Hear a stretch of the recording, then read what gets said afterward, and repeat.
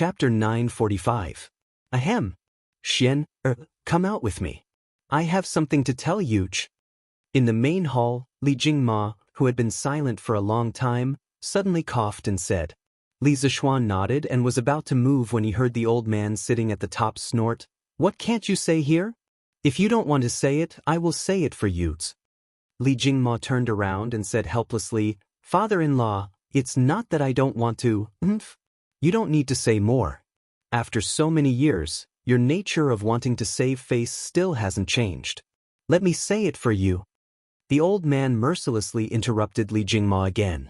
Then he looked at Li Zishuan and said, "You were sick when you were young and followed spiritual master Ling Su to Mount Longhu to recuperate. There are many things you don't remember. I don't blame you. But you don't have the right to blame me." Speaking of this, the old man stood up and walked to Li Zishuan's side and continued, "I am Yi Guizhong, and this is your uncle, Yi Huiming.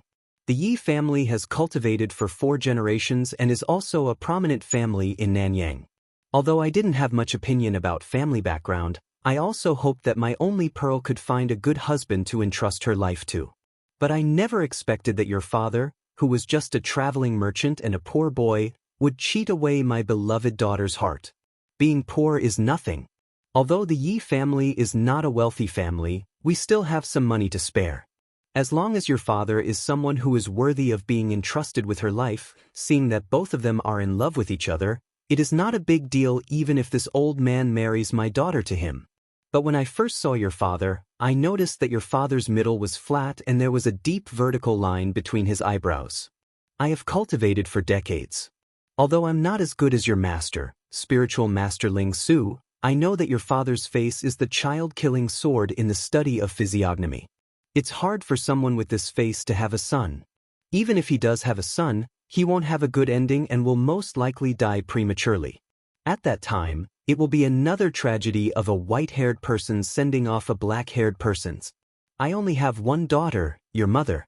How can I marry her to someone like your father, who curses children? Even if your father's family is rich and powerful, this old man will never marry my daughter to him. But at that time, your mother was already deeply in love with him and was unable to extricate herself. Even though your grandmother and I tried to stop her, your mother still tried to find a way to secretly meet your father. With no other choice, this old man locked your mother up and arranged another marriage for her. The other party was the son of the Nanyang County chief. He had a dignified appearance and was quite talented. When your mother found out, she resisted with her life. She didn't eat or drink for 6 days and 6 nights. In the end, she fainted in her room. When your father heard the news, he tried to break into the mansion several times, but he was beaten out of the mansion by the servants of this old man. Later, the doctor woke your mother up, but your mother still refused to eat, drink, or take medicine. Seeing that your mother's eyes were gloomy, I was afraid that she was about to die. Your grandmother's heart softened, and she begged me to agree to this marriage. How could this old man agree?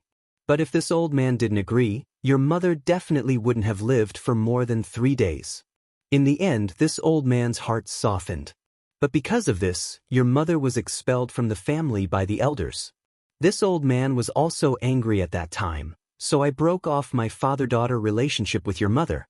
We agreed that we would never meet again. But because of this matter, the Yi family also thoroughly offended the local chief. Both sides had constant friction. The Yi family sacrificed a lot of benefits, and their vitality was greatly damaged. However, in exchange for a temporary peace. Fortunately, not long after, Emperor Yang was killed in Jianghu, and the Great Sui dynasty collapsed. The heroes of the world rose in revolt, and the Central Plains fell into the flames of war. The chief of Nanyang County died in the hands of a group of bandits. The Yi family accumulated virtue and did good deeds. They built roads and bridges, and had a good reputation in the Nanyang area. That was why they were able to survive in this chaotic world and gradually recover. Your mother gave birth to you many years after your father and your mother got married. At that time, your mother remembered that this old man once said that your father was a jinx. She was worried, so she came to Nanyang with your father and asked to see this old man. She wanted this old man to take a look at your face and examine your body. But because your mother and father eloped that year, It brought great losses to the Yi family. Many people in the Yi family hated your mother, and no matter what, they wouldn't let your father and mother take half a step into the Yi family. Later, your grandmother couldn't bear it and secretly went out by herself. She met your mother and you at the inn. After your grandmother returned, she begged this old man again and again, saying that this old man must see you no matter what. This old man couldn't persuade her, so I also went to the inn. But after looking at your face and taking your pulse, this old man only said 2 words, 6 years, and then left. From then on, this old man never saw you, your father, or your mother again. This old man also didn't let your grandmother go to Chang'an, because this old man knew that you definitely wouldn't live past 6 years old. Why should I let her go? If she saw too much, when the time came and you died, wouldn't your grandmother be even more sad? Besides, all of this was caused by your father. This old man doesn't want to see him for the rest of his life. Later, I heard that after you grew a little older, you often fell ill, and your health deteriorated. Your father and mother began to take you everywhere to find a doctor, but all of this was already predestined. Your illness was congenital, so how could ordinary doctors in the world cure you? The facts proved that this old man wasn't wrong back then. Your father shouldn't have been with your mother at all. But later, even this old man didn't expect that spiritual master Ling Su would take a fancy to you and bring you back to Mount Longhu. But even so, this old man still didn't think that your illness could be cured, so I didn't tell this news to your grandmother. It was better to let her treat you as a dead person, so that she wouldn't be happy about it. But this old man still underestimated spiritual master Ling Su's ability. He could actually help you go against the heavens and change your fate. Now your face has already... Your physiognomy? At this point, Yi Guozhong subconsciously looked at Li Zishuan's face. With this look, Yi Guozhong's face suddenly changed. There was shock and even more disbelief. Seeing this, Mrs. Li immediately panicked. She walked over and asked anxiously, "Father, what's wrong? Is there something wrong with Xian'er's face?" Li Zishuan also looked at Yi Guozhong curiously. His predecessor had cultivated for 8 years. Although he wasn't very proficient in the 5 Taoist metaphysics, mountain, medicine, fate, physiognomy, and divination, he had dabbled in all of them. As an atheist from the 21st century, Li Zishuan didn't believe in these things at first. But after merging with the memories of his predecessor, he started to believe. A few days ago, Li Zishuan also stared at his face for a long time, but he was interrupted. Now, Yi Chongyang's expression made Li Zishuan curious. What's wrong with my face? Why does this old man have such a reaction? Chapter 946. Marquis Mansion, Main Hall. Yi Guozhong was shocked for a long time before he recovered. He shook his head and sighed. The problem isn't his physiognomy, but that I can't see his physiognomy clearly. Could this be the person of destiny? If this old man came from the modern world, he would definitely scold, "Why the F***ck is your face covered in mosaic?" Yes, Li Zishuan's face is indeed covered in mosaic. Ordinary people can't see it, but if a physiognomist looks, they will find that his fate is gray, as if he is in a fog, making it difficult for people to see through. Mrs. Li didn't understand and hurriedly asked, "Father, what do you mean? What is the destined person? Is this physiognomy good or bad?" Yi Guozhong looked at Li Zishuan with a complicated expression. He was speechless and said, "The destined one. The destined person is also called the person outside of fate. The person who has this kind of fate is already out of the control of the heavens. In the future, he may conquer the world, intimidate the world, or he may be the enemy of the world and die an unnatural death. In short, it is difficult to predict whether it is good or bad. It is either great luck or great misfortune. It is all up to the destined person to choose."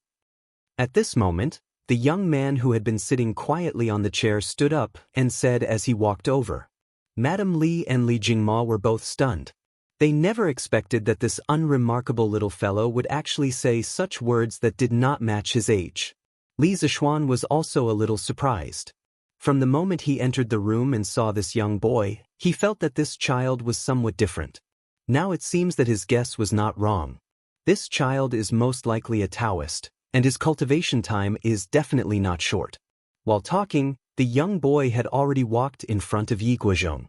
He raised his head and stared at Li Zishuan's face with burning eyes. But don't forget, he is only 11 or 12 years old. His face is still childish. Coupled with such a mature expression, it will make people want to laugh and think that he is pretending to be profound. Yi Guozhong's face didn't show any surprise. He was probably used to his grandson's behavior. At this moment, he put his hand on the boy's head with a comforted look on his face. A trace of kindness flashed across his solemn face. At this time, the old lady also stood up and walked over. She took the boy's hand with a smile and said to Li Zishuan, "Xiao Xian, this is your cousin, Xiao Shan. Since he was 4 years old, he liked to go to your uncle's study to read books about Taoist cultivation methods and talisman seal scripts. He is always mysterious and always likes to wander. This time, I brought him here to let him see the world in Chang. Xiao Xian, you are familiar with Chang. Take your cousin out for a walk when you have time." After listening to Yi Guozhong's narration, Li Zishuan didn't have much resentment towards his maternal grandmother. Instead, he had a lot of respect for her. It was said that in a big family, there were all disgusting and filthy fights for power. It was already not easy for his maternal grandmother to help his mother time and time again. At this moment, he nodded in response. "Well, grandmother, don't worry. I will often take Xiaoshan out for a walk." Then, in order to show the care of an elder brother to his younger brother, he reached out and patted the boy's head. He didn't expect that the boy deftly avoided it. "Cousin, please don't call me Xiaoshan. That's what grandfather and grandmother call me. My name is Yi Fashion. Please call me by my name." The boy raised his head and frowned slightly. He said with a serious face. It seemed that he was very dissatisfied with Li Zexu's behavior and the way he called him. The old lady laughed and everyone laughed. Li Zishuan was amused and wanted to laugh too. But after hearing the boy's real name, the smile on his face suddenly froze. "Ha, father, mother, Xiaoshan is so cute. By the way, father, what Xiaoshan said about the destined one, is it true?" Mrs. Li smiled and returned to the topic she was worried about. Yi Guozhong stroked his beard and said with emotion, "Of course it is true. No one can say for sure about this child's future. No one can affect it. Only he can decide. But Yuzhu, you don't have to worry. From the fact that Xiao Xian has been conferred the title of Marquis at such a young age, his future will definitely be smooth." Mrs. Li heard this and felt a little relieved. She smiled and said, "Father, mother, sit here. I'll go to the kitchen to arrange the food." The old lady smiled and nodded. At this moment, she saw Han Yushi, who had not made a sound since she entered the door. She smiled and said, "Oh, this is Xiao Xian's wife, right? Come and let grandmother take a look." A trace of panic flashed across Han Yushi's face. Mrs. Li saw this and came over to pat her on the shoulder. She smiled and said, "Yushi, go and talk to your grandmother for a while. Mother will go to the kitchen to arrange lunch." "Yes, mother." Han Yushi nodded reluctantly. Then she walked to the old lady's side and bowed. She shouted, "Yushi greets grandmother, grandfather, and uncle." The old lady held Han Yushi's hand and smiled from ear to ear. "Yushi, right? Your name is nice, and you're really handsome. You and my good grandson are really a match made in heaven." Yi Guozhong did not show any expression this time. Instead, he nodded at Han Yushi rather kindly. Yi Huiming, who was sitting on the chair, also stood up and nodded in greeting. The old lady of the Yi family looked Han Yushi up and down. The more she looked, the more satisfied and happy she was. She pulled Han Yushi to the side and sat down. She rolled up her sleeves and took off the bracelet on her wrist. She smiled kindly and said, Come. Grandmother came in a hurry this time and didn't prepare a gift. This bracelet has accompanied grandmother for most of her life. Today, I'll give it to you as a greeting gift. I hope that you and Xian heir can give birth to a great-grandson for grandmother as soon as possible." Mother! Yi Huiming was shocked when she saw this. Just as she was about to say something, the old lady glared at her. The expected difficulties did not appear. Han Yushi could not help but heave a sigh of relief in her heart. Facing the bracelet that the old lady had worn for her entire life, how could she dare to accept it? She hurriedly said, Grandmother, Yushi appreciates your kindness, but this bracelet is too precious. What's so precious about it? It's just a dead object. Come. Grandmother will help you put it on. The old lady grabbed Han Yushi's hand without any explanation. Then, she put the bracelet that had accompanied her for decades on Han Yushi's fair and slender wrist. The old lady sighed and said, "Beautiful jade matches a beauty. Grandmother is old. This jade bracelet is just right for you to wear." The old lady's eyes inadvertently revealed a hint of reluctance. It happened to be seen by the attentive Han Yushi. She was moved and said, "Thank you, Grandmother. Grandmother, you're not old. You look very energetic." Chapter 947. You are Yi Fashion? Seeing that his wife was fine, Li Zixuan looked at his cousin again. He paused and asked in a low voice. "Yes." The young man nodded, his words were as precious as gold. Li Zixuan swallowed his saliva and asked again, "Which dharma is it? Which is good?" The young man looked at Li Zixuan strangely and paused for a while before answering. "The dharma is not passed on to others. The best is like water. Water benefits all things and does not compete for the goodness." Li Zixuan was finally shocked. He took 2 steps back and looked at the young man in front of him in horror. He muttered to himself, "Yi Fashion, you are really Yi Fashion." Previously, Li Zixuan still had a trace of luck, thinking that it was possible that they had the same pronunciation but different characters. At this moment, his heart really grasped the grass. He never thought that his cousin was actually Yi Fashion. Yi Fashion. In the Tang dynasty, other than Li Chunfeng and Yuan Tiangang, the most famous Taoist priest was Yi Fashion. His disciples were rare in the history of Taoism. According to historical records, Yi Fashion had the skills of nourishment and divination. He was good at writing talismans. He lived in Gaozong, Wuxia, and Zhongzong for 50 years. He often went to the mountains and was summoned to the palace. In the Gaozong dynasty, Yi Fashion completely became the leader of Taoism in the world. Not only did he win the respect of the world, including the emperor, but he also actively participated in politics. He made a great contribution by helping Li Dan to ascend the throne and Li Longji to rise to the throne. He was once titled as the National Celestial Master and Duke of Yu. The status of the Yi family of Nanyang also reached the peak because of this. In the 10th year of Emperor Minghuang's Kaiyuan, Yi Fashion, who was 107 years old, died without any illness. It was said that the courtyard he lived in at that time was full of fragrance and celestial music. It was even more confirmed that Yi Fashion had ascended to immortality.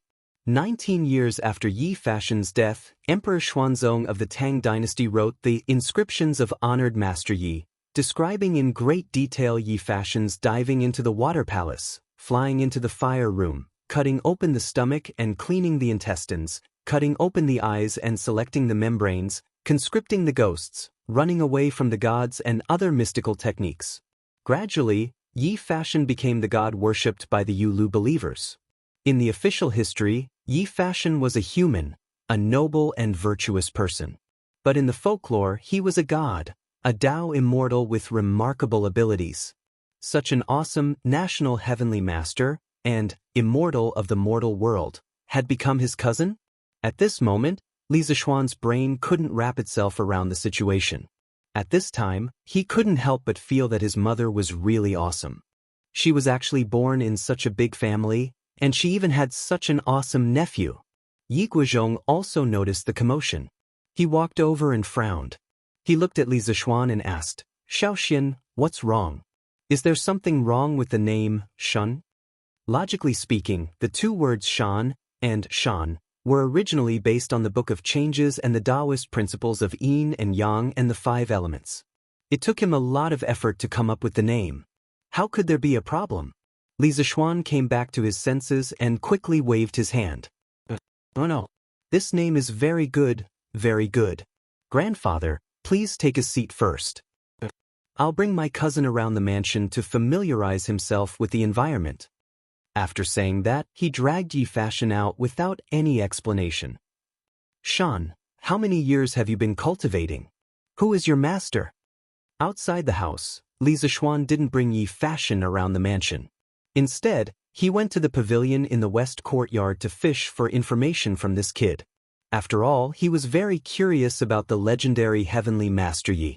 Moreover, most of the historical records about Yi Fashion were too fantastical and legendary. Li Zixuan more or less had doubts in his heart. "Cousin, please don't call me Shan." Yi Fashion frowned and said seriously, Okay, I won't call you Shan." Meeting such a serious kid, Li Zixuan felt helpless. He could only change the way he addressed Yi Fashion. Then, "Fashion, how many years have you been cultivating? Who is your master?" Yi Fashion then answered, "Cousin, I started cultivating when I was 4 years old. Now, I've been cultivating for more than 8 years. However, the Tao that I cultivate comes from my own family. I haven't found a master yet. From next year onwards, I plan to leave Nanyang and travel around the famous mountains to find a master and find a way to transcend the Tao." The 4 generations of Yi family cultivators all used Yin arts and impeachment to save people. It could be said that the family had a long history. Even if Yi Fashion didn't go out, he could still learn the profound Tao. Before Yi Fashion, the Yi family had many famous Taoist priests. For example, his granduncle Yi Jingning was good at Tao, but he was good at literature. When his grandfather was still alive, he was a Taoist priest and a Taoist priest. He had more than 100 disciples. Yi Jingning's status in the Tao world was even higher than Yi Guozhong's. The old Tang book, biography of Zhongzong Wei Shuren, stated, "The Taoist priest Yi Jingning was good at charms and restrictions. He often served qin ku and was also good at medicine. Guanglu Shaoqing Yang Jun was good at cooking meals. They all went in and out of the palace." Yi Jingning not only obtained the position of Taoist priest because of his knowledge and Tao skills, but also became the favorite of the empress. He went in and out of the palace. His political status was extraordinary. This was really a mature child. Li Zixuan muttered in his heart. He didn't know what kind of education Yi Fashion received in his childhood to develop such a strange personality. This was the Yi family's fortune. At the same time, Li Zixuan also felt that this was Yi Fashion's misfortune. This kind of life meant that he was destined to lose his carefree childhood. Li Zixuan was surprised to hear that this child was going to travel alone next year. He said with a straight face, "Fashion, do your father and grandfather know that you are going to travel?" Even though Yi Fashion was young and mature, he was still afraid of his father and grandfather. At this moment, he shrunk his neck and showed a rare guilty look on his face. He answered crisply, "So what if they know? So what if they don't? My goal is to cultivate and save the world. No one can stop me from going out to search for the Tao." "What a stubborn child," Li Zixuan said helplessly. "Fashion, have you heard of the saying that parents should not travel when they are alive? You are still young. It is inevitable that you will encounter danger when you travel. Why don't you wait a few years before you consider this?" Yi Fashion raised his head and said solemnly, "My father and mother are still healthy. It is the best time for me to go out and search for the Tao. Besides, the love of family is just a small love. Saving the world is the greatest love. There are countless people in the world who are suffering from diseases. I want to search for the Tao and come back to save the world. Father and mother will definitely understand me." Alright. Li Zixuan had been in the Tang Empire for so long and was used to seeing all kinds of weirdos. However, he was still defeated by this weirdo in front of him. He opened his mouth and was about to say something when suddenly, Fun's voice came from behind him. "Brother, you are here." Chapter 948. Lanta. When Li Zixuan turned around, had already skipped over. Li Zixuan couldn't help but rub the ponytail on his little sister's head. He smiled and said, Where did you go just now? Why didn't I see you after so long?" Smiled and slapped Li Zixuan's big hand away. Then she said weakly, "Who was looking for little Gray to play in the backyard. Grandfather and uncle looked very fierce. Didn't dare to play in the front yard." Before Li Zixuan came back, the main hall was occupied with Li Jingma's being criticized special meeting. The atmosphere in the house had always been very oppressive. Children were usually more afraid of this kind of atmosphere, so sneaked into the backyard to play with little Gray. Brother, isn't he that? As she spoke, Lan noticed Yi Fashion standing behind Li Zixuan. She quickly covered her mouth with her hand. At the same time, a trace of embarrassment appeared on her delicate little face. It was very cute. After all, she was bad-mouthing someone's father and grandfather in front of them. How could she not be embarrassed? Lan, this is your cousin Yi Fashion. You should have seen him before.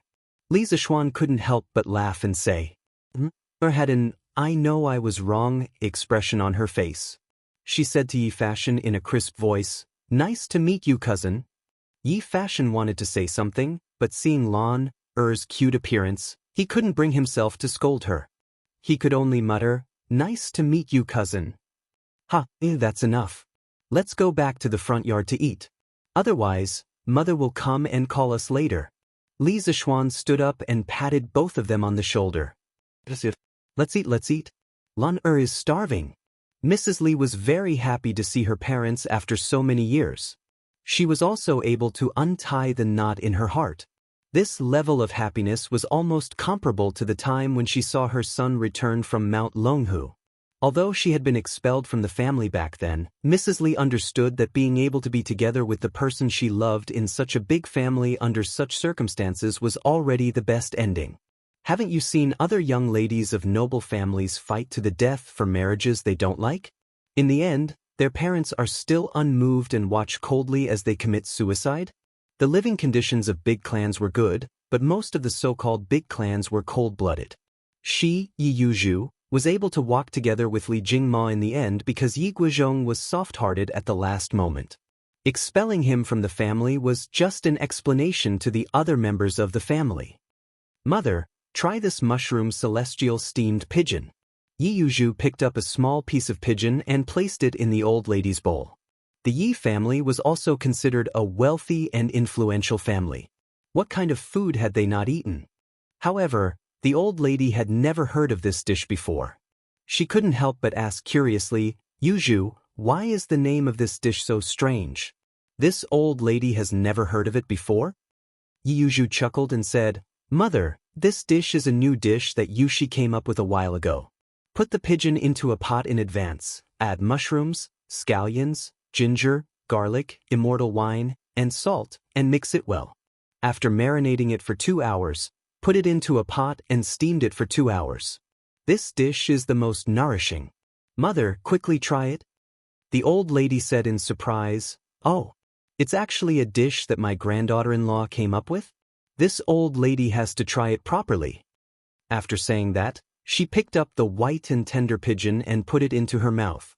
Who knew that the pigeon meat would melt in her mouth? It was even more tender than tofu. Moreover, a strong mushroom fragrance and wine fragrance instantly exploded in her mouth. The old lady had lived for most of her life and was not a greedy person at all. At this moment, her eyes widened and she picked up another piece for herself.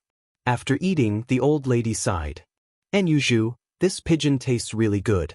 It melts in the mouth, is smooth and tender, and leaves a fragrance in the mouth and teeth. It's simply endless aftertaste. The kitchen maids of the Marquis's mansion definitely can't do this. It should be you who made it, right? I didn't expect my Yuzhu's cooking skills to be so good now. Jimelung and Xiao Xian have been blessed these years." Mrs. Li smiled and said, "Mother, your eyesight is really good. It's not easy for you and father to come. Of course, Yuzhu has to personally cook a few delicious dishes for you. Actually, Yushi is better at doing this than me.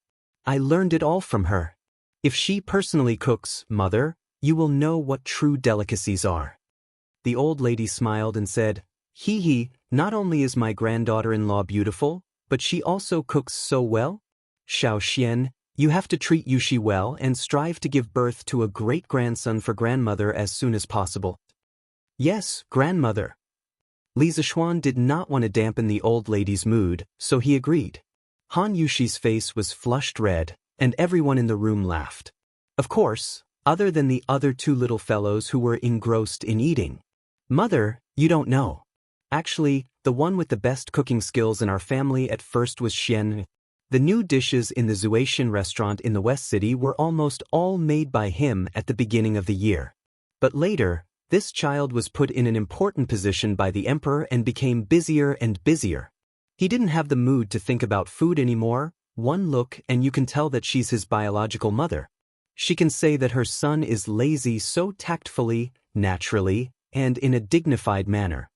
Later on, when Yushi married into our family, this child followed the new dishes that Xiao Xian made in the past and came up with many dishes himself, such as fried chicken with black bean sauce, fresh shrimp with sweet wine, mushroom chicken pot, fried crab meat with rice flavor, shrimp scallops, kung pao shredded taro, abalone mushrooms, colorful beans fried rice cake, snow pear and white fungus stewed meat soup. Hee, all right. Yuju, stop talking. If you continue, your mother's saliva will flow out. The old lady narrowed her eyes and quickly interrupted Yuju's words. She looked at Han Yushi next to her and said with a loving expression, "These dishes, just hearing the names makes grandmother salivate. Yushi, Xiao Xian is really lucky to have married you." Mrs. Li smiled and said, "Isn't that so? Mother, look, Xiao Xian has been married for less than half a year, and he's already a little fat from eating." The old lady smiled and said, "It's good to be fat. It's good to be fat. Xiao Xian is still too thin. He should eat more." Who asked this child to be so lucky to have married such a good wife? It's just that my granddaughter-in-law has suffered. Han Yushi was a little overwhelmed by this fierce praise. She hurriedly said, "Mother, grandmother, this is what Yushi should do. Don't praise me like this. Husband is out handling official business all day long. It's much harder than Yushi. Wife, you don't have to be modest. Mother and grandmother are telling the truth. However, the one who deserves the most praise should be me. Who asked me to have such a good eye to choose you as my wife and marry no one else but you?" At this moment, Li Zishuan, who had silently made a fortune, suddenly began to boast shamelessly and shamelessly. There was a hint of humor in his voice, but it was more of his gratitude to his wife. As soon as he finished speaking, everyone at the dining table laughed. Han Yushi covered her mouth and her heart was filled with sweetness. At this moment, she felt that all the previous hardships were worth it. Yi Guizhong frowned. He wanted to say that it was not polite to laugh while eating, but then he remembered that this was not his home, so he gave up. In fact, ever since he entered the Li family, he felt that this place was very different. As for what exactly was different, he couldn't quite pinpoint it. If he had to pinpoint it, it was probably happiness. Everyone here, including the servants, was happy. It was the kind of happiness that came from the heart, not a forced smile. He had cultivated for decades and had his own way of seeing through people's hearts. "Mother, it's not easy for you and father to come here. Stay in Chang, and for a few more days. It will be the end of the year in a little more than a month. How about you spend the new year in Chang? It will be very lively here during the new year." After laughing for a while, Mrs. Li looked at the old lady and said. Han Yushi also said, "Yes. Grandmother. It's getting colder and colder, and the road will be difficult to walk. Why don't you and grandfather stay in Chang, and for a few more days? I can take this time to be filial. Husband, what do you say?" The old lady patted Han Yushi's shoulder and narrowed her eyes. Yi Guizhong also looked at Li Zishuan. Han Yushi's last sentence seemed ordinary, but it was actually a question. She was asking if Li Zishuan had forgiven the Yi family for driving Mrs. Li out of the family back then. Now, anyone with a discerning eye could see that Li Zishuan was in charge of the Li family now, not Li Jingma. Yi Guizhong also wanted to take this opportunity to see Li Zishuan's attitude towards the Yi family. From a father's point of view, what Yi Guizhong did back then was not wrong, and he had never regretted it over the years. But how could the things in the world be measured by a simple right or wrong? As Yi Yuju's son, Li Zishuan certainly had a reason to take revenge for his mother's past. And now, Li Zishuan also had the ability to do so. Although the Yi family had a good reputation in Nanyang, they were not qualified to go head-to-head with Li Zishuan, the Marquis of the Great Tang Empire who was favored by the emperor. But if Li Zishuan really shed all pretense of cordiality, he would also be cursed for being unfilial. In this era, if anyone was labeled as unfilial, then that person's future was basically over. Therefore, it could be seen that the Yi and Li families were in a delicate situation where both sides would benefit if they cooperated, and both sides would lose if they fought. Although Yi Guozhong looked indifferent on the surface, as the former head of the Yi family, how could he really not care? Li Zishuan's choice was directly related to the fate of the Yi family. The atmosphere suddenly became heavy. Seeing that most people were looking at him, Li Zishuan also put down his chopsticks. He was not wise, so naturally he could understand the key points. There was no doubt that he had resentment towards the Yi family in his heart. Not to mention how well his mother usually treated him. Even if she did not treat him well, he should be grateful to his mother.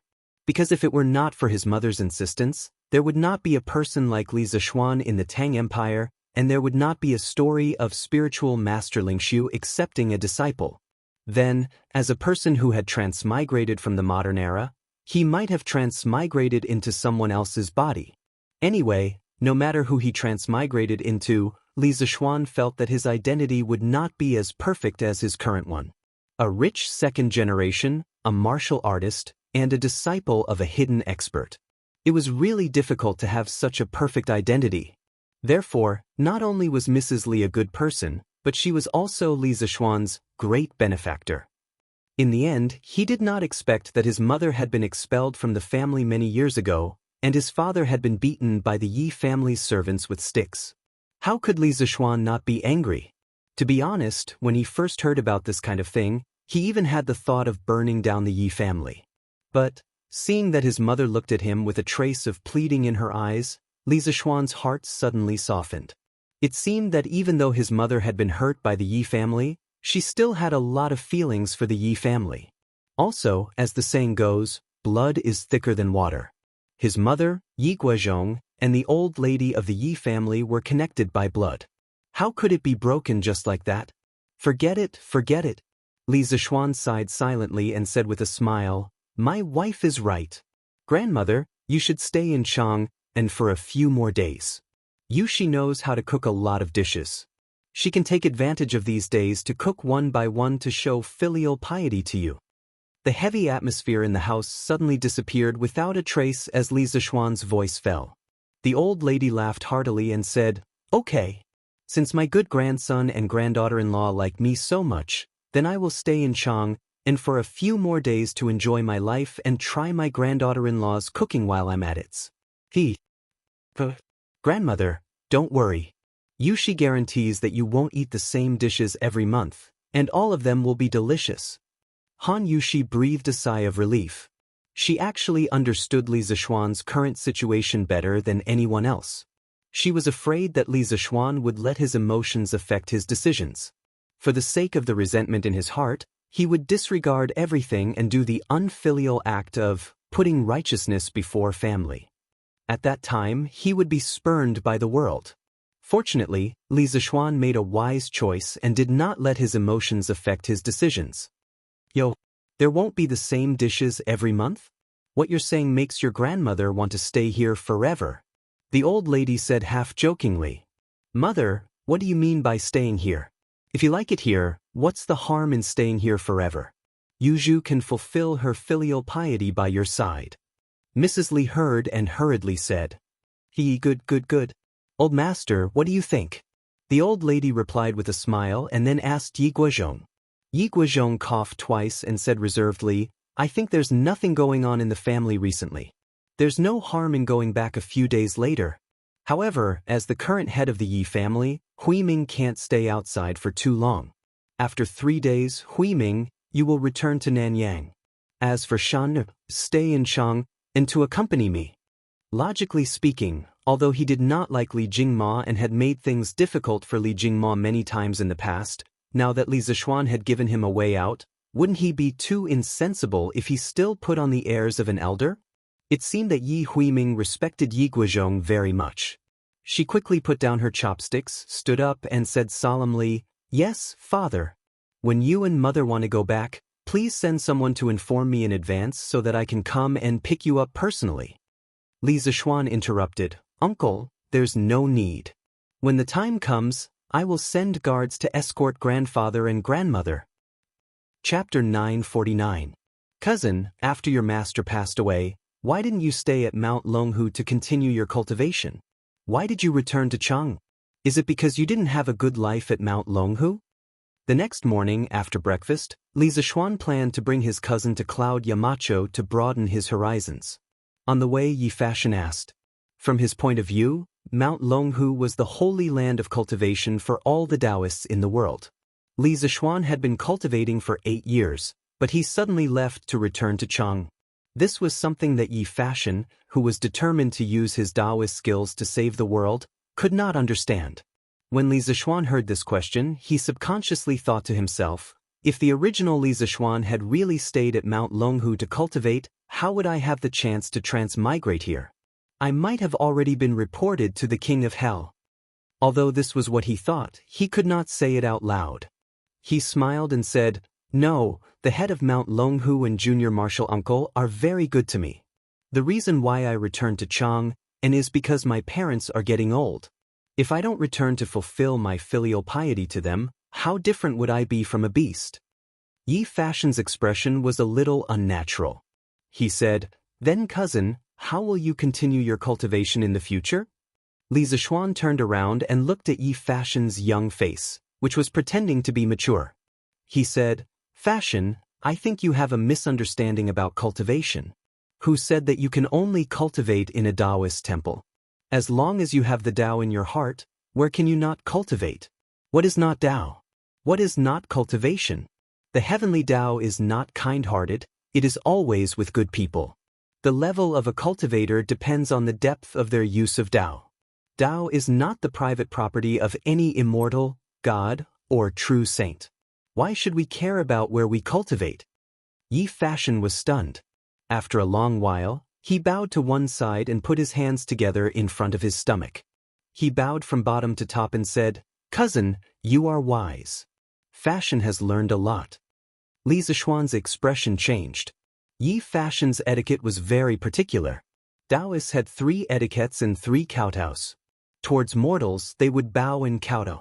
Towards gods, immortals, and immortals, they would bow and kowtow. Yi Fashion's etiquette was the standard Taoist kowtow. This was usually done towards the elders of the sect. From this, it could be seen that Yi Fashion was really touched by the words just now.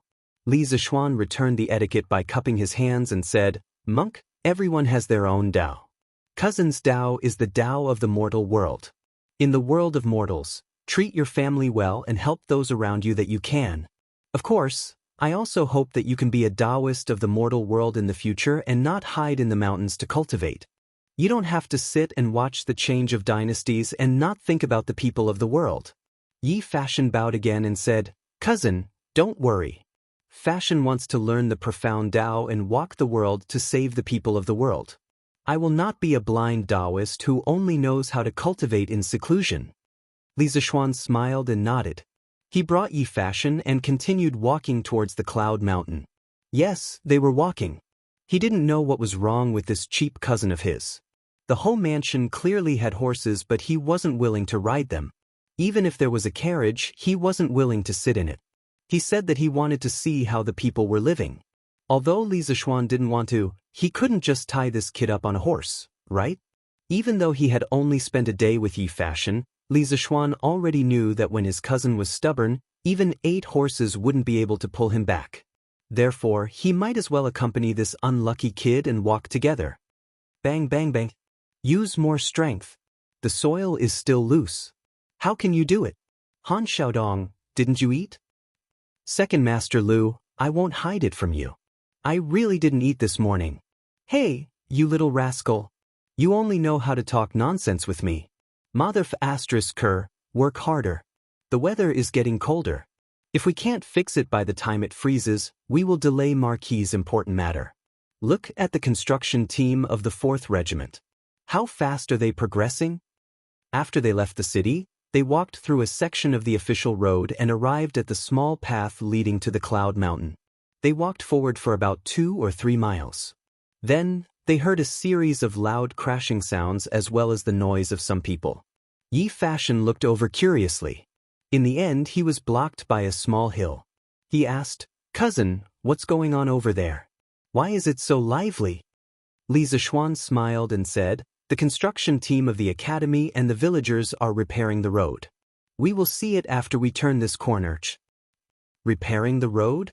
Yi Fashion thought to himself. How could there be such a big movement when they were repairing the road? However, even though he was doubtful, he still lowered his head and quickened his pace. After a while, the two of them had circled around the mountaintop. What entered their eyes was a dense mass of people. Some were hammering the ground with large hammers, some were shoveling soil to fill holes, some were pushing carts to dump sand and stones, and some were dumping mud onto the flat road. However, the mud was greenish-gray in color, which made Yi Fashion feel surprised. "Cousin, what is that slurry thing in the carriage?" Li Zishuan looked in the direction of his finger and replied, "That is cement. In the beginning, it can be shaped like mud. However, it will solidify after a period of time. Once solidified, it will be as hard as a rock. Even if it is raining, it will remain in its original states." "Oh, there is such a magical thing in this world? Why have I never heard of it before?" Yi Fashion could not help but feel that the capital was indeed different. A small place like Nanyang could not be compared to it. Li Zishuan smiled and said, "Cement has only been around for half a year. It has not spread to Nanyang yet. It is normal that you have not seen it before." While they were talking, the two of them had already approached the road construction site. A hale and hearty old man with white hair and a white beard walked towards them. It was Master Lu. "Yo, Marquis, you are here? Why did you not ride a horse today?" "And this is..." Li Zishuan smiled and replied, "I wanted to train my legs, so I did not ride a horse today." "All right, Master Lu, this is my cousin. He just arrived in Shang and yesterday. He wants to visit the academy today." Yi Fashion saw that when Li Zishuan spoke to the old man in front of him, he did not put on any airs like Marquis. His tone was also not arrogant and condescending. Instead, there was some respect for an elder. Yi Fashion was surprised but did not show it on his face. He saluted Master Lu and said, "Greetings, Master Lu." Master Lu was flattered and said, "Hey, little Langjun, you are too courteous. Since you are Marquis' relative, I should be the one greeting you." Li Zishuan smiled and said, "What are you saying, Master Lu? You are my elder." "All right, Master Lu, this road looks like it is almost finished, right?" Master Lu wiped his sweat and said, "Hey, Marquis, it is almost over, almost over. There are only about 3 miles of road left to be repaired. It will take about 10 days to completely repair it. It is just that I am ashamed to say that we farmers are not very good at repairing this kind of cement road. We are dragging Regiment Commander Gong and the others down." When Li Zishuan first divided the construction corps, he set up 5 regimental commanders. They were Hu Hanyun, Master Lu, Chao Xiaofu, Gong Minyong, and Enai Taifeng. Later, in order to repair the cement road and the academy's project was almost completed, Li Zishuan disbanded 2 construction regiments, with a total of nearly 5,000 people. One was the 2nd Regiment of 2nd Master Lu and the other was the 4th Regiment of Gong Minyong. Master Lu's prestige in this area was still very high. Later, the farmers who came to help repair the road were also under his command. In this way, Master Lu's 2nd Regiment now had more than 3,000 people in name. However, these farmers who came to help had not experienced the big project of Yanhuang College. Naturally, they lacked experience. As a result, although Master Lu's 2nd Regiment had more people, the overall progress was not much different from Master Lu's 4th Regiment. Li Zishuan smiled and said, "It's okay, there is no rush. Don't let the villagers be too tired. By the way, Master Lu, I asked my father-in-law to inform everyone to go into the mountains to pick herbs. Do you all know? It was out of good intentions that the farmers were willing to help with the road repairs. At first, Li Zishuan wanted to pay the workers who came to help, but the farmers refused to accept it no matter what. It was only after he changed the wages to a bucket of rice that the farmers reluctantly accepted. The price of a bucket of rice was much lower than the wages of the construction site. Facing such a group of kind-hearted farmers, what else could he complain about? Master Lu heard Li Zishuan's question and grinned, "Marquis, we all know. In the afternoon, it is said that each village will organize some young men to be guards. Even if they encounter wild beasts, they will not be afraid. Then, each family will send one person to go into the mountains to pick herbs. Heh, it is a pity that I am not free now. Otherwise, I would also go into the mountains to hunt wild beasts and let the kids in the village see Master Lu's archery skills. Li Zishuan could not help but laugh and said, Other people's treasured swords are not old, but Master Lu's divine arrows are not old. Ha! Master Lu said proudly, Of course. Back then, the villagers were hungry and wanted to go to the west of Yunshan to hunt. Master Lu, went as well. I met a big tiger with white forehead. Master Lu began to explain the heroic deeds of the past to the two of them. Li Zishuan was also happy to rest at the side. Yi Fashion, on the other hand, was frowning deeper as he listened. Half an hour later, they bid farewell to Master Lu and continued to walk on the wide and flat cement path towards Yunshan. Yi Fashion suddenly opened his mouth and said, Cousin, if the farmers go into the mountains to pick herbs, then just pick herbs. Why do they have to fight wild beasts in the mountains? Everything in the world has spirituality. Wild beasts are also living creatures. That mountain forest originally belonged to them. Let's not talk about the farmers taking over the magpie's nest. Why do they have to search and exterminate them? Cousin, as a Taoist, not only did you not stop them, but you even secretly encouraged them? When it came to killing, many people would think of benevolence like sweeping the floor for fear of harming the lives of ants, and covering the lamp with gauze to protect the moths. However, some Taoist priests did eat meat. The Taoist doctrine did not support killing, but it did not forbid it either. Li Zishuan was inexplicably stunned. He did not expect Yi Fashion to ask such a question. After thinking for a while, he said in a deep voice, Fashion, you are not wrong. Everything that is bloody has spirituality. That is to say, they have Taoism. There are early and late stages of enlightenment, and there are also differences in the speed of cultivation. Wild beasts are also living creatures. Logically speaking, they should not be killed easily. But sometimes, killing is to protect them. When a wild beast wants to attack a person, what should you do? Or use your Taoism to influence it. The people are just mortals. They only care about food, clothing, and taking care of the old and young. Everything they do is for survival. Is there anything wrong with that? Li Zishuan remembered that during the War of Resistance against Japan in his previous life, Taoists held guns in one hand and incense in the other. After killing the Japanese, they also worshipped the gods. Compared to those Taoist priests who only knew how to cultivate in seclusion deep in the mountains and forests, and did not care about the suffering of the people, such Taoist priests were the ones he admired. Killing is to protect them? Yi Fashion muttered under his breath and fell into deep thought. When the sun was about to reach the top of their heads, the two finally reached the top of the Cloud Mountain. When they stepped through the mountain gate and saw the tall and majestic Yanhuang College building, Yi Fashion was still greatly shocked even though he had mentally prepared himself. That small face of his that liked to pretend to be mature was now filled with shock and astonishment. How is it? Fashion? Cousin, this college is not bad, right? Li Zishuan saw that Yi Fashion finally showed a rare look of shock and was somewhat proud of himself. Gulp. Yes, it is not bad. Yi Fashion swallowed his saliva and said, This was more than just not bad. It could be called a celestial palace. Li Zishuan laughed and said, Let's go. I'll show you around the college. After that, he led Yi Fashion into the college. They visited the red building, the auditorium, the sports field, the cafeteria, the student dormitory, the laboratory building, and so on. Finally, the two returned to Guanghua building and went to the courtyard where the telescope was placed. He did not expect to meet Li Chunfeng here. Oh, Taoist Li is here too? Li Zishuan walked up to him and said with a smile. Li Chunfeng was focused on fiddling with the telescope. When he heard the voice, he quickly turned around. When he saw that it was Li Zishuan, he heaved a sigh of relief and said, Marquis, please don't blame me.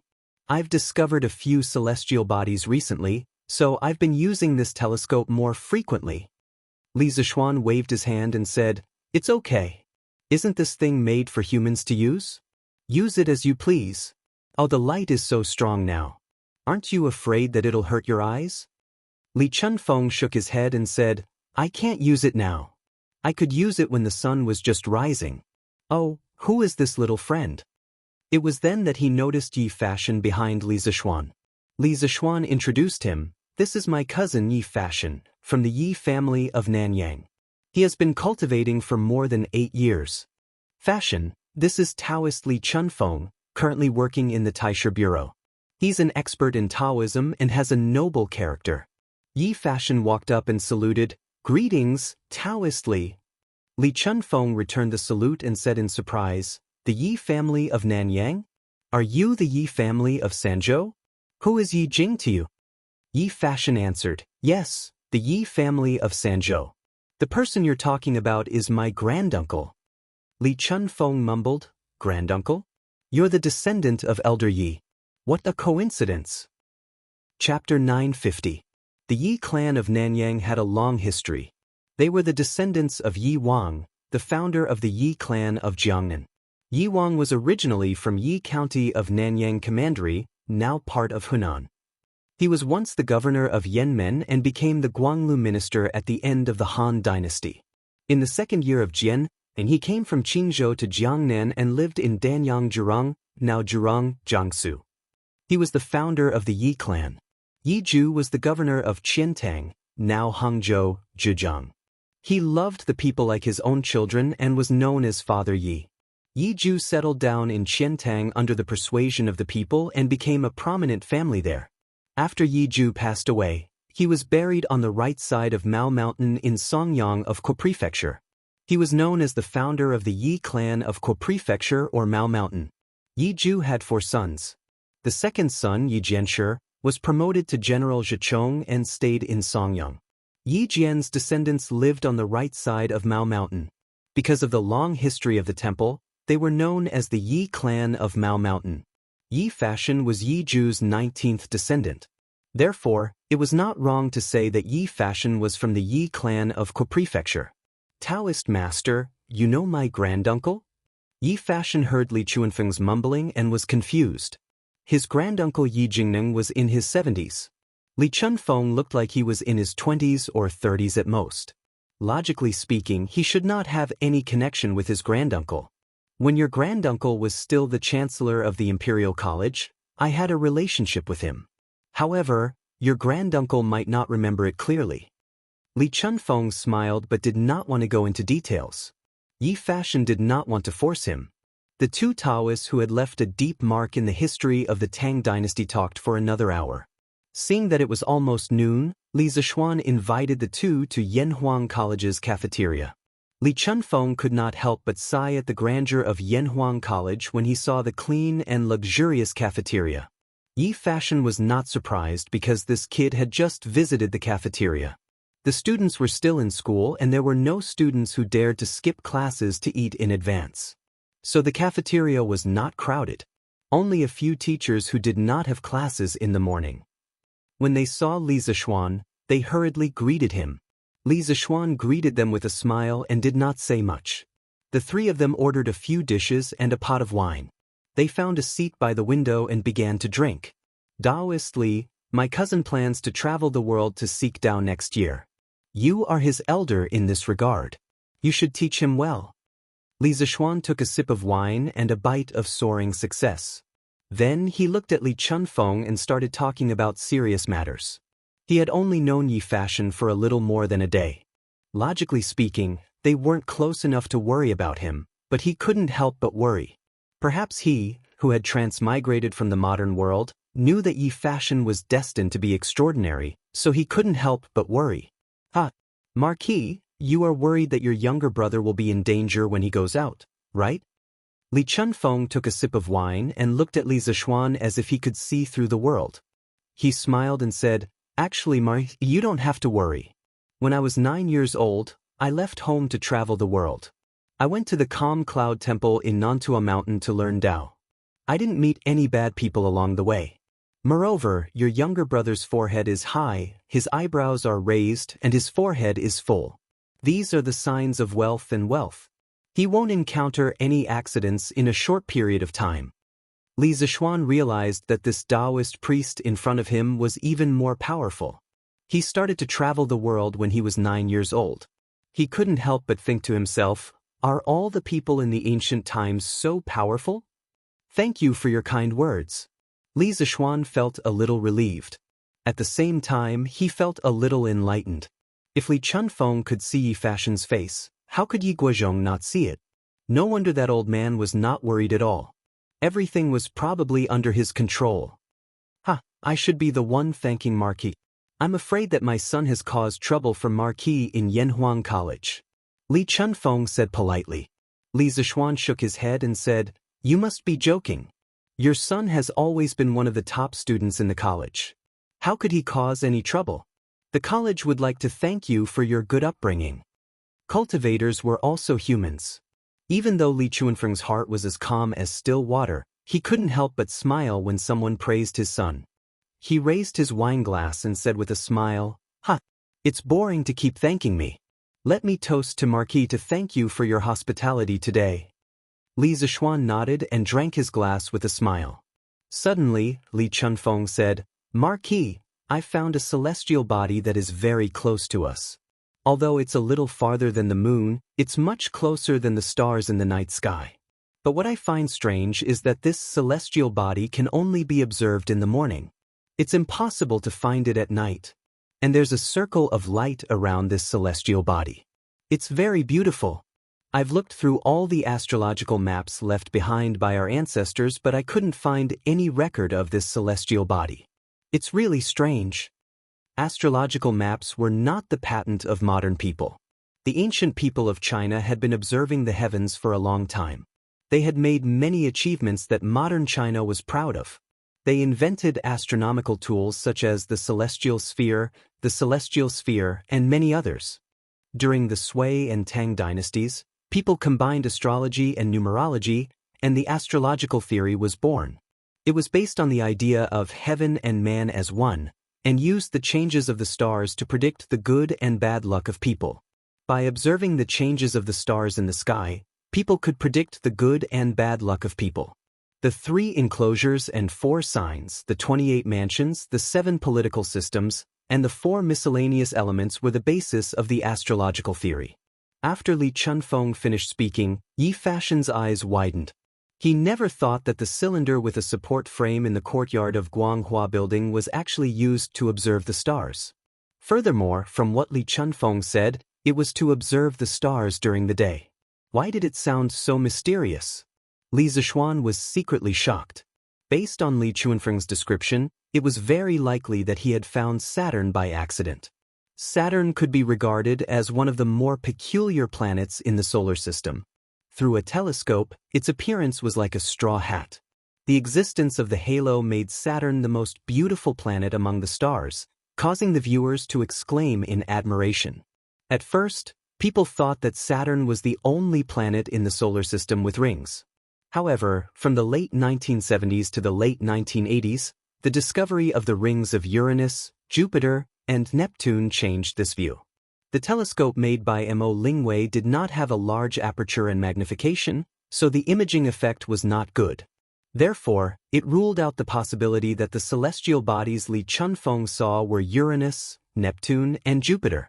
Compared to these celestial bodies, Saturn's rings were more obvious and easier to find. If one was lucky, they could see Saturn's rings with their naked eyes even without the help of a telescope. Congratulations, Taoist priest.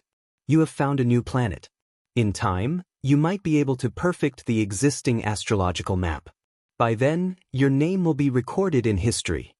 Li Zishuan clasped his hands together and smiled. He did not tell Li Chunfeng about the 9 planets in the solar system. Oh, it should be the 8 planets. Some things were too easy to get and people would not cherish them. Sometimes, it felt good to be a quiet prophet and let people discover things that they already knew.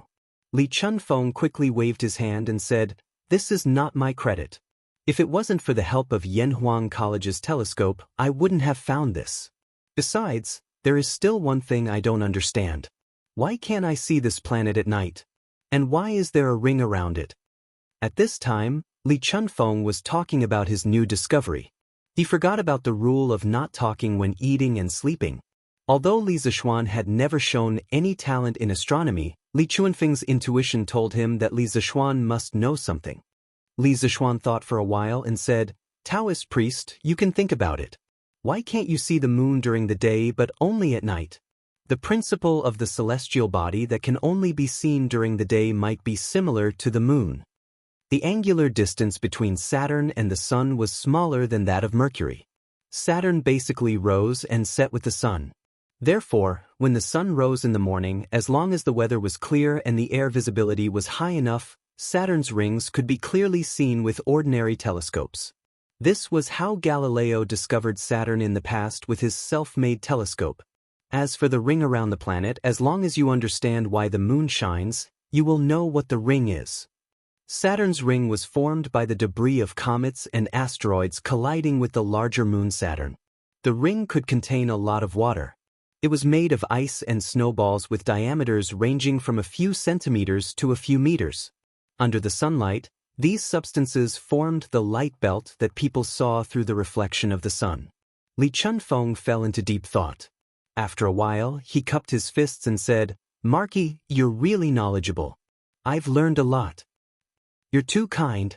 When the telescope is improved in the future, I believe that you will be able to find more planets. We will celebrate for you then." Mo Lingwei and Yan Shaoning were rushing to produce a batch of military telescopes for the military. Therefore, the improvement of the astronomical telescope was temporarily put on hold. However, Li Zishuan believed that as the telescope technology in the workshop became more mature, the telescopes produced would be more advanced. By then, Li Chunfeng might be able to find all the planets in the solar system with the help of the telescope. In that case, Li Chunfeng might bring up the heliocentric theory. However, he did not know if he would be seen as an outlier.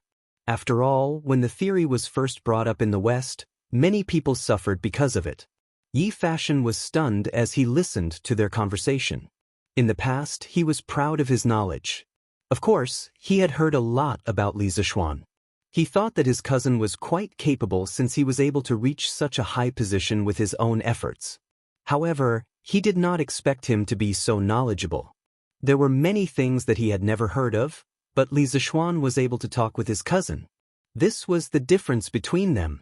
At this moment, Yi Fashion was even more determined to go out and seek Taoism. If he did not step out of the house, he would be a frog at the bottom of the well for the rest of his life. The lunch lasted for almost an hour. When the students were about to leave school, the three of them finally left. After lunch, Li Zishuan went back to the Yunshan residence to rest for a while Yi Fashion meditated in the backyard. In the afternoon, Li Zishuan prepared to return to Chang, and with Yi Fashion, who had gone out to collect wind and had a bountiful harvest. Originally, he wanted to bring his cousin to the west of Yunshan to see if the farmers would encounter any beasts when they were gathering herbs. However, Yi Fashion could not bear to see the beasts killed, so he gave up on the idea. When they came to Chang, and Li Zishuan did not want to continue walking. He felt that it was a waste of time, so he borrowed 2 horses from the guards of the academy. Each of them rode 1 horse and rushed back to Chang. Da-da-da. All the horses of Li Zishuan's guards were equipped with horseshoes. When they walked on the hard and flat cement road, the sound of the horses' hooves hitting the ground was particularly clear. Not only did people like to walk on the cement road, horses also liked to walk on it. Once they were on the cement road, they could clearly feel that the horses were running faster. At this speed, it didn't take long for them to reach the end of the cement road. After another quarter of an hour, they finally left the small path and walked onto the main road. Who would have thought that they would be greeted by a large group of soldiers? It was a grandiose group of about a few thousand people. Whoa! When Li Zishuan saw the leader of the group, he hurriedly stopped his warhorse and jumped off to greet him. "Your Highness, are you leading the soldiers to the south?" Li Zishuan asked. Yes, the person was Li Shaogong. There were dozens of officials behind him. When Li Shaogong saw that the person who had come was Li Zishuan, he had the army move forward slowly first. He would catch up with the officials in a while. Then he replied to Li Zishuan, "That's right. Now that the prototype of the Department of Shipping has been completed and the officials of the key departments are in place, His Majesty is in a hurry, so this prince can only bring them to Guangdong in such a hurry." It was obvious that Li Shaogong did not want to go to the south at this time. After all, it would be the new year in a month. If Li Xiaogong went to Guangdong now, it was very likely that he would have to spend the new year there. Your Highness, please be careful. Li Zishuan cupped his fists and said, "Oh, this little guy is?" Li Xiaogong saw Yi Fashion and asked curiously. Li Zishuan introduced, "Your Highness, this is my cousin Yi Fashion. He is from the Yi family in Nanyang. He just arrived in Chang and yesterday." Cousin? Li Xiaogong pondered for a moment and said, "Oh, your mother's family is willing to come and find your mother? Ha, I know a little about your mother's matter. I didn't expect the Yi family to give in the end, ha." Li Zishuan was speechless. Hearing Li Xiaogong's words, he already knew about the Li and Yi families. However, this guy was really tight-lipped. He had never mentioned it before. He was really cunning. "Ah, by the way, Xiaoxin, take a closer look at my team. Is there anyone you know?" Li Xiaogong suddenly lowered his voice and said mysteriously to Li Zishuan. Chapter 951. On the official road outside Chang and City. Li Zishuan's mysterious words had piqued Li Zishuan's curiosity. He had been so focused on talking that he hadn't noticed the lineup Li Xiaogong had brought with him to the south. He calmly glanced behind Li Xiaogong. Although Li Zishuan didn't know the names of these officials, he had seen them all in court before. There were officials from the Ministry of Civil Affairs, the Ministry of Works, the Ministry of Rights, and the Ministry of Appointments. When he saw the gloomy-faced official at the back of the line, Li Zishuan almost laughed out loud. Who else could it be other than Cui Shanfu? Speaking of which, Li Zishuan hadn't even had the time to take revenge on the old fellow when Cui Shanfu had urged the diplomatic corps to go to Yanhuang College to watch the military training exercise. He hadn't expected Li Xiaogong to be so supportive, silently bringing this old fellow to Lingnan. Let's see how this old fellow can jump around once he's there. Oh, isn't this Minister Cui? You've been promoted. Congratulations. When dealing with villains, one had to beat them while they were down. Li Zishuan wasn't willing to give up such an opportunity. He walked over to Cui Shanfu and cupped his hands with a smile. The officials turned to look in Li Zishuan's direction and saw Cui Shanfu's old face as black as the bottom of a pot. The Marquis of Yong, and is taking pleasure in other people's misfortune. I'm afraid you've lost your status as a marquis. At this point, Cui Shanfu felt that there was no need to pretend to be nice, so he snorted coldly at Li Zishuan.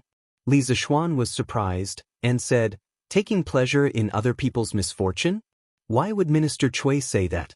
This marquis was clearly congratulating you on your promotion and wealth. All my colleagues here can testify for me. How can you slander me? Assistant Minister Wang, please be the judge. Was this marquis taking pleasure in other people's misfortune?"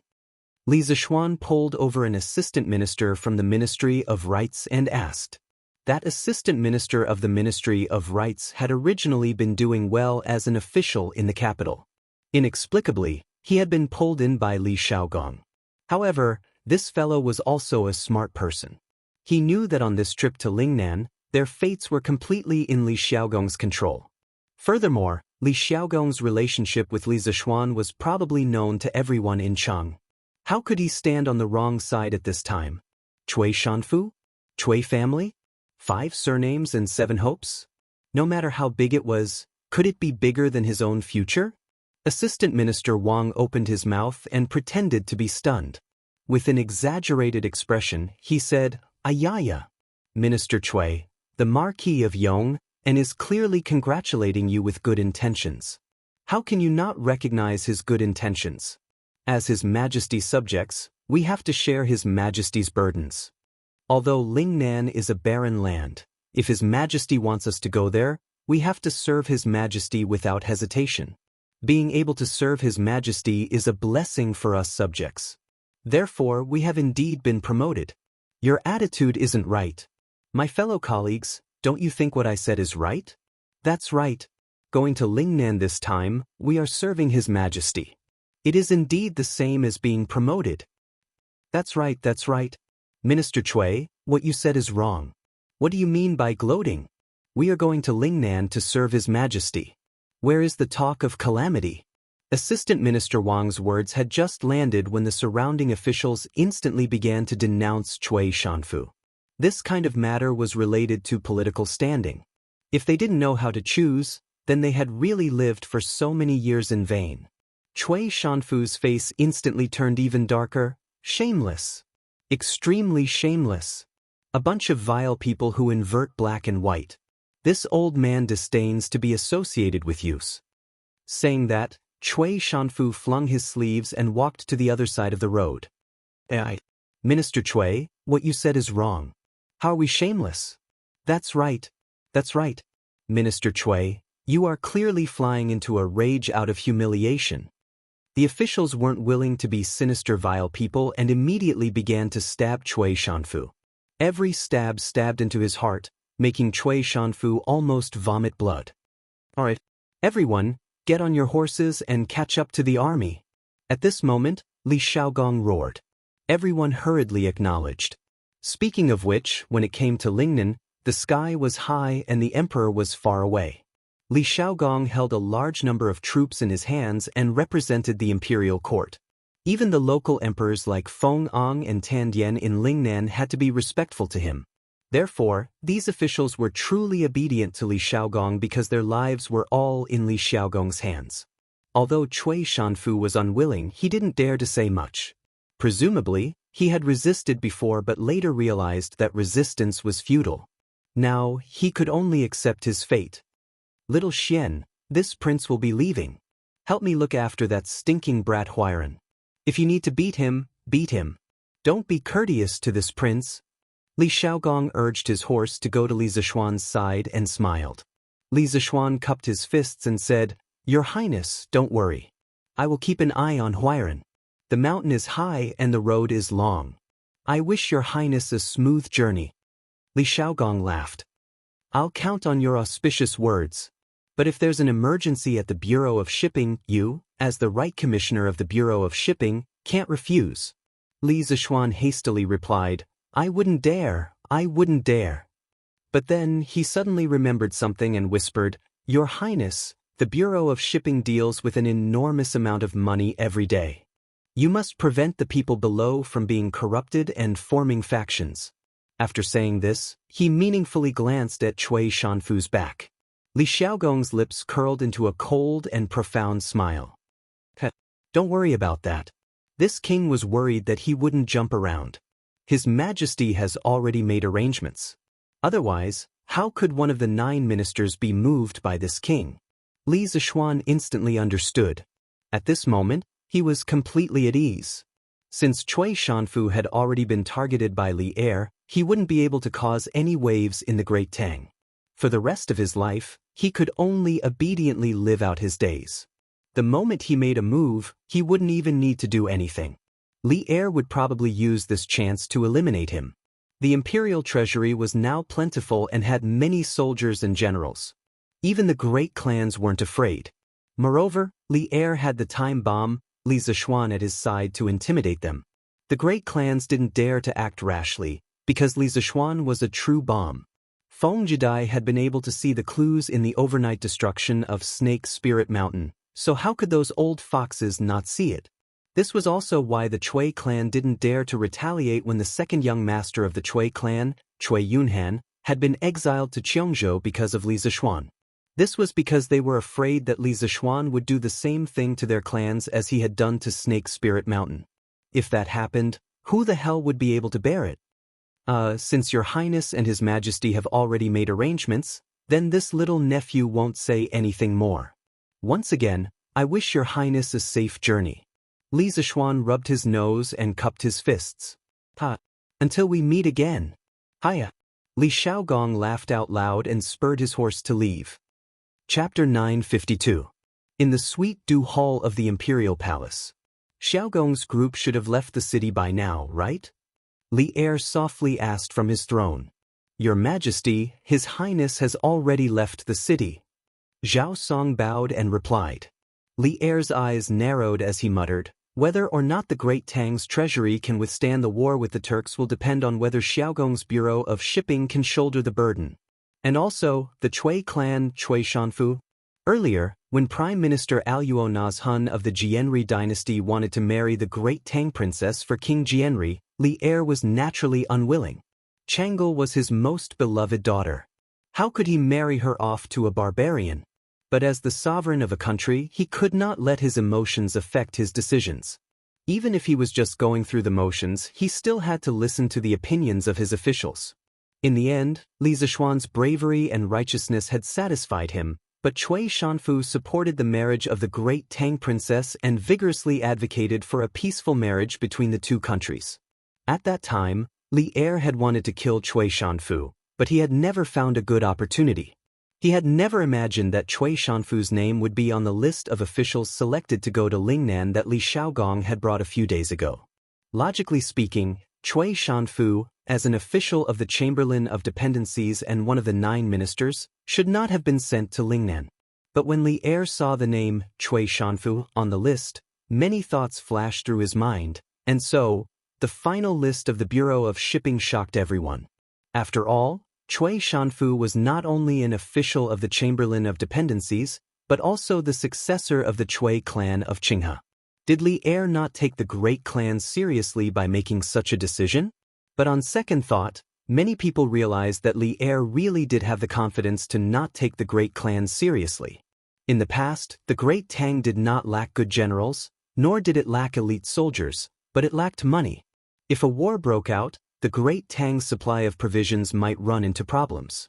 But now, the imperial court's treasury was abundant. It did not lack soldiers, generals, or provisions.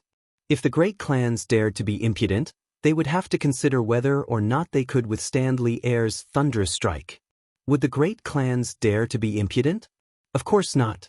Since Li Er had dared to make this decision, it meant that he had already made preparations for the counterattack of the great clans. If the great clans made any strange movements, they might just be playing right into Li Er's hands. After all, for Li Er, stabilizing the rear before dealing with the Turks was not a bad choice. Because of this, East Commandery Duke Cui Junchuo, who had not been to court for decades, came to Ganlu Hall with a walking stick to plead for Cui Shanfu. Of course, Li Er did not neglect, but he did not agree. In the end, he sent Cui Junchuo back with the reason that Cui Shanfu's trip to Lingnan is only temporary. Once the Department of Shipping is on the right track, he will be summoned back. Just like that, under Li Er's strong insistence, the matter of Cui Shanfu following Li Shaogong to the south was completely settled.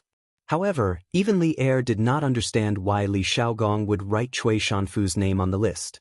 If one were to say that this old man was talented, there were many ministers in the imperial court who were more talented than him.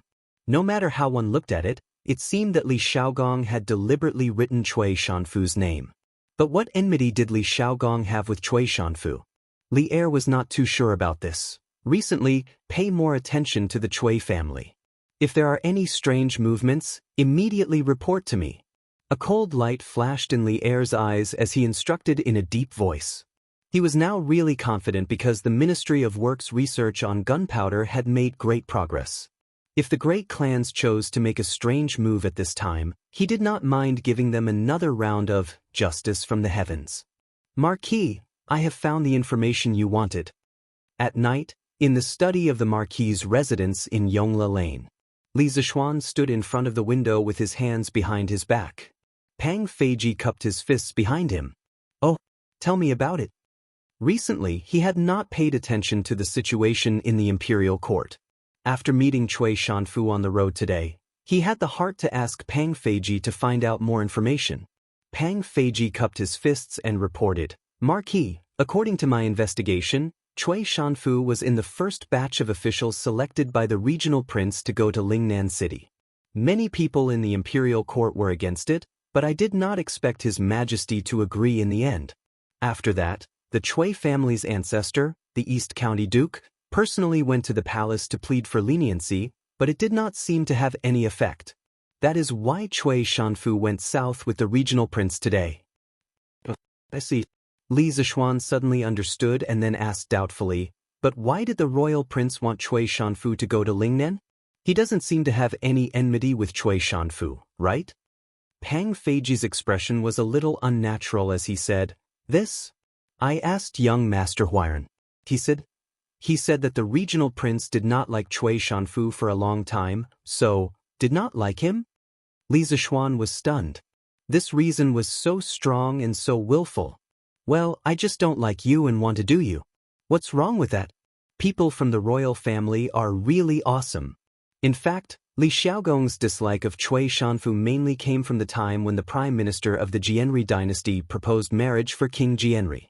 When he saw Cui Shanfu shamelessly insist on marrying the Tang princess to a distant country, Li Xiaogong felt as if his heart had been stabbed by a knife. He did not know why, but when he saw Cui Shanfu's face later, he felt that this old man wanted to marry his daughter to another country. Perhaps this is the fate of the heavens. In history, Li Xiaogong's daughter, Li Shuyan, was married to Tubo thousands of miles away because of a political marriage. Although she left behind the beautiful story of Princess Wencheng came to Tubo, who knows the pain of the separation of father and daughter and the inability to see each other again. Marquis, I inadvertently found out a piece of news about young Master Huairan. Pang Feiji glanced at Li Zixuan cautiously and said in a low voice. What news? Tell me. Li Zixuan's interest was piqued and he quickly asked.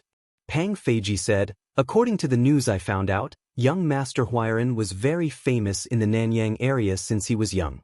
He was even called the fairy child. Seeing that Li Zixuan was very interested, Pang Feiji continued, it is said that young Master Huairan's mother had a dream during the day. She dreamed that a meteor entered her mouth and swallowed it. When she woke up, she was pregnant and gave birth to young Master Huairan 15 months later. This has become a legend in the area. When young Master Huairan was 7 years old, he accidentally drowned in the river and disappeared inexplicably. His uncle only found young Master Huairan's clothes by the riverbank. 3 years later, young Master Huairan returned home. His uncle asked him where he had been all these years, but young Master Huairan said, the fairy child led me to drink the cloud juice, so I did not leave any ears. Marquis, do you think this is amazing? Young Master Biao must have met a boy by the side of a deity. The more Li Zixuan listened, the deeper his frown became. In the end, he said with a straight face, don't talk about strange things. Just some hearsay and you're scared to this extent. The monk is just immortal. Don't talk nonsense. Get lost and go to sleep. Yes. I will take my leave. Chapter 953. Your Majesty, this is the first batch of military binoculars developed by the Academy. Would you like to try it? On the afternoon of the second day, Mo Lingwei and Yan Xiaoning were personally escorted by Mo Zhong and Mo Yun. They brought the binoculars to the Ho mansion and handed them to Li Zixuan. Since there was nothing to do in the afternoon, Li Zixuan brought the binoculars to the imperial palace. Li Er, who was in front of the dragon desk, was immediately energized. He quickly walked down and said, so fast? Let me see. As soon as he finished speaking, he was already in front of Li Zixuan. Li Zixuan handed the binoculars to Li Er. Li Er took it and said in surprise, so small? Can you see it clearly? Brat, are you cutting corners for me again? He had personally played with the telescope in the academy before, but the one in his hand was only a little bigger than his palm. Compared to the big one in the academy, it was completely dwarfed. Li Zixuan said helplessly, Your Majesty, you have wronged me. This kind of military binoculars is specially designed to spy on the enemy during war. Of course, it has to be portable. If it's too big, how can it be brought to the battlefield? Don't be fooled by its small size. Its ability is not much different from the Academy's telescope. Is it? Li Er did not believe it. He looked at the binoculars in his hand and said, Follow me upstairs to take a look. After that, he took the lead and walked outside. Taiji Palace was the main palace of the Tang Empire, so it was also called the Inner Palace. It was usually the place where officials gathered. Of course, it was also Li Er's office. Taiji Palace occupied a large area, including Taiji Palace, Yin and Yang Palace, and Ganlu Palace. Taiji Palace was not a group of palaces on the first floor, it had a second floor. Li Zixuan and Zhao Song followed behind Li Er and came to the corridor on the second floor of the Taiji Palace. At this time, the sun had already set halfway down the mountain. Standing at their position, they could see the gorgeous red clouds on the horizon. The sky was dyed a deep red by the sunset glow, like a magnificent Red Sea. It was very spectacular. It was really, such a scene should only exist in the heavens. How many times can one see it in the human world? Li Er narrowed his eyes and looked at the magnificent sunset for a while. Then, he picked up the binoculars and held the binoculars in front of his eyes. In order to protect the lens, Mo Lingwei added rubber to the edge of the lens. Compared to the hard and cold iron frame, the soft rubber was undoubtedly more comfortable for the eyes. Li Er raised the lens and looked at the front. Suddenly, a head wearing armor appeared in his field of vision. He could even see the hair on the person's face clearly. Although Li Er had killed many people in his life, he couldn't help but be startled by the sudden appearance of a head. Li Zishuan could clearly see Li Er's wrist tremble slightly before returning to normal.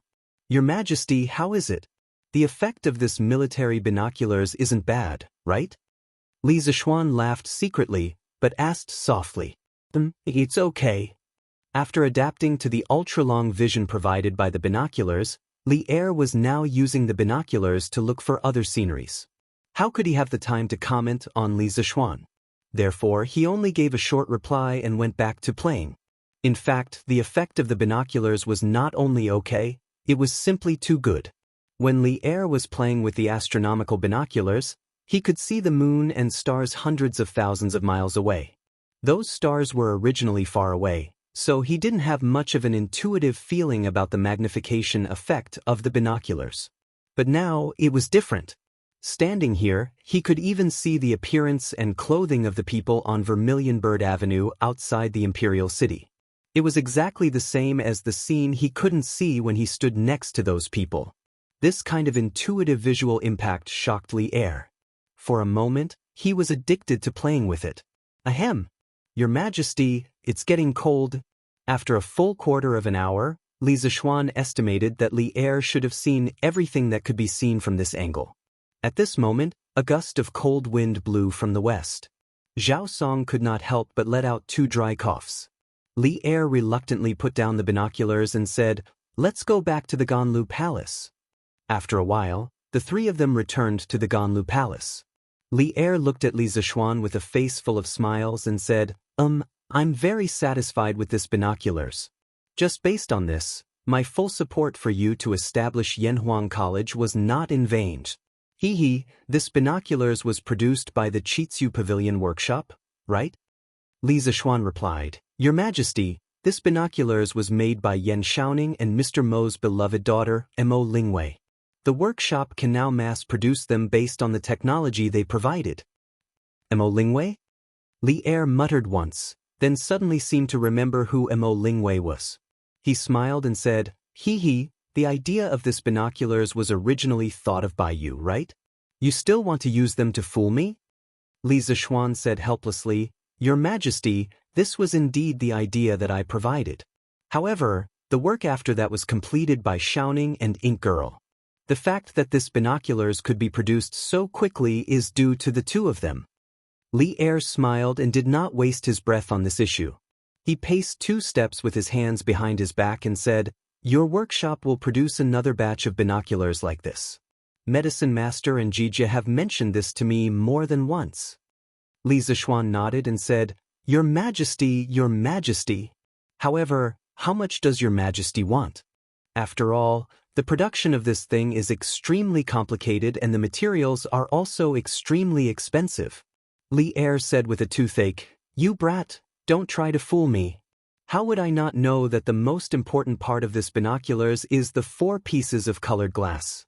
As for the colored glass in your workshop, it is all made from sand." Li Zishuan never expected old Li to know so much.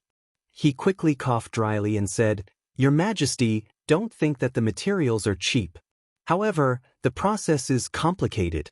To turn a bag of sand into colored glass, it requires dozens of processes. To grind the colored glass into the lenses of the binoculars, the workshop's old craftsman would have to grind it for several days. Furthermore, it might not even succeed. This is the cost." "Shut up. Then tell me, how much are you planning to sell this binoculars to me for?" Li Er said with a black face. Li Zishuan stretched out 5 fingers and carefully said, Your Majesty, I'll give you a friendly price. 500 strings of coins for one. How about that? 500 strings of coins? Li Er stared and sneered. 500 strings of coins, you brat, aren't you afraid of dying from overeating? At most 150 strings of coins. Get the workshop to make 50 for the imperial court as soon as possible. Don't try to bargain with me. This is my bottom line. Li Zishuan said with a pained expression, Your Majesty, you are cutting my flesh. Sigh, fine. 150 strings of coins it is. Just treat it as my contribution to the great Tang Empire. Chapter 954. After finishing the deal for the binoculars, Li Er sat back on the throne in satisfaction. He was very satisfied with this deal, and so was Li Zishuan. The price of 500 strings of cash that he quoted to Li Er was just a bluff. He had already expected Li Er to bargain with him. Although the final price of 150 strings of cash was not high, it was not low either. The workshop could make a small profit from this deal. At this moment, Li Er narrowed his eyes and looked at Li Zishuan. He said, This binoculars is a national treasure. The technology used to make them must not be leaked. In order to prevent people from sneaking into the workshop, I will send a team of imperial guards to guard the workshop.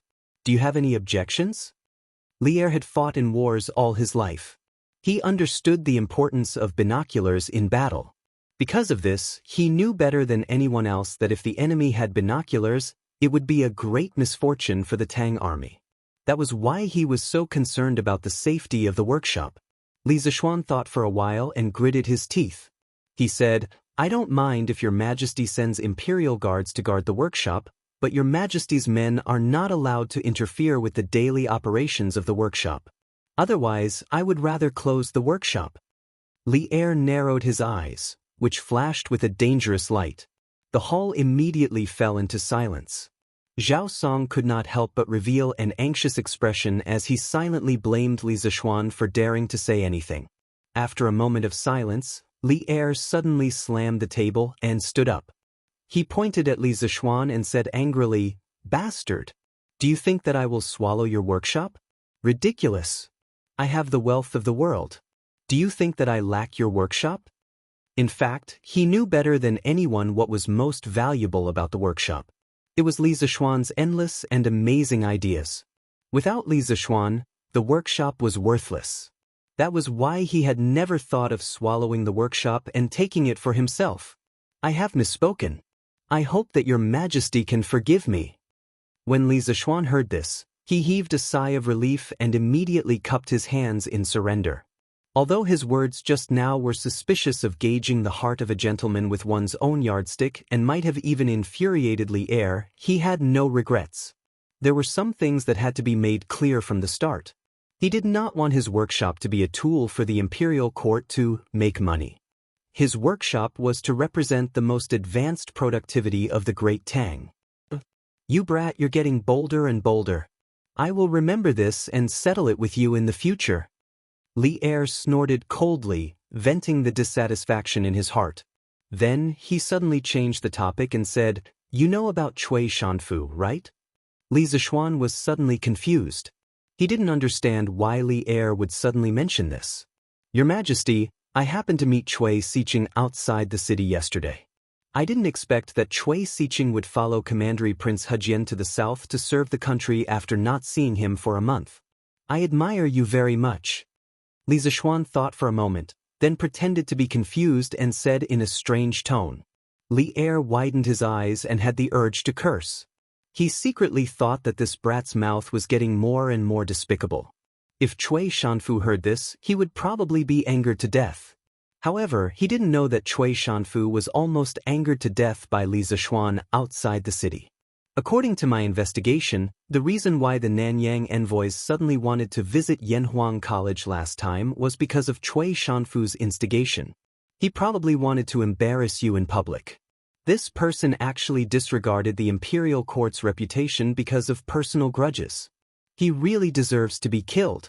If it weren't for the old Commandery Prince Chui's face, I would definitely kill this person. What do you think? What do I think? Stand and watch. Li Zishuan mischievously said in his heart. In fact, when he heard Li Er say this, he was quite shocked. He didn't expect Li Er to know about this matter. After thinking about it, he cupped his hands and replied with a serious face. Your Majesty, I think that the country is the country.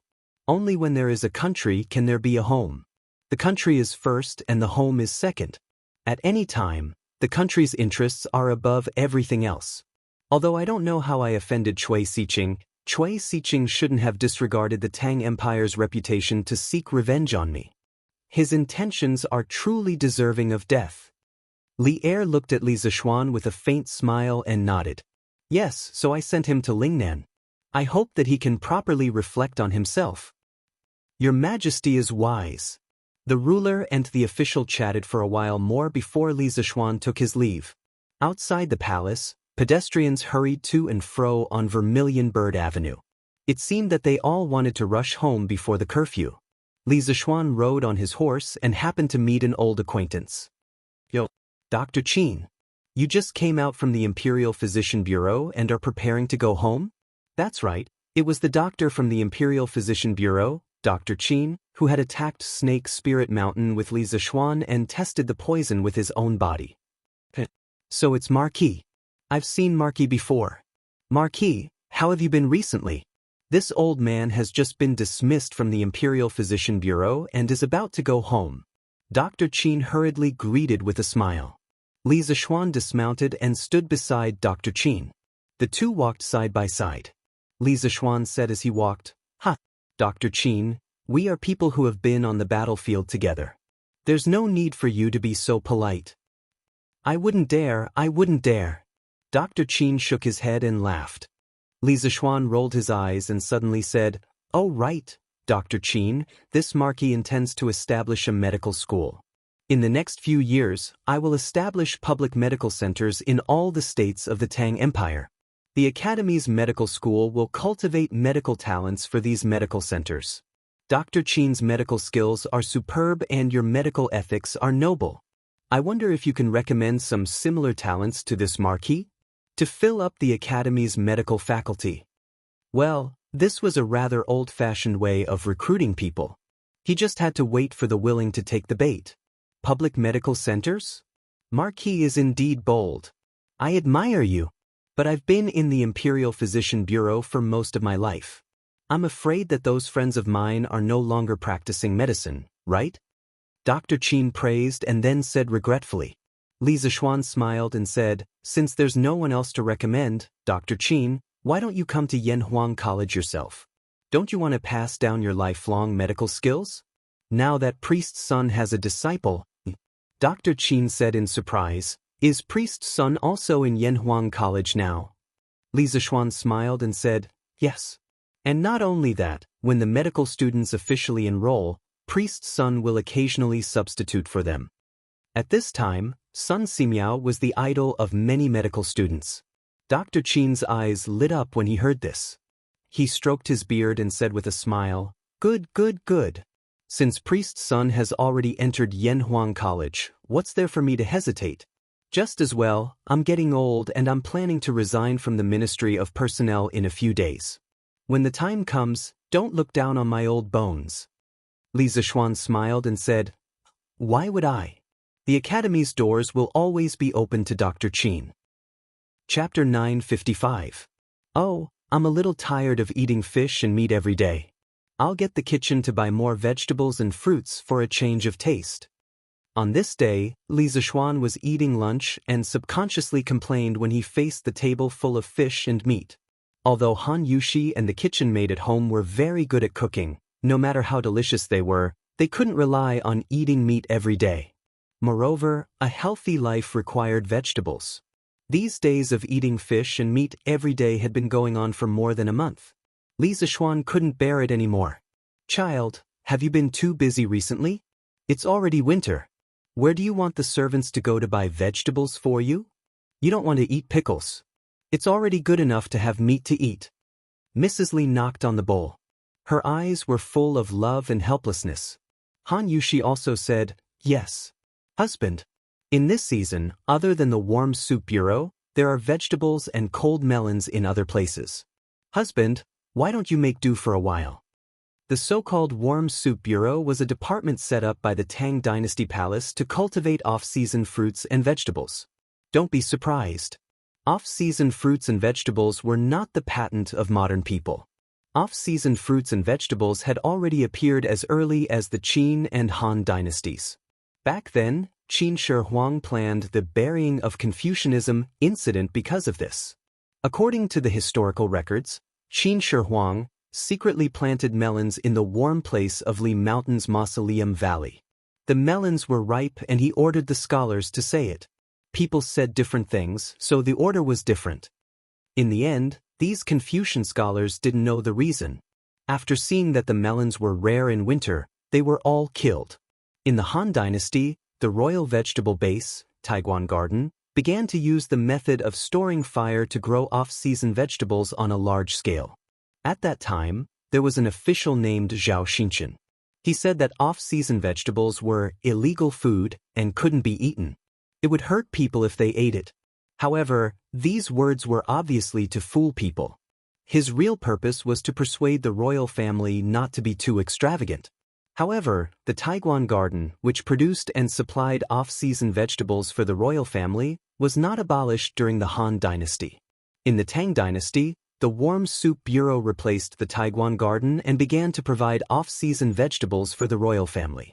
However, the cultivation method of vegetables at this time was obviously more environmentally friendly. They provided heat to the vegetables through hot springs instead of storing fire. Warden of Warm Soup? After hearing what his mother and wife said, Li Zishuan finally remembered the era he was in. But when he heard about the Warm Soup Bureau, he subconsciously understood. After all, this guy had read a lot of Tang Dynasty novels in his previous life, so he knew what the Warm Soup Bureau was. Then I'll go back and ask Qin Ke for some vegetables. I'm sure he has some at home. Everyone was speechless. How could a teacher snatch food from a student? Li Zishuan's skin was really thick to the extreme. Actually, this fellow also wanted to get his own greenhouse vegetables, but distant water could not quench his immediate thirst. He would first get some vegetables from Li Tai to quench his thirst. As for the greenhouse vegetables, he would also get them. Put it here, put it here. You guys, go to the front yard and help me move those brackets in. Li Zishuan was never careless when it came to his diet. In the afternoon, he asked someone to buy a batch of materials and planned to build a greenhouse in his yard. Young master, why do you need so many oilcloth and wood? Xiao He looked at the open space in the yard, which was full of coarse cloth and wooden sticks, and couldn't help but wonder. Li Zishuan smiled. Hee, I'm going to build a house. Build a house?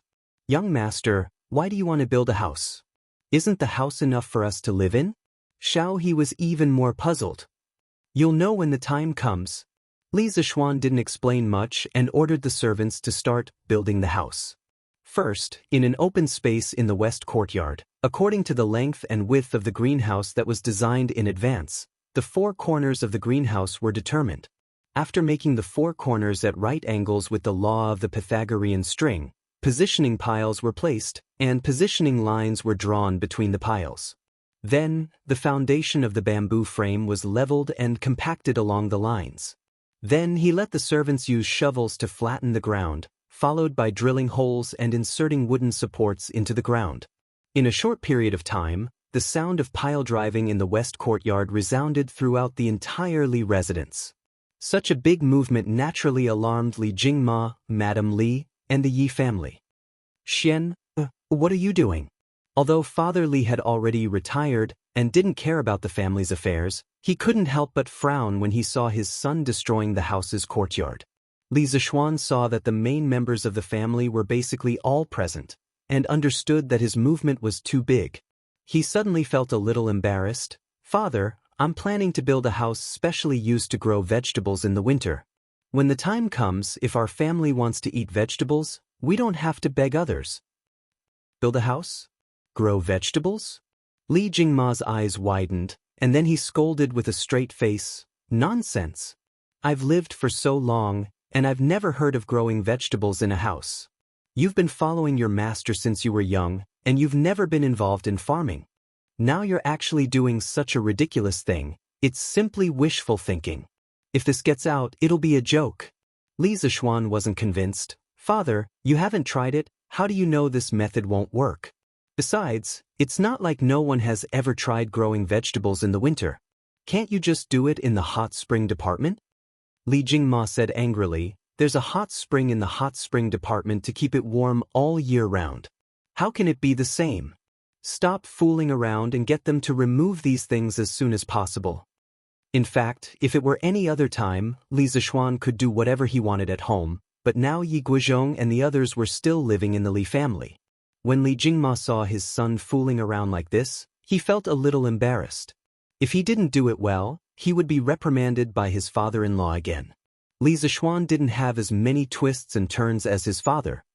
He waved his hand and motioned for the servants who had stopped next to him to continue working. Then he turned to Li Jingma and said, Father, since you don't believe me, let's make a bet. If I grow vegetables in this house, will you eat them or not? How could Li Jingma believe Li Zishuan's nonsense? He stroked his beard and said proudly, Humph! Don't try to deceive me.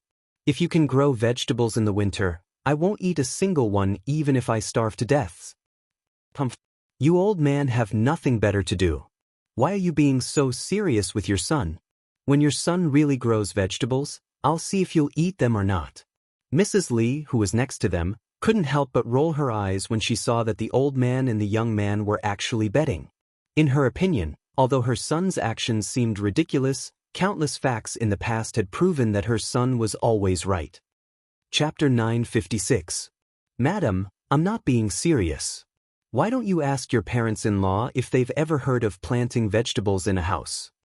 Madam Li's words were obviously biased. Li Jingma was immediately dissatisfied. Speaking of which, he could be considered an official now. Why was his status in the family still so low? This was intolerable. Yi Guizhong saw that Li Jingma had turned the topic to him. He thought for a moment and said, it didn't exist in the past, but it doesn't mean it won't exist in the future. Little Xian has been good at creating miracles in the past year since he returned to Chang. Jingma as his father, how can you not believe in your own son? It was rare for Yi Guizhong to actually speak up for Li Zishuan. Old Madame Yi smiled and said, Old master is right. Little Xian doesn't look like someone who would boast casually. Jingma, if you speak so confidently now, you'll have to starve in the future. Old Madame Ye's words immediately made everyone laugh. Or clapped and said, Hee hee, Daddy is going to starve. But Daddy, don't worry. Lun will send you food when the time comes. Send food? Your father, I am not going to jail. Do I need a little girl like you to send me food? Li Jingma's old face darkened. Everyone laughed again. While they were talking, 2 rows of wooden sticks of the same height were inserted into the ground in the courtyard. The top of the 2 sticks was supported by a curved bamboo strip. It really looked like the frame of a house. Li Zishuan didn't have time to chat with his father at this time. He personally went down and ordered the servants to tie the custom-made white tarpaulins one by one to the supports. There was no plastic in this era. Li Zishuan thought about it and could only use tarpaulins instead. Although it was white tarpaulins, how could they remain white after being soaked in tung oil? It looked dark yellow, but even so, it was much better than black. After all, black tarpaulins absorbed light and didn't transmit light. It was not conducive to the growth of vegetables. These tarpaulins were specially made by Li Zishuan. There were 2 lengths of rope attached to them at specific intervals, which were used to tie them to the brackets that were inserted in advance. The winter in the north was especially cold. To be safe, 1 layer of tarpaulin was not enough to solve the problem. Li Zishuan made the greenhouse into a structure with 2 layers of tarpaulin. This way, the greenhouse would be even more insulated. Of course, in addition to this, Li Zishuan also prepared a thermal insulation plan, which was the natural heating method. The so-called natural heating was not an increase in temperature for no reason, but the effect of a mysterious substance, which was the fermentation agent.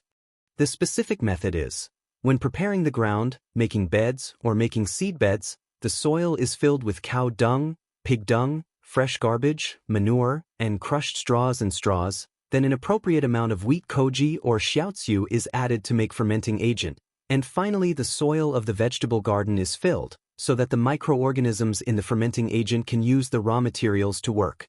These raw materials can slowly release heat, gradually increasing the temperature of the soil and the air to ensure the normal growth of the plants. Although Li Zixuan had never farmed in this life, don't forget that he was born into a farmer's family in his previous life. At that time, his family had built a greenhouse, and at that time, they used this method of releasing heat through fermentation to ensure the greenhouse's temperature. Reality proved that the effect was quite good. However, the fermenting agent they used at that time was also an industrial fermenting agent, so the effect might be slightly better than wheat koji or xiaoziu. More than 20 servants used more than 2 hours to build the greenhouse that was less than half a mu in size. It was the first time Lan saw such a long house, and she was extremely excited. The little girl shuttled back and forth in the greenhouse, not knowing the meaning of tiredness. She could not be dragged out, as if she wanted to make this her new home. However, when Sanbao came in with a load of dung, the little girl ran out at her fastest speed without needing anyone to say anything. "Stinky Sanbao! Why did you bring 2 buckets of dung over for no reason?" It stinks, you're so disgusting." Covered her nose and scolded as she ran. "Miss? Young master asked me to." Sanbao looked wronged. Actually, he did not want to pick such smelly things. Wasn't it Li Zixuan's request? "All right, Sanbao, quickly get someone to evenly fill the fields with horse and cow dung, then sprinkle wheat koji over it. Then, plant the seeds of water spinach, cold melon, leeks, and shepherd's purse." Li Zixuan interrupted Sanbao and ordered. Speaking of which, the excrement was not ordinary excrement, but fresh horse and cow excrement. It was not easy to obtain such excrement.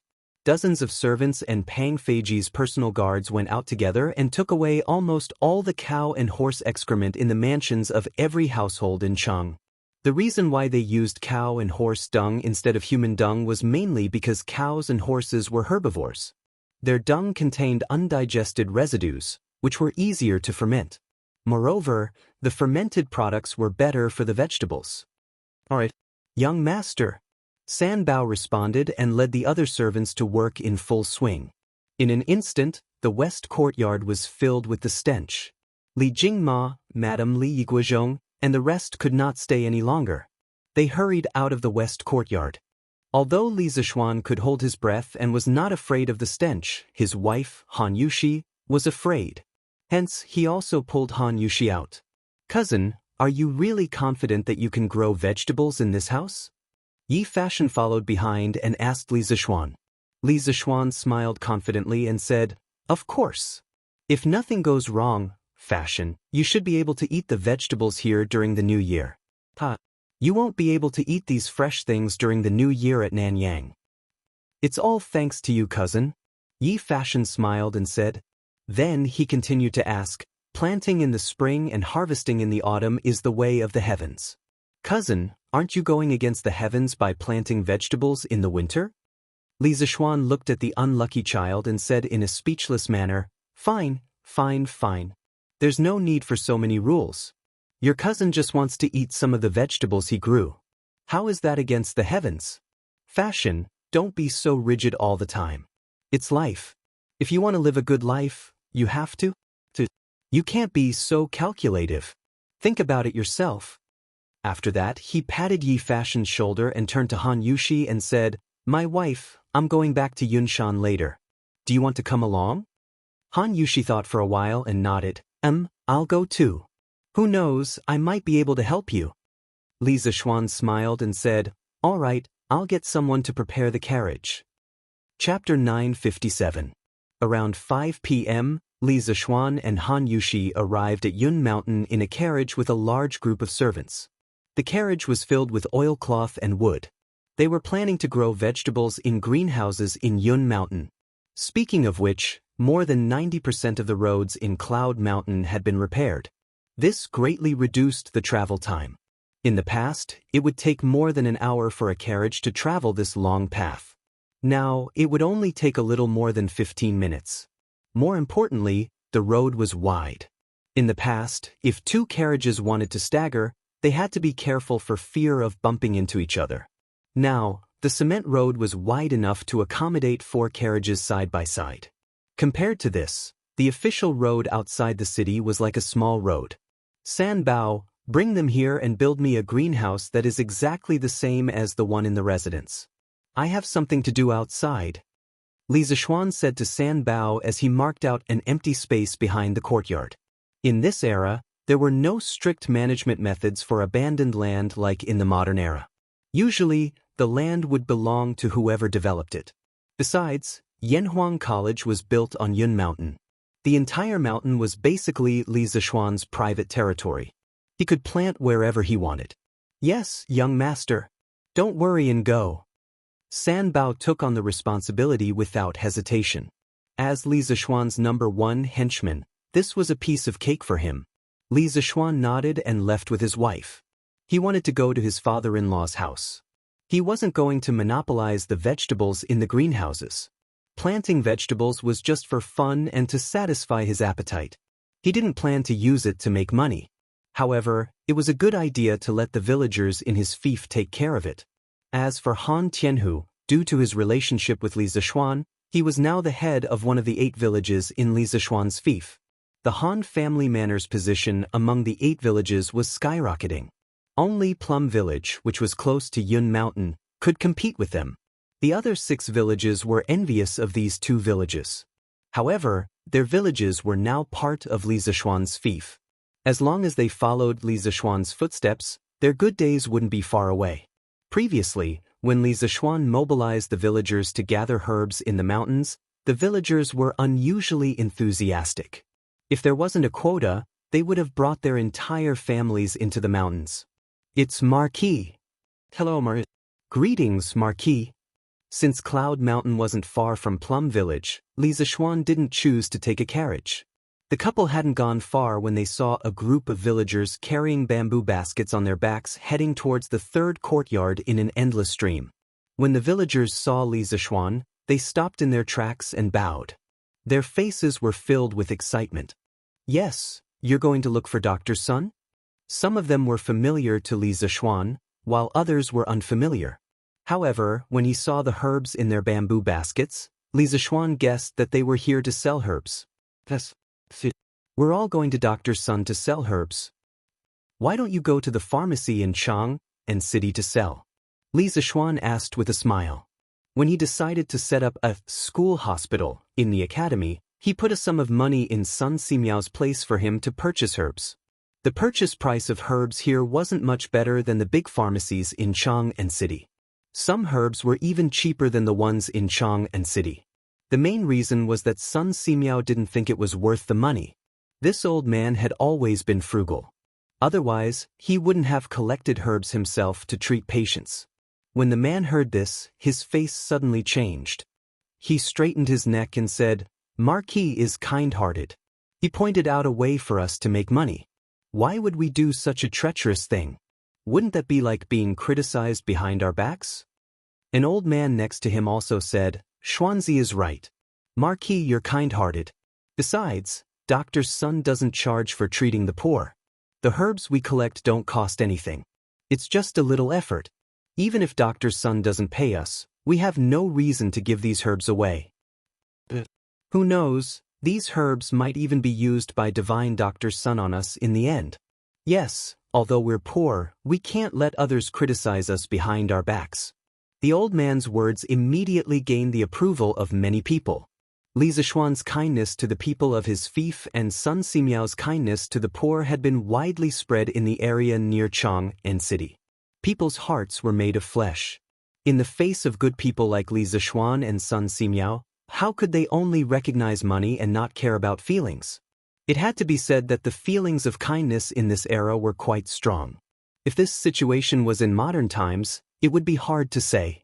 Han Yushi looked at Li Zishuan, her heart full of love. She was happy that her husband had won the hearts of the people. Li Zishuan patted the man's arm and said, Good. I appreciate your kindness. Since you are now the people of my fief, I will definitely take you to live a good life. Marquis is righteous. Marquis is mighty." The people had been looking forward to this promise in their hearts. Now that they finally heard Li Zishuan say it personally, they were suddenly very excited and shouted. Li Zishuan smiled and chatted with the people around him. Then, he took Han Yushi down the mountain. The villagers didn't go into the mountains to pick herbs every day. Now, the unified arrangement of the villages was to organize a group to go into the mountains every other day. Therefore, when Li Zishuan and his wife arrived at the Han village, Han Lijing didn't go out. Instead, he was playing chess with Old Hu in the courtyard. It was the slack period now. If Li Zishuan hadn't arranged a job to go into the mountains to pick herbs, Han Lijing would probably be even more free now. At this moment, the two bad chess players were happily playing chess on the stone table in the courtyard. Father-in-law. Han Yushi and Li Zishuan entered the courtyard. The two of them called out one after the other. Yo, Yushi, Xiaoxian, you're back? Han Lijing heard and quickly stood up. His face was full of warmth. Old Hu also put down the chess piece in his hand and stood up with a smile. Hey Han girl, young master, you're here. He didn't call Marquis, nor did he call Marquis madam. However, this kind of address made Li Zishuan and Han Yushi feel very close. Yes, Uncle Hu, you're playing chess. Li Zishuan smiled. Old Hu patted his head and said resentfully, Hey, I was about to win just now. Alright Lijing, you lost this round. Chapter 958. Father-in-law, Uncle Hu, how was the west side of Yunshan? Did you encounter any danger yesterday? After exchanging greetings for a while, the four of them sat around the stone table. Han Yushi brought 4 cups of water from inside the house. Li Zishuan took a sip and looked at Han Lijing and Hu Hanyun. Han Lijing smiled and said, We didn't encounter any danger. There were so many of us. No matter how strong the beasts were, they would be scared away. We didn't even encounter a tiger. Hu Hanyun interrupted, That's right, it was so boring. I remember that there were many tigers in the west side of the mountain in the early years. Yesterday, I was planning to hunt one back and use its skin as a mattress on my bed. In the end, we didn't even find a tiger's hair after searching for half a day. How infuriating! In the modern era, using tiger skin as mattresses was usually done by the rich. That was because tigers were protected by the country and were rare, so tiger skin was naturally even rarer. But in this era, even a farmer like Old Hu had a tiger skin, let alone a real rich family.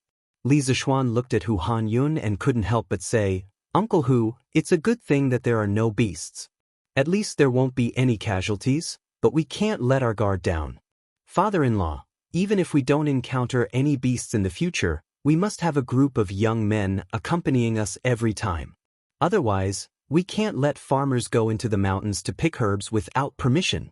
Many times, danger happens when people are not paying attention.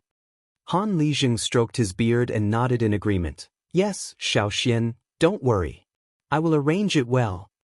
By the way, apart from this matter, this son-in-law has something else to tell father-in-law. Li Zishuan changed the topic and said, Young master, I have something to do at home, so I'll leave first. Although Hu Hanyun looked rough, his heart was not rough at all. He realized that what Li Zishuan was going to say to Han Lijing next might not be suitable for him to hear, so he quickly got up and took the initiative to leave. Uncle Hu, it's not a secret anyway, and it's also related to you. Sit down. Li Zishuan knew what Old Hu was thinking, so he quickly dissuaded him. Then Old Hu will listen. When Hu Hanyun heard this, he laughed awkwardly and sat down again. Li Zishuan then told him about his plan to popularize greenhouses and use this method to cultivate vegetables in winter. When Han Lijing heard this, his eyes widened. He said in disbelief, Little Xian, is this method of yours really feasible? This old man has lived for so long, but I've never heard of anyone growing vegetables in their house. Before Li Zishuan could say anything, Hu Hanyun interrupted. Hey, Li Zheng, it's not right for you to ask this question.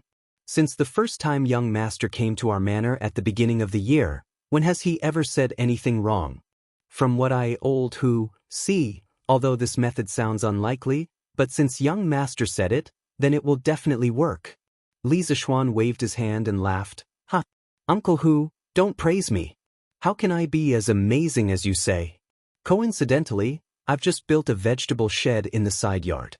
Father-in-law, Uncle Hu, why don't you come with me to take a look and learn how to build it and cultivate it? Later on, you can teach the other farmers in our manor who are willing to learn. When the vegetables are ripe, it will bring in a decent amount of income for the farmers, right? Good, good, good.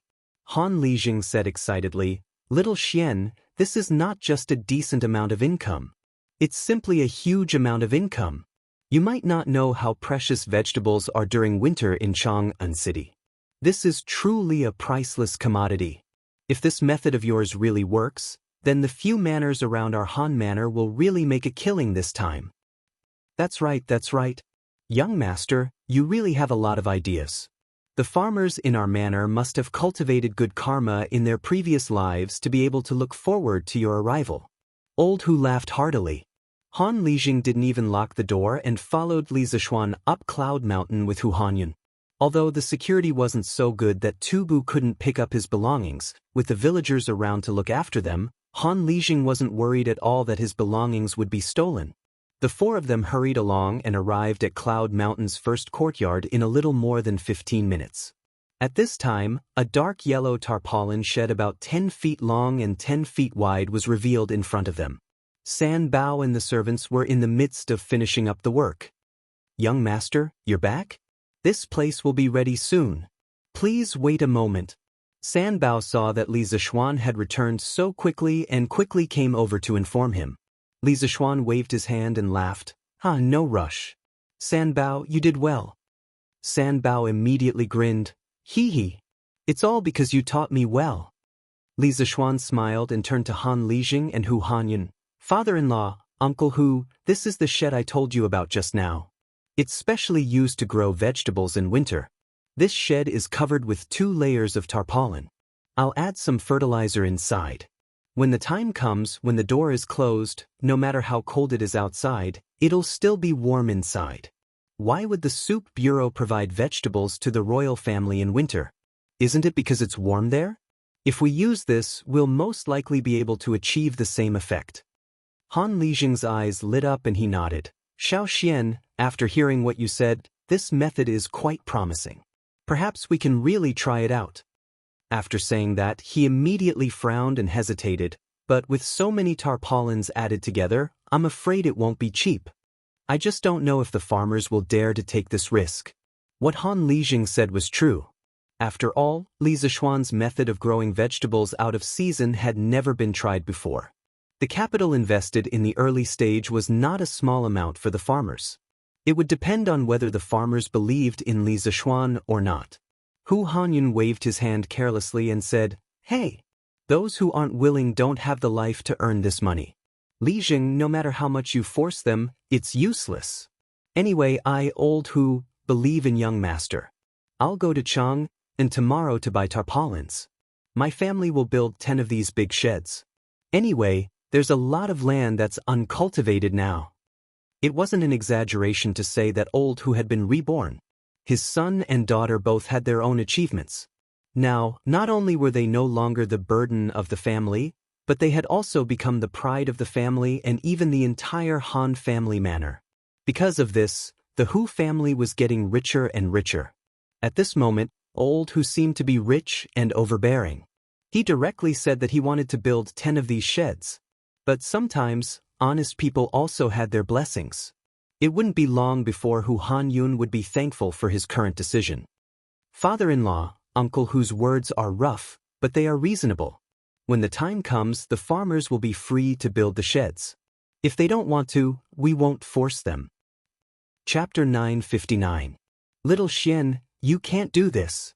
In the Yunshan residence, Han Lijing listened to Li Zishuan and Hu Hanyun's conversation and quickly said, Little Xian, you might not know the situation of the other villages. Take the Liujia village for example. Their village just joined your fief not long ago. During the previous autumn harvest, they still paid rent according to the previous landlord's request. In addition, this year's harvest is generally not good, making things worse. Their place is not rich to begin with. It's already not bad that they have enough food to eat. If you ask them to get so many oilcloths, even if they sell all the food in their house, it won't be enough. Little Xian, since you thought of this method to help the villagers increase their income, then you must also want all the villagers to receive this favor, right? Therefore, father-in-law still hopes that you can consider this matter carefully. After Li Zishuan heard this, he was silent for a while. He secretly thought that he had taken things for granted. The price of cloth in the beginning of the Tang dynasty was very cheap. The price of a spool of fine silk was the price of a bucket of rice. That is, 3 to 4 copper coins could buy a spool of silk cloth. As for the coarse oilcloths used to build the greenhouses, it was even cheaper. The cost of a greenhouse was actually only 2 to 300 copper coins. Li Zishuan's family had a ready-made clothing store, so he naturally knew the current price of cloth in Chang. It was because he knew that he subconsciously thought that the commoners could grit their teeth and bear the cost of a greenhouse. 2 to 300 copper coins was equivalent to a few $1,000s in the modern era. If a family squeezed together, they should be able to gather together. But he neglected a problem. The extent of exploitation of the farmers by the landlords of this era was far from comparable to the modern era. In this era, people who could not afford to eat enough and wear clothes were everywhere. Was 2 to 300 copper coins really a small amount? For some families, 2 to 300 copper coins could be enough for their family to eat for a year. Father-in-law is right. This son-in-law has indeed not thought it through. Li Zishuan thought for a moment and took the initiative to admit his mistake. He continued, "How about this? This son-in-law will take out 1,000 strings of money and leave it with father-in-law. If the villagers are willing to build greenhouses and have difficulties at home, they can come to you to borrow a sum of money. Each family can borrow at most 500 copper coins. They don't need to pay interest as long as they can repay the principal within a year. Father-in-law, what do you think about this?" Capital loans were not unique to modern times. In ancient times, this was not a new thing at all. The reason why Meng Changjun, one of the 4 young masters of the Warring States period, was able to raise 3,000 retainers and recruit talents from all walks of life was because of the business of lending money and collecting interest. According to historical records, there was a year when Shuedi failed to pay interest. Meng Changjun sent people to collect interest, but they still received an interest of 100,000. It could be seen that the scale of lending money was very large. Compared to that, Li Zishuan was not lending money at all. He was doing a good deed. After all, he did not charge any interest. Han Lijing said with a smile, "That's great. In this way, little Xian, you are truly working for the well-being of the common people." "Young master, you are so kind. The banks in Chang and city lend money to people, and they ask for 10% interest every month," Old Hu said with a grin. To be honest, he was a little tempted by this preferential offer. Regarding private lending, the Qin and Han dynasties was the first time in China's history that usury was at its peak. After the Tang dynasty, private lending developed even more rapidly. Various banks and pawnshops were set up in Shi City. Hence, it became the earliest financial street in China. Of course, in order to suppress usury, the imperial court also imposed many restrictions on private lending. There were clear records that the legal interest rate during this time was 10% per month and 120% per year. Compared to the interest rate during the Qin and Han dynasties, this interest rate was more friendly. However, to the common people, this interest rate was still relatively high. Hence, when Old Hu heard that Li Zishuan wanted to lend money to the villagers without paying interest, he could not help but be tempted. After all, if he borrowed money from the banks, he would have to pay back 600 in interest a year later. In this way, borrowing money was profiting. Li Zishuan smiled and changed the topic. "Uncle Hu, father-in-law, take a closer look at this greenhouse. If there is anything you don't understand, you can ask me. In the next few days, this greenhouse will be promoted to all the villagers. When the time comes, I will have to trouble you." Han Lijing nodded and said, "Okay. Old Hu and I will take a closer look." Although he and Hu Hanyan had an unruly time when they were young, later on, they obediently stayed at home and farmed. They could be considered as genuine farmers. Imitating others to grow vegetables was a piece of cake for them. The next day, Old Hu went out early in the morning. Today, he did not follow the village's young men into the mountains as a guard. He had more important things to do, and that was to buy cloth. There was no ready-made oilcloth, so he bought coarse cloth, and then some tung oil, and went home to make it himself. When he went there, it was an empty ox cart. When he came back, it was full of coarse cloth, and there were 2 barrels of tung oil hanging on the side of the cart. Oh, isn't this old who? Why did you buy so much cloth? Are you making clothes for your son? That's not right. Why didn't you buy silk cloth, but so much coarse cloth?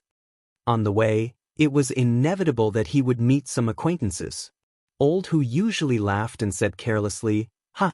Recently, the family is short of firewood, so I bought some coarse cloth to burn at home." If it wasn't someone from the village, Old who was determined not to reveal the secret of growing vegetables in the greenhouse. It was just that his response was a little too shocking. Buying coarse cloth to burn as firewood? Hearing Old who's response, people all suspected that Old who's brain was fried. Although the situation of Old who's family was much better this year, it was not to the point of being extravagant enough to burn coarse cloth as firewood, right? My son's mother. I'm back. Come out and help me carry the things. The road from the Chang, an official road to the Han village, was now flat and wide. After a while, Old who returned home. As soon as he entered the courtyard, he shouted at the top of his voice, "Hey, master, you're back so soon?" When Lu Yui heard the noise, she hurriedly ran out of the house. When she saw the mountain of coarse cloth on the ox cart, she was stunned. This, husband, how much did you buy these cloth for? Hu Hanyun wiped away his sweat and said with a grin, "Hey, it's only 3 strings of coins worth of cloth. The shopkeeper said that if I bought more, he would give me more, so I bought more. It's not a loss, not a loss." It's not a loss? What did you say when you left? You only bought 2 strings of coins worth of cloth. Now that you've bought such a big cart, what are you going to do with the extra cloth? Lu Yue said angrily. Do what? Burn. Bah, I'm going to grow vegetables. Old Hu answered this question too many times along the way, so he couldn't help but say that word directly. Chapter 960. Hearing Hu Hanyun say burn, Lu Yu was so angry that smoke almost came out of her head. Husband, we've built so many greenhouses. What if we lose money? After all, growing vegetables in winter doesn't sound very reliable. Hu Hanyun glanced at his wife and said in annoyance, "What does a woman like you know? Young master is the son of a god. How can he be wrong? If it weren't for young master, we would still be living in this rundown house. We would still be cooped up at home with them. You don't have to believe other people, but you have to believe everything young master says." Although Lu Yu liked to take advantage of others, she wasn't someone who didn't know what was good for her. In this kind of situation, she was still able to distinguish between right and wrong. "Understood, husband," Hu Hanyun said with satisfaction. "Take down these coarse cloths and dip them in tung oil to dry. I'll go to the mountains to chop some wood. We'll go build the greenhouses in the afternoon."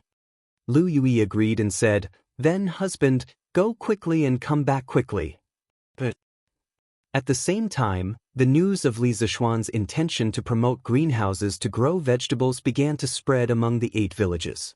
Of course, what was more attractive was Li Zishuan's interest-free loan, which ignited the hope of many poor people. "Wife, tie up the old hen at home. I'll bring it to the Han village later and borrow 500 copper coins from Han Lijing. Our family also wants to follow Marquis and build greenhouses."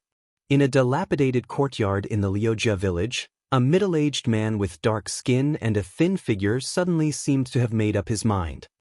He stood up abruptly and said to the house, "Husband, you're going to borrow so much?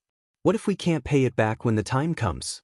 A woman in coarse clothes walked out of the house and said anxiously. The man gritted his teeth and said, "We have to pay it back. When the time comes, we'll definitely be able to pay it back. Wife, think about it. As long as we can use these greenhouses to grow vegetables, let alone 500 copper coins, we'll have a few thousand copper coins. You know Old Hu from the Han village, right? It was said that his son was cured by Marquis. Who knew that he would be admitted to Yanhuang College a few months ago? He was really lucky. Our Huzi isn't young anymore. I have to hurry up and get him a package so that he can go to school to learn something. If he can also get into Marquis' Yanhuang College in 2 years, then our family's ancestral graves will be smoking." In ancient times, it was a kind of gift given to each other by superiors and subordinates, relatives and friends. In ancient times, when students and teachers met for the first time, they would first present gifts as a sign of respect. This was known as a gift. It had already been implemented during the time of Confucius.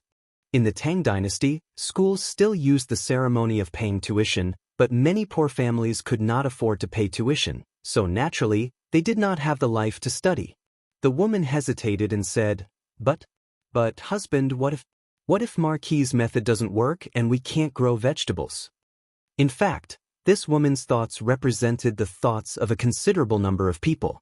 Most of the farmers who were still hesitating were not sure whether Li Zishuan's method could grow vegetables in winter.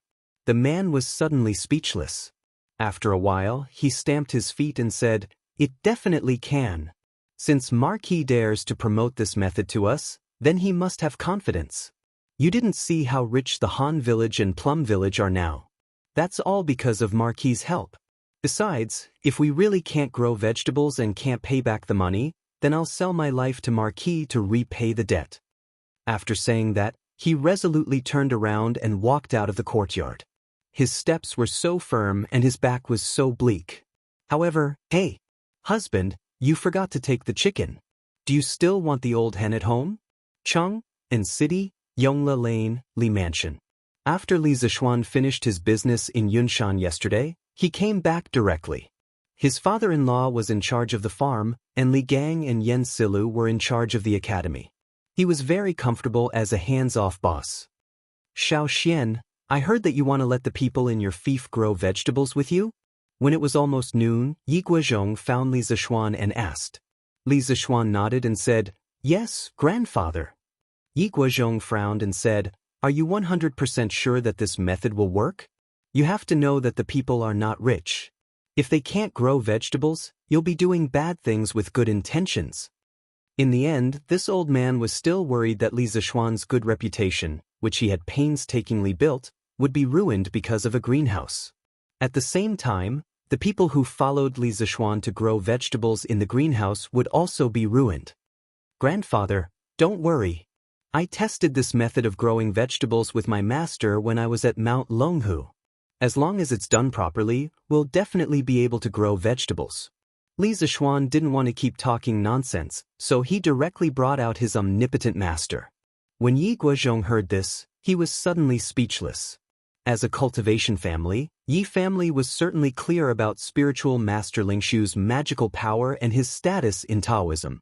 Since these greenhouse vegetables had been verified by spiritual master Lingshu, what else could he say? A kind-hearted person will be rewarded with good fortune. A family that accumulates kindness will have more to celebrate. Xiao Xian, you have to always remember this. People follow the laws of the earth follows the laws of the heaven follows the laws of the Tao, and the Tao follows the laws of nature. Taoism emphasizes karma. Your good deeds today will definitely be rewarded with good results. Grandfather is very pleased to see that you treat the people in your fief so well. Yi Guozhong came over and patted Li Zishuan's shoulder and said with deep meaning. Old man Ye's words could be said to Li Zishuan's heart. Li Zishuan cupped his hands and said, Grandfather, you flatter me. After lunch, Li Zishuan's uncle, Yi Huiming, carried a small bag of luggage and prepared to leave Chang and then return to Nanyang. Father, mother, take care of your health in Chang. I'll go back first.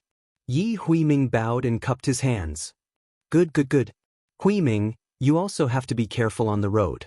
Take the official road, don't take the small roads, so as to avoid encountering bad people. The old madam of the Yi family nagged. I know. Yi Huiming responded and looked at Yi Fashion. He really didn't know what to say to this son of his who had been like a sinner since he was young. After thinking for a while, he decided not to say anything. In the end, he looked at Li Jingma and Yi Yuzhu. Yi Yuzhu quickly said, Big brother, don't worry. I will take good care of father, mother, and Fashion. Yi Huiming nodded and whispered, Don't resent father for what happened in the past. He did it for your own good. Then he turned and got into the carriage at the door. With the coachman's go, the carriage gradually drove out of Yongla Lane and finally disappeared from everyone's sight. Chapter 961. Okay, Lu Mang. Put your thumbprint here and you can borrow these 500 coins. Han Village, Han family's courtyard. There was a long line in the courtyard. Han Li was setting up a table in the courtyard. Beside him stood a middle-aged scholar. At this moment, Han Li was smiling as he spoke to the dark-skinned man in coarse hemp clothing. This man was the father of Liujia Village's Hu Zi. He was the one who came here to borrow money but forgot to bring his hen. However, even if he brought it, it would be a waste because Han Lijing would not accept it. Hey, I will press it now. Lu Mang did not look at the content of the paper. He responded and without hesitation, bit his thumb and put a red thumbprint on the paper. Han Lijing's character was well known by everyone in the surrounding area. Therefore, Lu Mang was not worried that Han Lijing would cheat him. Besides, even if he did not believe Han Lijing, how could he not believe Li Zixuan? After all, Han Lijing was helping Li Zixuan. Okay, here are 500 coins. You better count them carefully. Han Lijing nodded. He took out a string of coins from the wooden box behind him and handed it over to Lu Mang. Lu Mang took it with both hands. He wanted to count but he was a bit embarrassed. Han Lijing saw this and laughed. It is best to count the coins face to face to avoid any misunderstandings later on. Thank you, Han Lijing. Lu Mang was moved. He moved 2 steps to the left to give way to the line. Then he stood on the side and counted the coins face to face. Han Lijing shouted. A young man in his 20s came over. Han Lijing found him unfamiliar and asked, "Little brother, which village are you from?" Han Lijing, my name is Wang Qingyuan. I am from Shirley Village. Last month, my village was annexed to Marquis' fief. The young man quickly replied. Han Lijing looked at the middle-aged scholar beside him. He saw the scholar open the book on the table to a certain page. After looking at it for a moment, he nodded and said, "There is indeed this person in Wang Village." Han Lijing nodded and asked the young man, "Wang Qingyuan, how much money do you want to borrow? Why do you want to borrow money?" Wang Qingyuan replied, "Han Lijing, I want to borrow 500 copper coins. I also want to build a greenhouse to grow vegetables." Han Lijing nodded and took out a piece of paper with a document written on it and said, just like Lu Mang, "Put your fingerprint here." I understand. Wang Qingyuan said excitedly. At this time, Lu Mang, who is next to him, has already counted the copper coins. He scratched his head and somewhat embarrassedly asked Han Lijing. "Han Lijing, how should we build this greenhouse? I want to learn." Holding the heavy 500 copper coins, he felt a huge pressure in his heart. If he couldn't grow vegetables, then his family would be completely finished. His son wouldn't be able to go to school, and he was afraid that even eating would be a problem. Therefore, before he set up the greenhouse, he had to learn the technique well. Otherwise, the borrowed 500 copper coins would be wasted. Thus, Han Lijing, where should we go to learn how to build a greenhouse? The other people also looked at this side. The question that Lu Mang asked was also what they wanted to ask. Those who made up their minds to borrow money actually wanted to use this opportunity to completely improve their family's situation. No one didn't want to be able to grow vegetables in their greenhouse. Han Lijing raised his head and said to everyone, "If you want to learn how to build a greenhouse after you get the money, I can take you to Old Hu's house to have a look. His house has already built a greenhouse. At that time, if you have anything you don't understand, be sure to ask on the spot. Old Hu will also teach you some planting techniques. If you want to learn, you can wait for a while on the side." Lu Mang grinned and said, "Hey, that's fine. I will wait for a while on the side. Thank you, Han Lijing." There are so many people. At this time, Li Zixuan came in from outside the courtyard. Looking at the long line in the courtyard, he was surprised. In the afternoon, after he sent his uncle away, he remembered the situation in the village and immediately rushed over. Things like greenhouse vegetables, for many people, were entrusted to their family's livelihood. If he didn't come personally to teach, in case something went wrong, it would be a big sin. "Marquis? Marquis is here. Greetings to Marquis." Greetings to Marquis. Among the nobles of the Great Tang, Li Zixuan was one of the more down-to-earth nobles. He often interacted with the people of the lower class, so there were many people who recognized Li Zishuan. The moment he entered, many people recognized him, and the people in the procession instantly grew excited and enthusiastically bowed. Li Zishuan nodded his head to greet them one by one. He walked to the front of the line. The middle-aged scholar from before hurriedly straightened his clothes and quickly came over to salute. Lowly official Xiaohai greets Marquis. Yuan Shikai? Li Zishuan was taken aback subconsciously. Could it be so coincidental? I actually met Yuan Datu in Tang Dynasty? The middle-aged scholar looked embarrassed and said carefully, Marquis, that lowly official is Xiaohai, not Yuan Shikai. At this time, Han Lijing said to Wang Qingyuan, who had finished pressing his fingerprint, and handed over a string of copper coins. He hurriedly came over and said, Xiao Xian, this is County Deputy Yuan from the county government. I invited him here today to be a witness. It's more reliable this way. Li Zishuan suddenly understood. He had also heard that in ancient times, it was often necessary to find a well-respected middleman to act as a witness. Generally, commoners liked to find a judge from the county government to act as a witness. This way, it would be easier to file a lawsuit.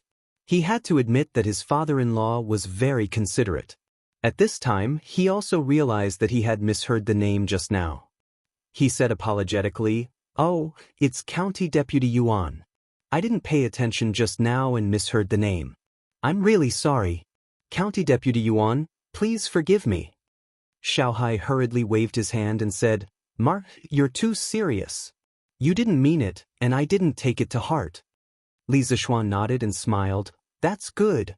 Then he looked at Han Lijing and asked, Father-in-law, how many people came to borrow money? Han Lijing replied, In the morning, there were already more than 70 households coming to borrow money. Looking at the situation in the afternoon, there should be nearly 200 households coming to borrow money today. Li Zishuan was shocked. He didn't expect that there were so many farmers who couldn't afford to build greenhouses. He secretly thought that it was fortunate that his father-in-law had reminded him. Otherwise, according to the previous policy, many people would be unable to build greenhouses even if they wanted to. Well, father-in-law, have you arranged for the farmers to train them in building greenhouses and how to plant vegetables? Li Zishuan asked again.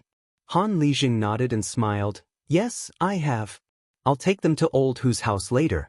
Old Hu's house has already built the greenhouses. I'll take them to the site to have a look. As for the farmers who came to collect money in the morning, I've already told them to go to Old Hu's house in the afternoon. Li Zishuan was slightly relieved. He looked at the wooden table in the courtyard and the big box containing the copper coins. He turned around and said to Pang Feiji, Feiji, go to Yanhuang College now and ask Li Tai, Meng Wenhao, Iron Egg and Kusherqing to come over and wait here. Yes, Margaret. Pang Feiji cupped his fists and accepted the order. He immediately turned around and left. Han Lijing didn't understand and asked, Xiao Xian, Li Zishuan said, Father-in-law, there are so many farmers. You can't handle it alone. Iron Egg and the others will come over later to help you count and distribute the money. Now, bring the farmers and follow me to Uncle Hu's house to have a look. If Uncle Hu makes any mistakes, I can point them out from the side. Han Lijing heard and felt that it was reasonable. He replied, That's good. We'll go and have a look first. As he finished speaking, he called out to the villagers, intending to follow Li Zishuan to Old Hu's residence.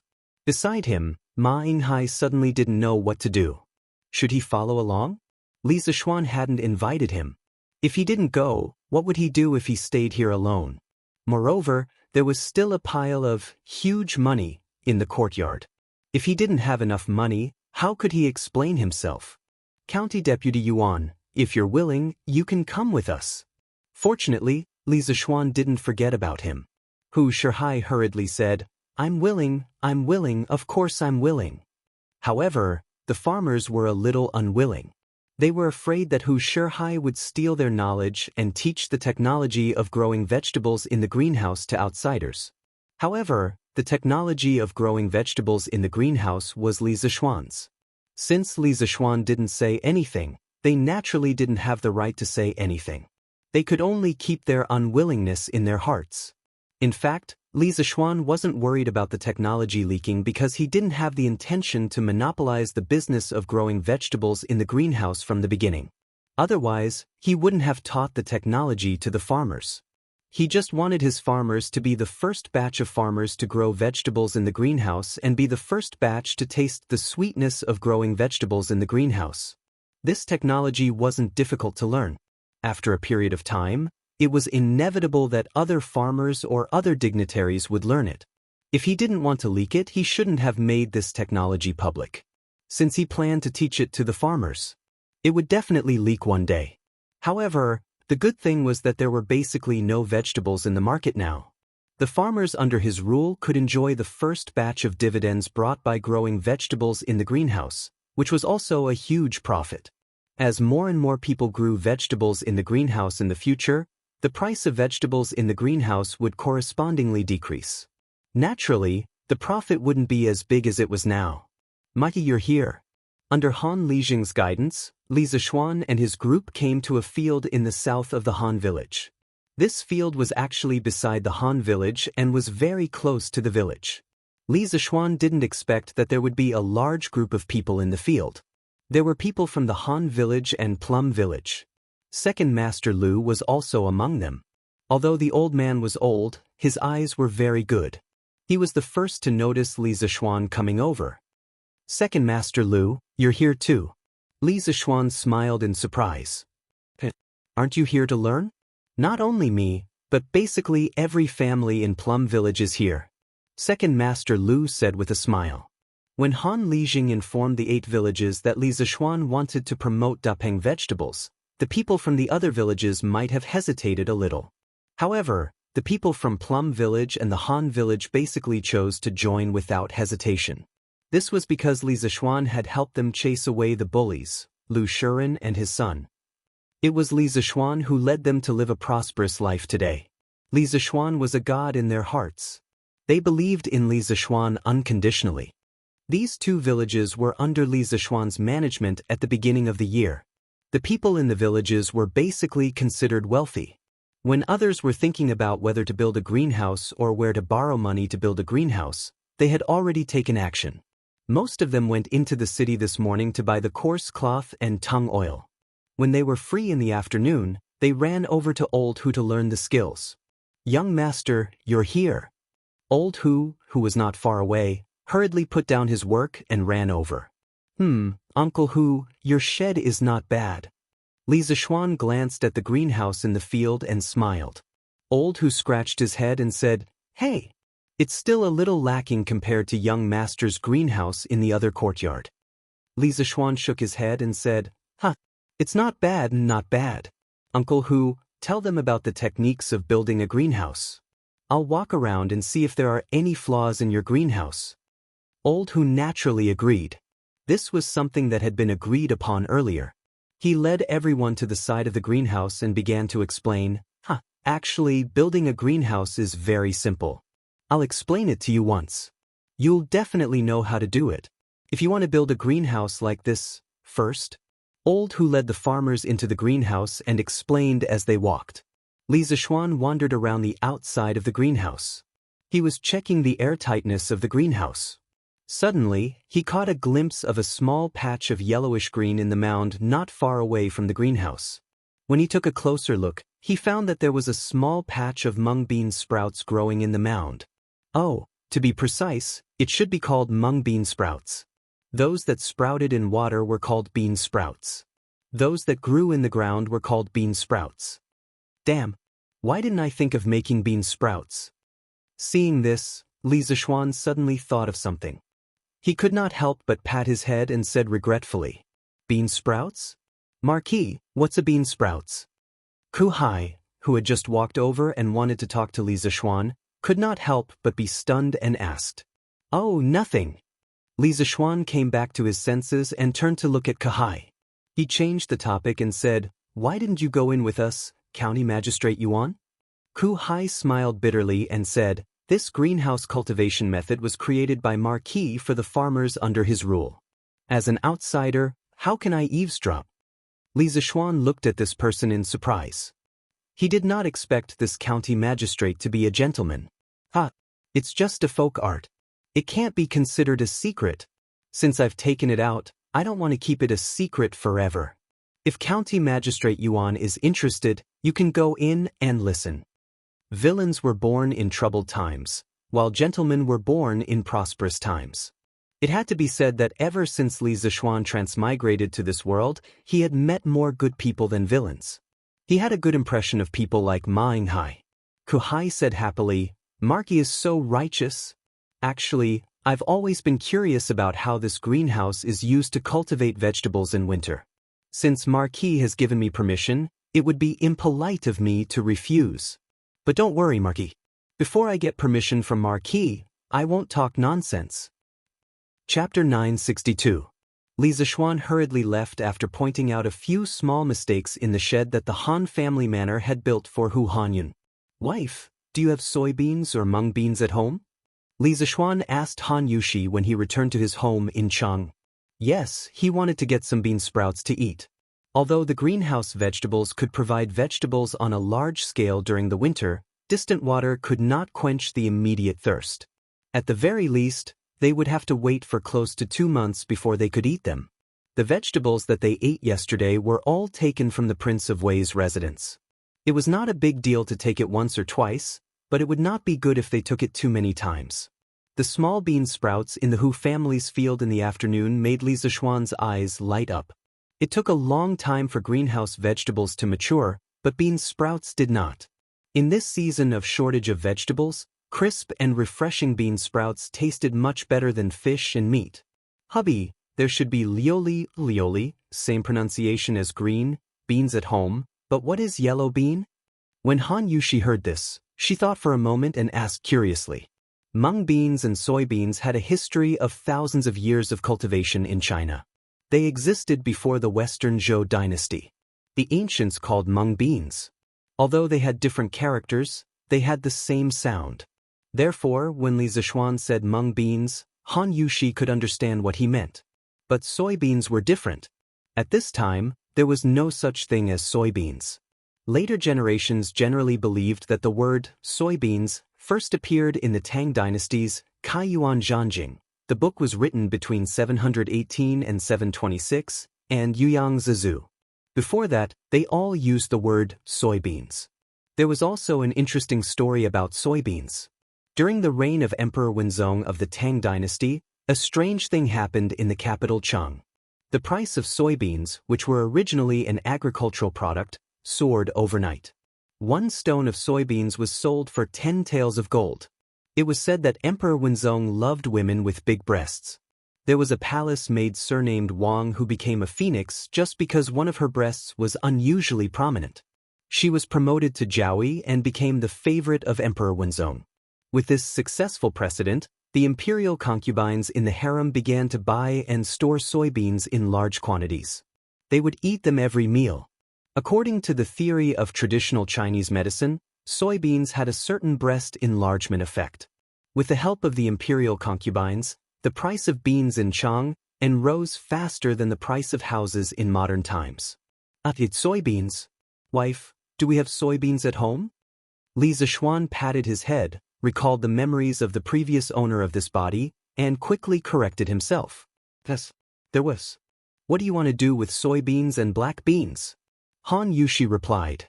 Li Zixuan chuckled and said, "Hey, wife, you'll know when the time comes." After saying that, he rushed to the kitchen excitedly and asked for a ladle of green beans and a ladle of soybeans from the cook, Auntie Zhao. He then soaked the 2 types of beans in clear water.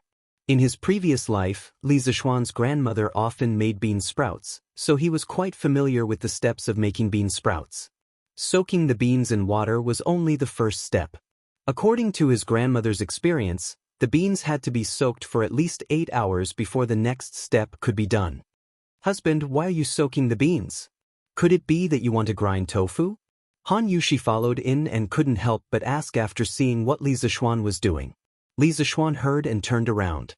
He looked at Han Yushi's chest and said with a naughty smile, "Husband, I only know how to take advantage of tofu. I don't know how to make tofu." Husband, what are you talking about? Auntie Zhao is still here. Han Yushi's cheeks blushed and she said angrily. Although she didn't understand what taking advantage of tofu meant, she guessed the general meaning when she saw the naughty smile on Li Zishuan's face. She secretly thought that her husband sometimes looked like a gentleman, but sometimes he was perverted and naughty. He was really special. Auntie Zhao, who was outside the door, quickly coughed and walked away. Li Zishuan saw Han Yushi's shy face and couldn't bear to tease her anymore. He went back to the topic and said, I soaked the beans to let them sprout. Although we have 2 greenhouses to grow vegetables, it will take at least 2 months to eat the vegetables inside. After the beans sprout, take the sprouts and stir-fry them in the pot. It can be considered a delicious dish. Before the vegetables in the greenhouses come out, this dish is a very good substitute. Han Yushi was obviously not the kind of young lady who didn't eat food and didn't know about farming. She frowned and said, Husband, these beans have been soaked in water. I'm afraid they won't sprout. Instead, they will become smelly. Li Zishuan said with a smile, Of course, I won't let them soak in water all the time. There are still many steps later. When tomorrow morning comes, I will take out the beans and put them in a bamboo sieve covered with wet gauze. The bamboo sieve will then be placed in a basin filled with water. The basin shouldn't be too big. It will be enough for the beans to breathe. Another wet gauze needs to be covered on top of the bamboo sieve. Finally, a slightly heavier bowl needs to be pressed on top. The weight of the bowl can make the bean sprouts thicker. After that, the beans have to be drenched 3 to 6 times every day to maintain the moisture of the beans. After the drenching, you have to continue covering them with wet gauze. By the 5th day, the bean sprouts at the corners will have grown out. Moreover, they will have roots. Then they can be eaten. Han Yushi listened attentively. In the end, she asked, Husband, how do you know so much? Have you made them yourself before? It was mainly because Li Zishuan said it in such a serious manner that she couldn't help but wonder if Li Zishuan had made bean sprouts before. That was why he was so surprised. Li Zishuan touched his nose. Although he hadn't made them himself, he had seen his grandmother make them many times. You can say that. Li Zishuan coughed dryly and said vaguely, In short, wife, you will be able to see what these bean sprouts look like in 5 days. Moreover, you will be able to taste this delicacy. Han Yushi put her hand into the water basin and gently stroked the soybeans in the basin. She raised her head and said, Husband, the farmstead and Yanhuang College need you. You still have a lot of things to do. Leave this matter to me. I have remembered all the steps you mentioned earlier. Since it's not a troublesome matter, I will definitely do it for you. Li Zishuan thought for a moment and nodded. That's good. Thank you for your trouble, wife. He was very confident in his wife's ability to do things. In some matters, Han Yushi's attentiveness even made him feel inferior. The wife he married seemed simple, but in fact, she wasn't. Husband, father already knows that you want to promote greenhouse vegetables in the farmstead. He said that since you are confident that you can cultivate vegetables in winter using this method, then use this to make our other 6 farmsteads rich in one fell swoop. However, father said that there is one thing that you might have overlooked. He asked me to remind you. Han Yushi took her hand out of the water basin and suddenly said to Li Zishuan seriously. Chapter 963. Wifey, what did father say? After listening to his wife's serious words, Li Zishuan asked aloud. Han Yushi pursed her lips and said softly, Husband, in the afternoon, father asked me to tell you that letting the people grow vegetables in greenhouses is a good deed, but you have to consider things more thoroughly.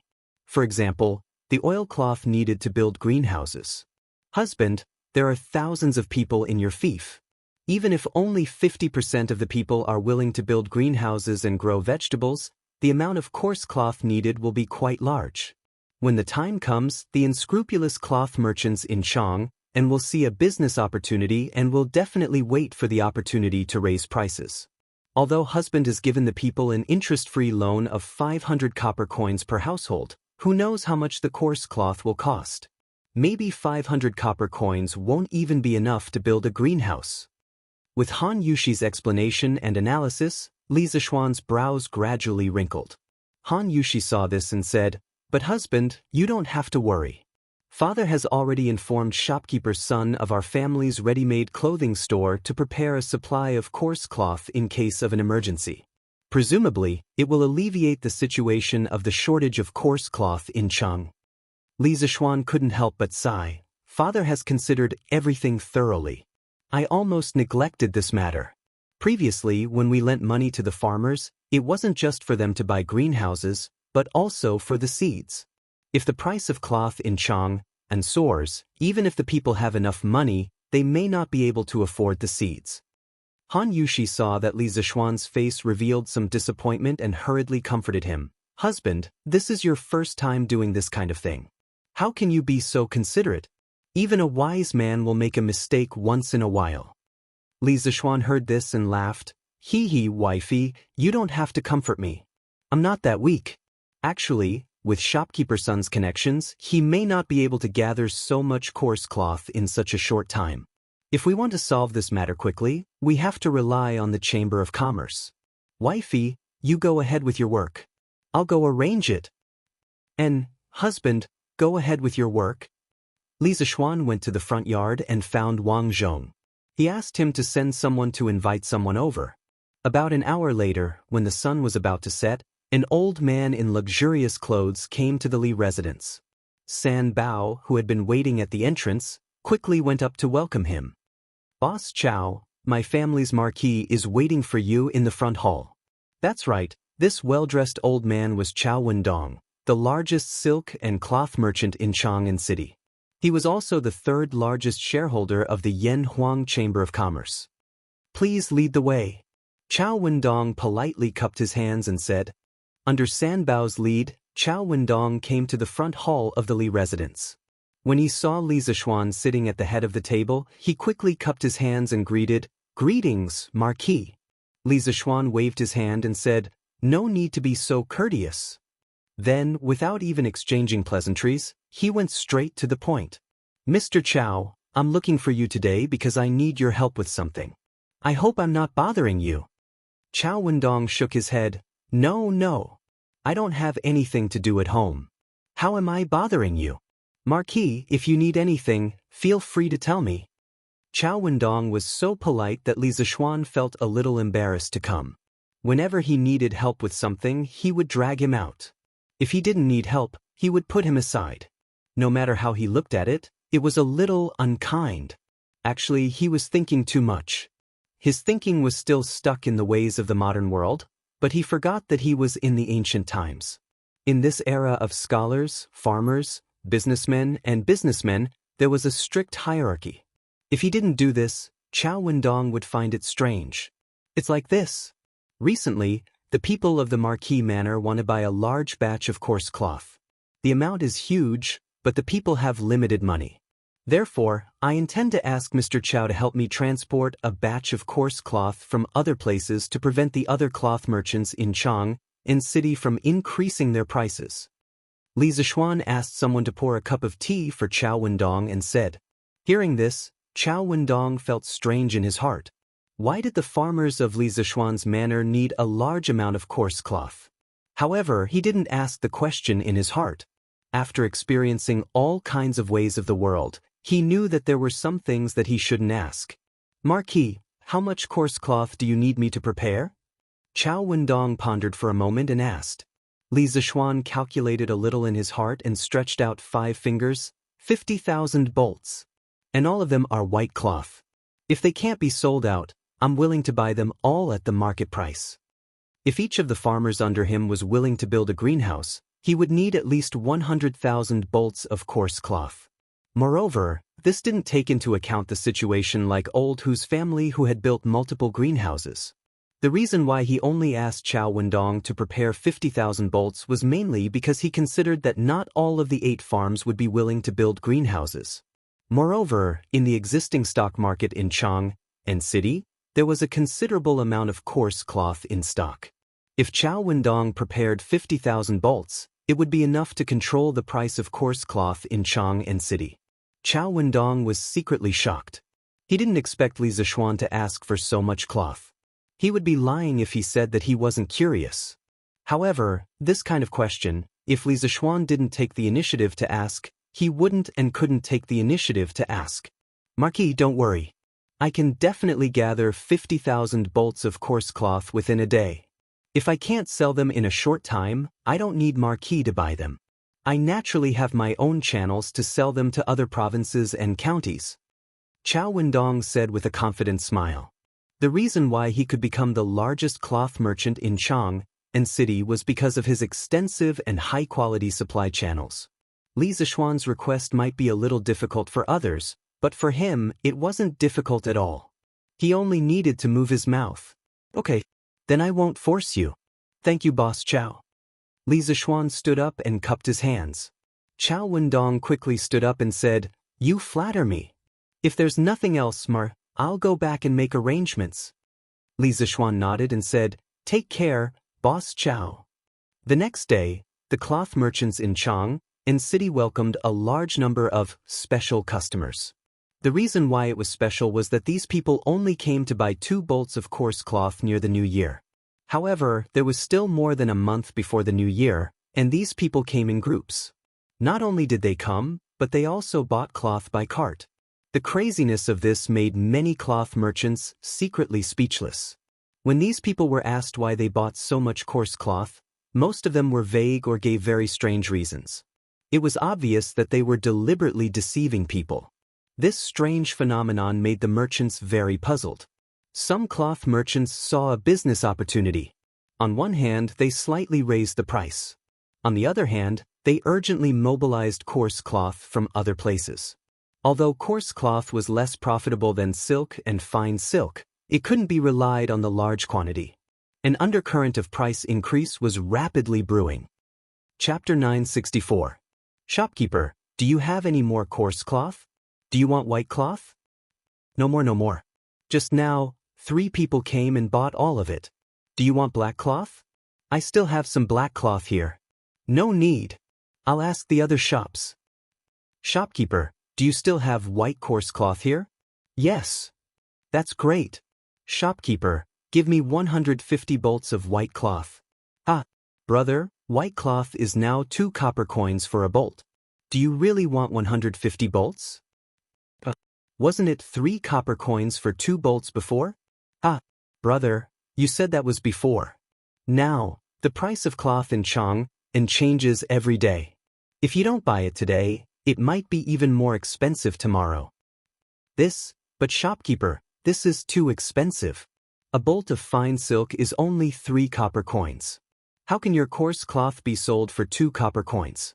Hey. Brother, what you said is wrong. Now, fine silk is 4 copper coins for a bolt. Silk is 6 copper coins for a bolt. I'm not cheating you. In the eastern and western districts of Chang, and similar conversations like this could be found everywhere.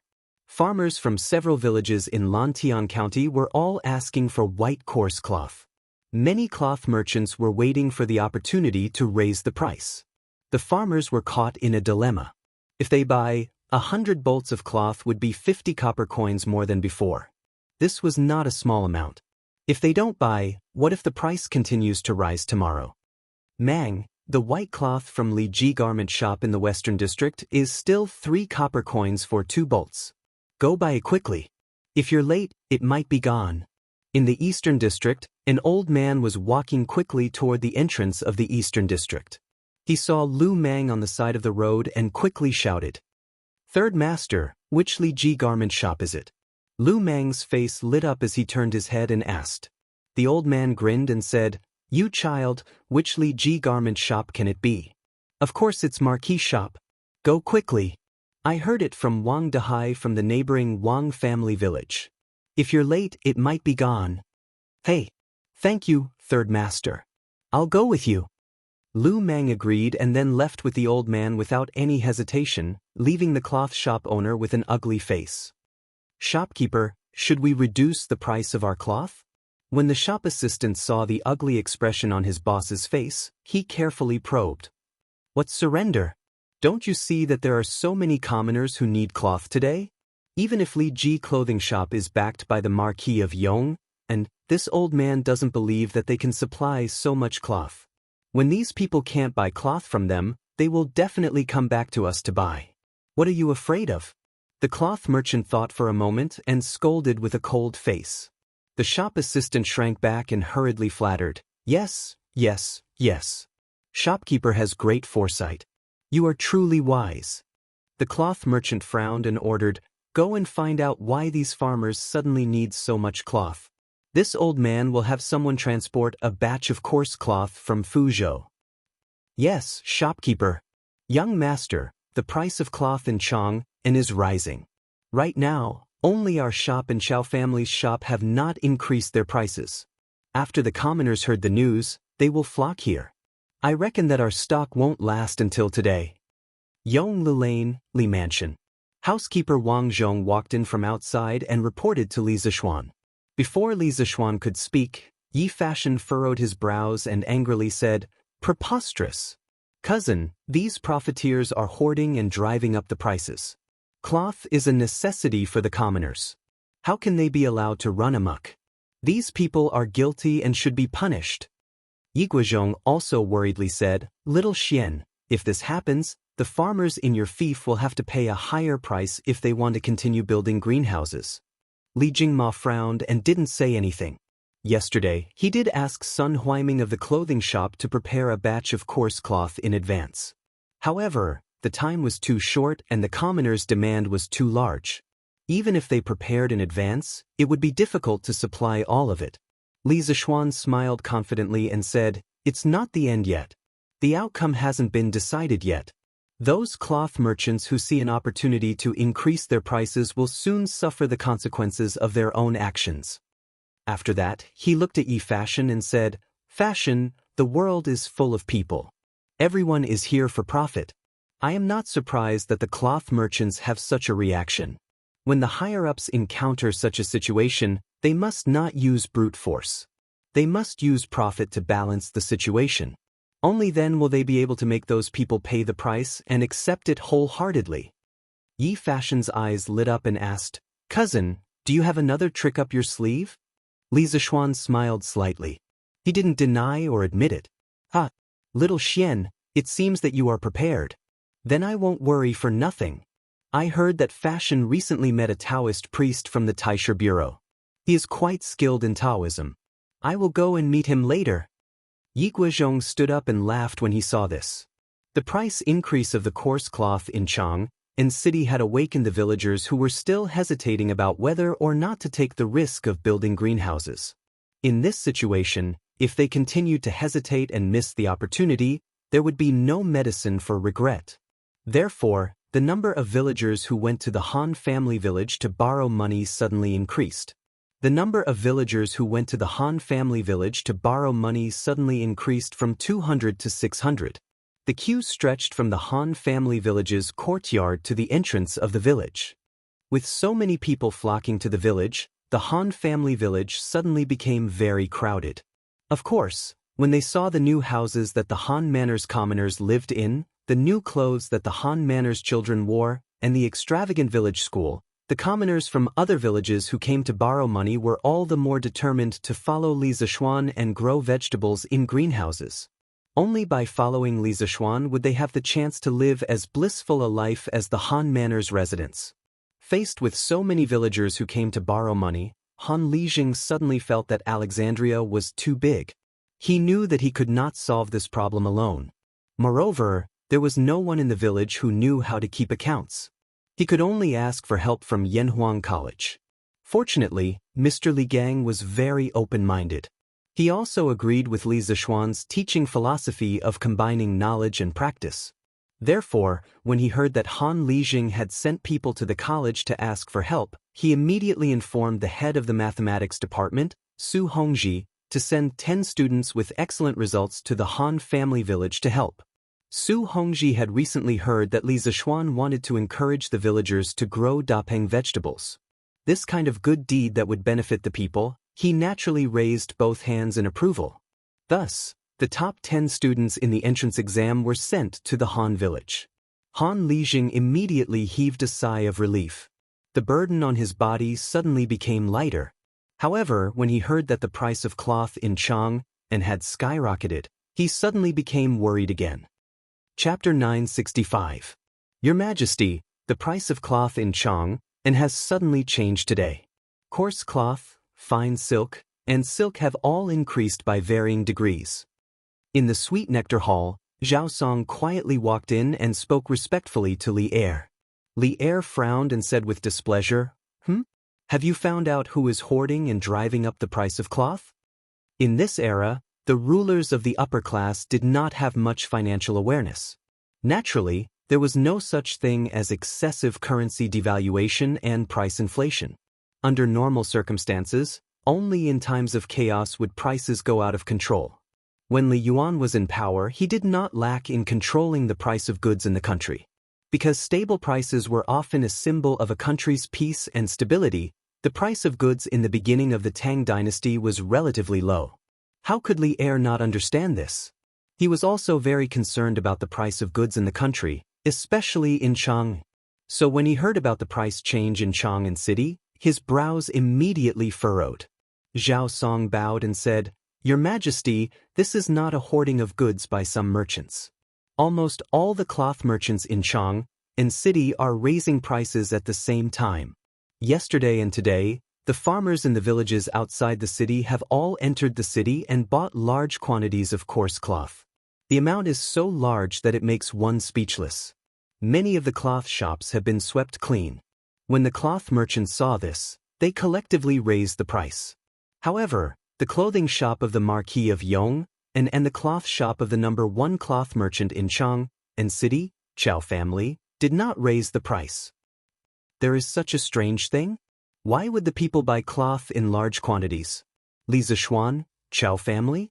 Li Er was puzzled. He stood up and paced back and forth with his hands behind his back. Suddenly, he said, Li Zishuan and the Chow family formed a Yanhuang Chamber of Commerce a few months ago, right? Zhao Song lowered his head and replied, Yes, Your Majesty. Li Er seemed to understand and muttered, So, the reason why the Chow family did not raise the price of cloth should be because they were instructed by Li Zishuan? What is this kid doing? Why do I feel like he predicted that the price of cloth in Chang and city would soar? This matter must have something to do with him. Zhao Song's eyelids twitched. Then, like an old monk in meditation, he remained silent. After a long while, Li Er ordered, Investigate why these farmers suddenly bought so much cloth. At the same time, order Lu Dui, the Chancellor of the Supreme Court, to investigate the peddlers in Chang and city who have been maliciously raising the price of cloth. This old servant obeys. Zhao Song cupped his fists and left. There was no shortage of well-informed people in Chang, and especially for the bigwigs in the imperial court. There were few secrets in Chang, and that they did not know. Today, when the price of cloth in the city skyrocketed, they all received the news one after another. Some even knew that the bulk buyers came from Lantian County, Li Zishuan's fief. Combined with the fact that only Li Zishuan's and Chao Wendong's shops in Chang and city did not raise the price of the cloth, the answer behind the incident was obvious. However, the truth of the matter was really puzzling. What was Li Zishuan trying to do? Why did he instigate the farmers to buy cloth in large quantities? What would be the use of the cloth he had bought? The bigwigs in the imperial court could not figure it out. It was not their fault that they were not well informed. It was just that the farmers were unusually tight-lipped. The cloth merchants had asked, the servants sent by the courtiers had asked, and the farmers of other farms had asked as well. However, they could not get anything out of them. Li Zishuan's seemingly simple decision had affected the nerves of many people. The main reason was that Li Zishuan's performance in Chang and city over the past 6 months had been too outstanding. Now, any news about him would attract a lot of attention. Xiao Xian, I heard that the farmers of your farm are all buying cloth everywhere.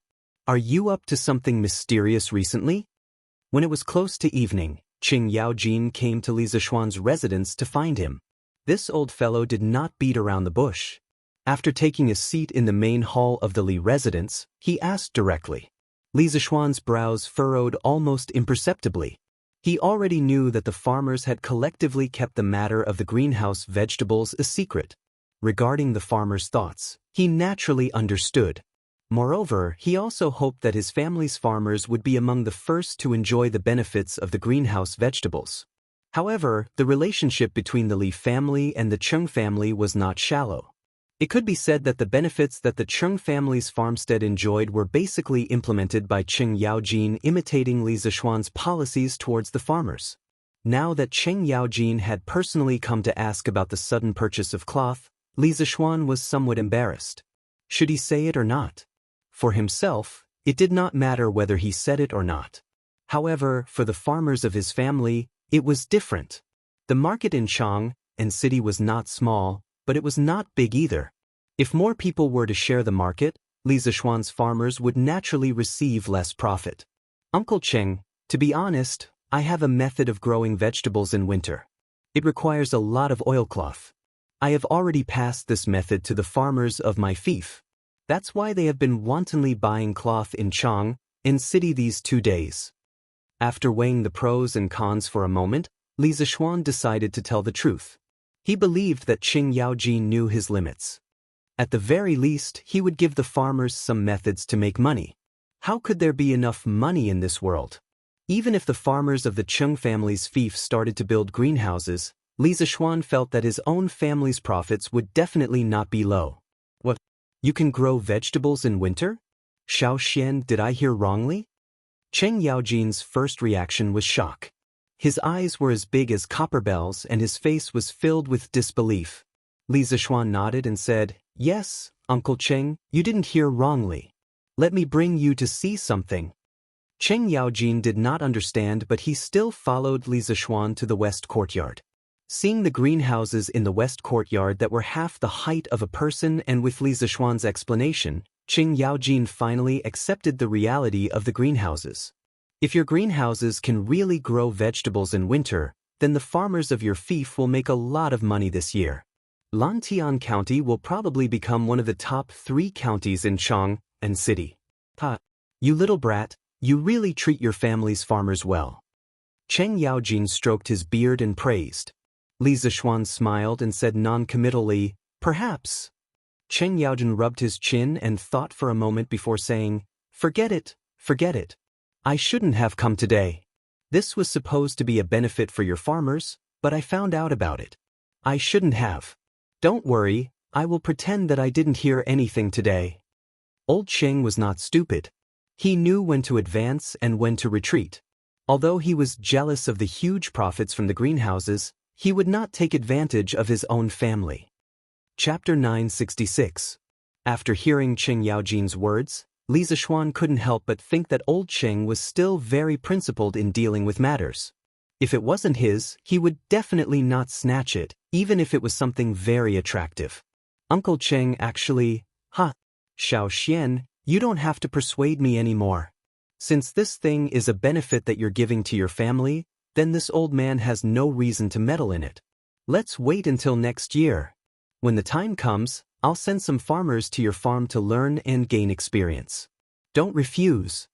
Li Zishuan opened his mouth to say something but was interrupted by Cheng Yaojin. Old Cheng's attitude was very firm. Li Zishuan thought about it and said with a smile, Thank you Uncle Cheng for your understanding of my family's farmers. But actually, if you want to let the farmers of the public house grow vegetables in greenhouses, you don't have to wait until next year. You just have to wait half a month. At that time, the maturation period of the vegetables in our greenhouses will be staggered. Even if there is a small overlap, it won't have a big impact on my family's farmers. Besides, the stock of cloth in Chang is getting tighter and tighter. After half a month, there will be a lot more, so Uncle Cheng, you can wait a little longer. Cheng Yaojin's eyes lit up and he said, "This really won't affect your farmers?" Li Zishuan said, "It won't affect them much. Even if the maturation period of the vegetables overlaps, we can still use the waterway to transport the vegetables to other provinces and counties to sell."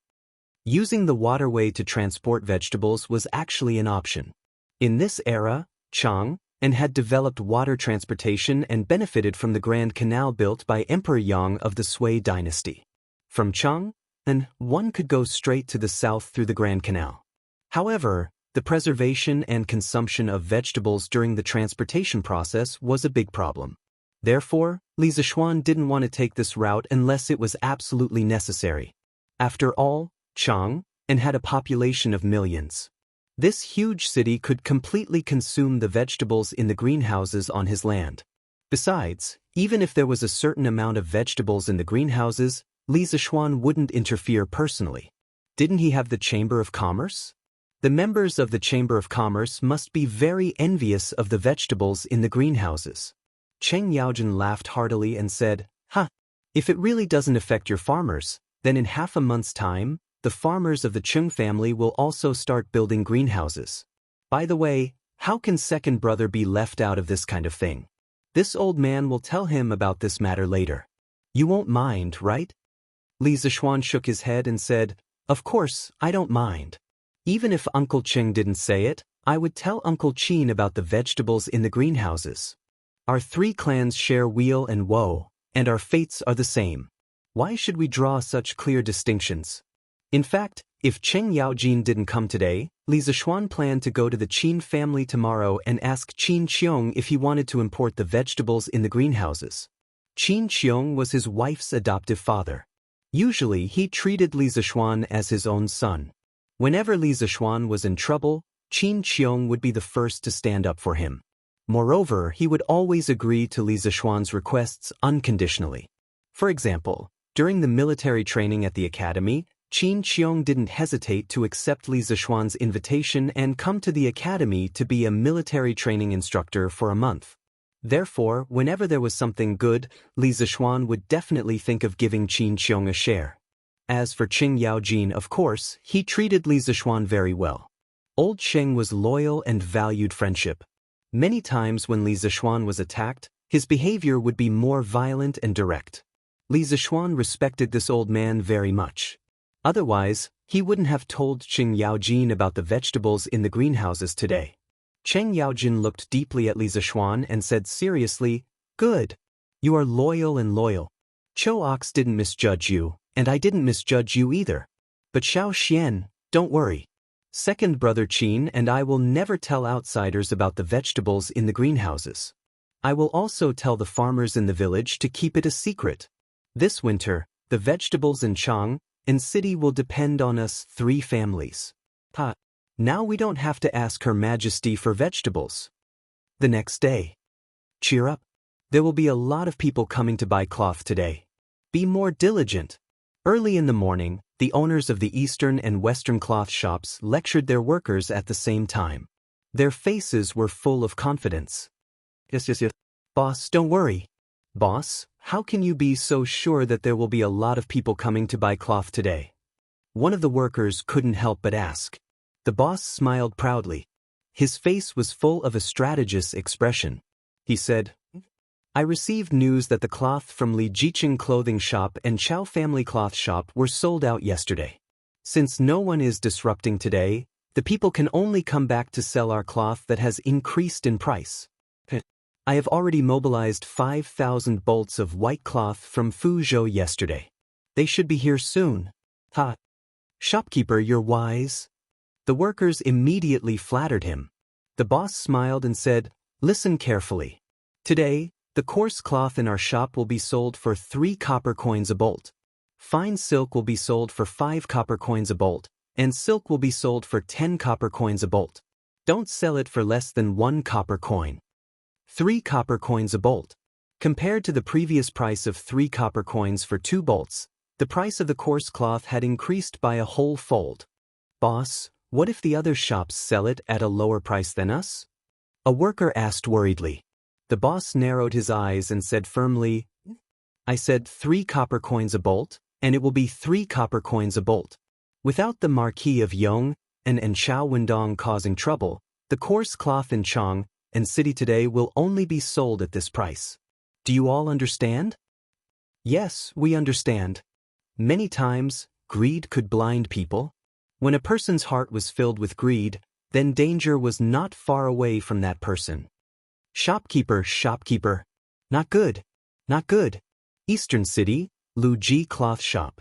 The market had been open for an hour, but there was not a single transaction. There were people who came to look at the cloth and silk, but after hearing the high price, they all flinched. At first, the boss was not anxious at all. He felt that when the buyers realized that Li Jiqing clothing shop and Chow family cloth shop did not have cheap cloth, they would definitely come back to buy their expensive cloth at a higher price. But after an hour, there was still no one coming to buy the cloth. The boss in the shop could not sit still and hurriedly sent someone to inquire about the situation. After a quarter of an hour, the worker who went to inquire about the situation returned in a hurry, shouting as he ran. The boss was immediately alerted. He quickly stepped forward and asked anxiously, "What happened?" "Boss, not good. Chow family cloth shop shipped a large batch of coarse cloth from somewhere today. Now, their shop's entrance is filled with cloth. There are at least tens of thousands of bolts. The commoners have all gone there to buy cloth." Chapter 967. What? Tens of thousands? Why do they have so many pieces of cloth? The shopkeeper's expression changed when he heard that. He grabbed the worker's shoulder and asked anxiously. The other workers in the shop didn't even dare to breathe loudly. They prayed that the shopkeeper wouldn't vent his anger on them when he got angry. The worker who was grabbed by the shopkeeper felt a sharp pain in his shoulder, but he couldn't care less. He quickly said, "Shopkeeper, I don't know. I heard that old Master Chow had people place coarse cloth outside the shop early this morning. It was piled up like a mountain. I don't know how many pieces of cloth there are, but it seems that there are at least tens of thousands of pieces. I'm afraid there are almost 100,000 pieces?" This was Chow Wendong's strength. He directly piled up some of the pieces of cloth in his hands, giving a strong visual impact. He took out more than 20,000 pieces of cloth, but achieved the effect of 100,000 pieces of cloth. It made people unsure how many cards he had in his hands. There was a lot of psychological warfare in this. The reason why he did this was mainly because Chow Wendong knew that the 50,000 pieces of cloth in his hands couldn't satisfy the appetite of the people in Li Zishuan's farmstead. If he wanted to complete the task given by Li Zishuan, he had to use some tricks. The method he used was exactly what Li Zishuan wanted to see. Why was Li Zishuan so sure that Chow Wendong only needed 50,000 pieces of cloth to stabilize the price of cloth in Cheng? This involved the concept of the banker controlling the market. Take stocks for example. The banker usually collected chips in the low-priced areas to achieve the initial goal of controlling the market. Then he took the opportunity to raise the share price. After that, he would make a profit and leave behind a pile of chicken feathers. If the banker wanted to control the market, he had to have at least 20% of the circulating shares in his hands. In other words, for a company with a market value of 10 billion, the banker only needed 2 billion chips to achieve the goal of controlling the market. This was also the quality that an outstanding trader must have. Now, the shortage of coarse cloth in Cheng was about 100,000 pieces of cloth. Chow Wendong had 50,000 chips in his hands, which was about 50%. Under such circumstances, if he still couldn't control the price of cloth in Cheng, Li Zishuan felt that he might as well kill himself with a piece of tofu. Almost 100,000 pieces. After the shopkeeper heard this, he immediately sucked in a breath of cold air. What kind of concept was 100,000 horses? Cheng city's monthly consumption of cloth was estimated to be around 100,000 bolts, right? How the F***ck are we supposed to play? You can't bully me like this. At this moment, the shopkeeper felt like crying. Shopkeeper, the 5,000 bolts of coarse cloth you transferred from Fuzhou yesterday have arrived. They're in the backyard. Would you like to take a look? At this moment, a servant in green ran into the shop and cupped his hands. The shopkeeper's face was so gloomy that water was about to drip out. He panted heavily and roared, "Get lost!" The servant in green was so scared that he trembled and fled. Who knew that after a short while, he returned. Shopkeeper, no good. There's a team of officers from the Supreme Court at the Wang family's cloth store across the street. Shopkeeper Wang has already been arrested. What? The shopkeeper of Lu Ji cloth shop's old face turned pale. In the end, he couldn't resist the great fear in his heart. His eyes rolled back and he fainted. Quick, I'll reduce the price of the cloth. Before he fainted, he said weakly. The Supreme Court's minister, Lu Dui, personally led the troops to the eastern and western cities. This was the last straw that crushed all the cloth merchants in Chang'an City. In order to avoid trouble, the cloth merchants scrambled to reduce their prices. They were afraid that if they were too slow, they would be imprisoned. In fact, when the Chow family's cloth store released tens of thousands of bolts of coarse cloth, many cloth merchants saw the opportunity to reduce their prices. As for the other cloth merchants who wanted to resist to the end, the sudden appearance of the officers from the Supreme Court extinguished their last hope.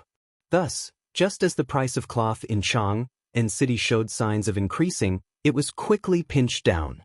Your Majesty, after a secret investigation, I've arrested a total of 15 cloth merchants who collectively raised the price of cloth in an attempt to make huge profits.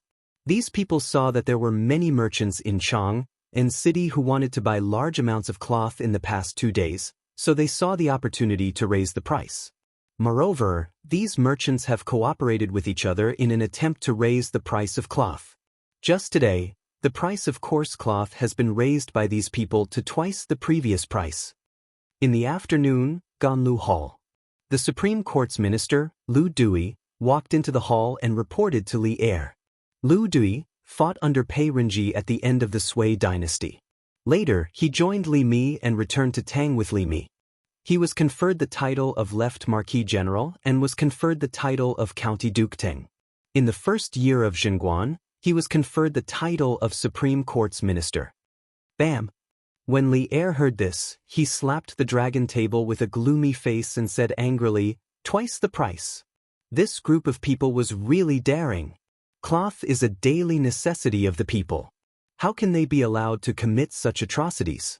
Punish them severely. Lu Dui bowed and said, Your Majesty, these criminals have been detained by the Supreme Court. In 2 days, Your Majesty will interrogate and punish them. Li Er said again, Investigate. Continue investigating. If similar situations are found again, detain them directly. The prices of Chang'an City must not be messed up. Your Majesty. Lu Dui bowed and accepted the order. Old Master, the price has fallen, the price has fallen. The price of coarse cloth from all the other cloth shops in Chang'an City has fallen. In Shi City, the Chow family's cloth shop, a manservant who looked like a servant ran into the backyard and reported loudly. Chow Wendong narrowed his eyes and heaved a sigh of relief. Is that so? Now it's good to report to Marquis Pa. At the same time, in the Li residence in Yongla City, Li Zishuan also received the news not long after. Little Xian, did you expect that His Majesty would send people from the Supreme Court to intervene in this matter? Yi Guozhong asked Li Zishuan after hearing the news. Yesterday, when he saw Li Zishuan's scheming look, he knew that Li Zishuan had a trick up his sleeve and could settle this matter. However, he didn't expect that Li Zishuan could settle the price of cloth in Chang'an so quickly. It was practically a miracle. Li Zishuan shook his head and said, Grandfather, even if His Majesty didn't send people from the Supreme Court to intervene in this matter, those clowns who only know how to hoard and inflate the price of cloth won't be able to do anything. At worst, they'll just waste a few more days. Good and evil will be repaid. Justice will only be late, but it will never be absent. Yi Guozhong's expressions suddenly became complicated. He murmured, Good and evil will be repaid. Justice will only be late, but it will never be absent. Good. Your master's spirit in heaven must be gratified to have a disciple like you. Chapter 968. Under Li Zishuan's and Chow Wendong's ingenious plan and Li Er's suppression, the price of cloth in Chang'an City quickly returned to the previous price. Some shops' prices were even lower than before. As for the shopkeepers of these shops, it was unknown whether they had a guilty conscience or had found their conscience. After the incident, the Supreme Court arrested more than 20 cloth merchants who had jointly manipulated the price of cloth. These people were not wronged at all, because just the night before, they had made an appointment with each other and finalized the price of cloth for the next day at the same time, using this opportunity to make huge profits. Hoarding and price gouging were things that no one would care about in modern times. However, in ancient times, especially in times of peace and prosperity, the imperial court strictly controlled such things. Marquis, young Master Yen sent someone to report that the cement road from Yunshan to the official road has been completed. He dismissed the construction team yesterday. A few days later, Pang Feiji came to Li Zishuan's residence in Chang, and in the morning and told him this news. Half of the construction team from the college had been dismissed, and the other half was busy repairing the cement road. Yen Xiaoning was still the leader of the construction team. However, as the leader, besides supervising the construction, he was often caught by Mo Lingwei to be a strong man. Li Zishuan, who was inspecting the greenhouse in the courtyard, was stunned when he heard this. Then he was overjoyed and said, "Oh, it's been completed so quickly? Ask Sanbao to prepare a horse. I want to see it." The cement road in Yunshan was a road that Li Zishuan had spent a lot of money to build for the Han family village and Mei village. A total of more than 100,000 strings of coins were spent, and the construction team had reached more than 6,000 people. The total length of the road was more than 30 miles. It took nearly 2 months and a huge amount of manpower, material, and financial resources to finally be completed. Perhaps many people would feel that it was not worth it, but Li Zishuan did not think so. In his vision, Yanhuang College would definitely become the top engineering school in the Tang Empire in the future, and it would also have a strong research ability. At the same time, the new workshop of the Wonderful Taste Pavilion, which was backed by the Plum Village, would become the representative of the Great Tang's advanced productive forces. The two of them combined to form a complete closed-loop system of production, learning, and research. Cloud Mountain would gradually develop into the industrial center of the Great Tang. As the industrial center of Great Tang, how could it not have a flat and wide cement road to increase the efficiency of transportation? Riding on Big White, Li Zishuan led Pang Feiji on a mad dash. In the time it took for half an incense to burn, they had already arrived at the intersection of the cement road in Yun Mountain and the official road outside Chang'an City. Looking at the wide and flat cement road in front of him, Li Zishuan was in a trance. For a moment, he felt as if he had traveled back in time to the modern society full of reinforced concrete. Although the more developed the industry, the more serious the pollution would be, the industry could create a large number of high-tech products with added value. Even though Li Zishuan was doing very well in the Great Tang, had power, influence, and a beautiful wife, there were still times when he missed modern society. He missed his former family, and he missed modern mobile phones, computers, and other electronic devices. Without experiencing the days without mobile phones and computers, one would never understand how important these things were. This was also the reason why Li Zishuan had been working so hard ever since he had traveled back in time. If he did not work hard, he would be bored to death. Marquis? Seeing Li Zishuan in a daze while staring at the cement road, Pang Feiji was confused. He waited for a long while, and seeing that Li Zishuan still did not move, he called out. Li Zishuan, whose thoughts were in a mess, heard the call and came back to his senses. He stroked the mane on Big White's neck and said to Pang Feiji, "Let's go. Let's experience this cement road and see how long it will take to reach Cloud Mountain." Hiya! This was the first cement road in Great Tang, but it would definitely not be the last. Li Zishuan thought to himself. "Yes, Marquis." "Hiya!" Pang Feiji responded and hurriedly urged his horse to chase after Li Zishuan's back. The two of them, one in front and one behind, planned to race on this road. Oh no, it should be a horse race. Da-da-da-da. On the quiet cement road in the mountains, only the da-da sound of horse hooves could be heard, and the sound was very hurried. The horses galloped on the wide and flat cement road to their heart's content. Due to the high speed, their hair and clothes were pulled straight by the wind. The carefree feeling brought about by galloping at such high speed made them feel heroic. However, their wish to ride the horses back to Cloud Mountain did not come true, because there were many naughty children playing with scooters on the road. Come and chase after me. Whoever is in last place will be everyone's horse in a while. What? Lil Rong, why did you bump into me? Lil Rong, you cheated. Shoots. After turning 2 hills, Li Zishuan saw more than 10 naughty children suddenly appear a few hundred feet ahead. They were chasing each other on scooters on the road. He hurriedly pulled the reins and ordered Big White to slow down. Pang Feiji, who was behind, saw this and hurriedly followed suit. Fortunately, they reacted quickly. When they were still a few feet away from the last naughty child, the two of them finally slowed down. Da-da-da. Due to the large number of naughty children, in order to avoid bumping into people, Dabai exhaled 2 breaths of white air.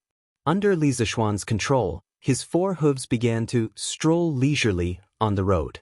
Feiji, why are there so many naughty children here? Li Zishuan frowned and asked. He almost blurted out the words, naughty children. Marquis, this subordinate heard 2 days ago that the children in Jianghu and city saw that the road here was very flat and started to play with scooters on the cement road. I just didn't expect there to be so many people. Pang Feiji scratched his head and said awkwardly. In fact, there were already naughty children who started to play with scooters on the cement road more than 10 days ago. However, at that time, they were all naughty children from Plum Village and the Han Village. After all, the pavilion closest to the water enjoyed the moonlight first. There was no need to doubt whether the villagers had the money to buy scooters for their children. The villagers from Plum Village and the Han Village were very rich now. It was not impossible for them to grit their teeth and buy scooters for their children. Later, the naughty children from Jianghu and city also joined in. They realized that the road here was smoother than the bluestone road in the city and more suitable for scooters. Word of mouth spread, and more naughty children came to Yun Mountain to play with scooters. Because of this, the sales of scooters in Strange Taste Pavilion even reached a small peak. Just like that, the first cement road in Tang Dynasty had now become the holy land for scooters in the eyes of the naughty children. Every one of them was having fun here. Li Zishuan was speechless when he heard this. No matter what, he would never have thought that the road that he had spent a lot of money on had become a playground for naughty children. The world was really unpredictable. When it came to ancient streets, many people might subconsciously think that ancient streets were all dirt roads and were full of potholes. In fact, that was not the case. In fact, the streets in Jianghu and city were not dirt roads with potholes. Instead, they were paved with bluestone slabs. Millions of people in the city walked on the streets all day long, and the bluestone slabs had been polished until they were quite smooth. In terms of smoothness, the cement road could not compare. It was because of this that Li Zishuan had bought scooters back then. If the roads were full of potholes, why would he buy a scooter? However, although the bluestone slabs were smooth, the joints between the bluestone slabs were not seamless. On this kind of road, the scooter would be bumpy, and it could easily cause a car accident. In comparison, the flat and wide cement road was like a God-given road for these naughty children who liked to play. There was nothing more suitable than a cement road. Let's go. Don't bump into these kids. Li Zishuan had wanted to race on the road, but he did not expect a group of naughty children to race on it. He could only sigh helplessly and gloomily. Yes, Marquis. Pang Feiji said embarrassedly. The two of them slowed down and continued to walk towards the Cloud Mountain. On the road ahead, they saw many naughty children again. The mountain road that used to be quiet and cold was now filled with the laughter of naughty children, and it was very lively. Seeing this scene, Li Zishuan felt an inexplicable joy in his heart. Perhaps happiness was really contagious. Marquis, look at these kids. Their faces are all red from the cold, but they are still running around. It's as if it's the new year. After passing by the group of naughty children, Pang Feiji said happily. Li Zishuan heard this and did not even turn his head. He said, "Aren't all kids like this? When you were at this age, if you could also come across something as fun as a scooter, you would definitely be similar to them." Pang Feiji was stunned. He then said, he is right. Kids nowadays are really living a good life. When I was young, where would I get these things? It's good enough that I can eat my fill." Li Zishuan laughed. "We can't be worse than the previous generation, right? The current emperor is working hard to govern the country, and the civil and military officials are working hard. The Tang Empire will only get better and better." When he said the last sentence, his tone suddenly became incomparably firm. Pang Feiji nodded vigorously. Marquis is right. Old Pang, had a hard life back then, but the next generation must not continue to have such a hard life. The soldiers of the Tang Empire fought with their blood to give their descendants a prosperous world. If anyone dares to destroy the peace now, I, Old Pang, will be the first to rush over and chop off his dog head. If anyone dares to make things difficult for us, we will make them suffer. Li Zishuan laughed. When Li Zishuan and the others appointed him as the Marquis of Yong, and Li Zishuan understood the responsibility on his shoulders. Yong, and he wanted to ensure the Tang Empire's eternal peace. Shouting. Not bad, not bad. You can multitask now, and you can even bring forward the cement roads construction by a few days. Impressive. When he arrived at Yanhuang College, Li Zishuan saw Yan Shaoning, who was beaming with happiness. That's right, he was beaming with happiness. Compared to the last time, Yan Shaoning's face was ruddy and full of smiles.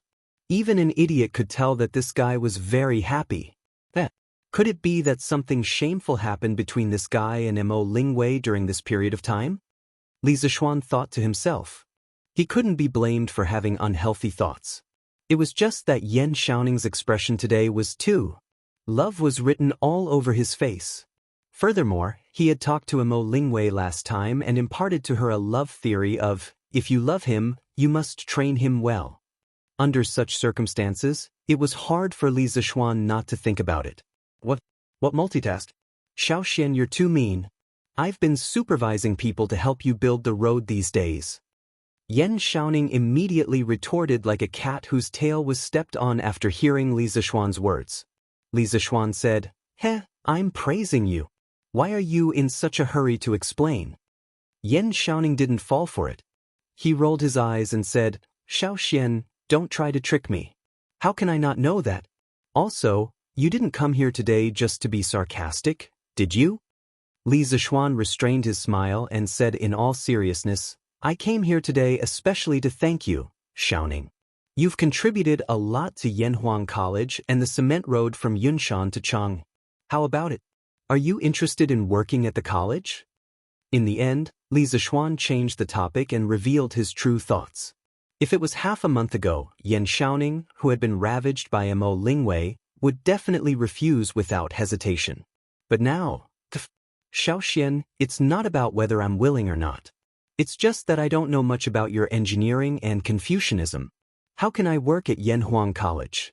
Yan Shaoning rolled his eyes and coughed dryly. The expected rejection didn't happen. Instead, he got this sentence. Li Zishuan was stunned at first, then he understood.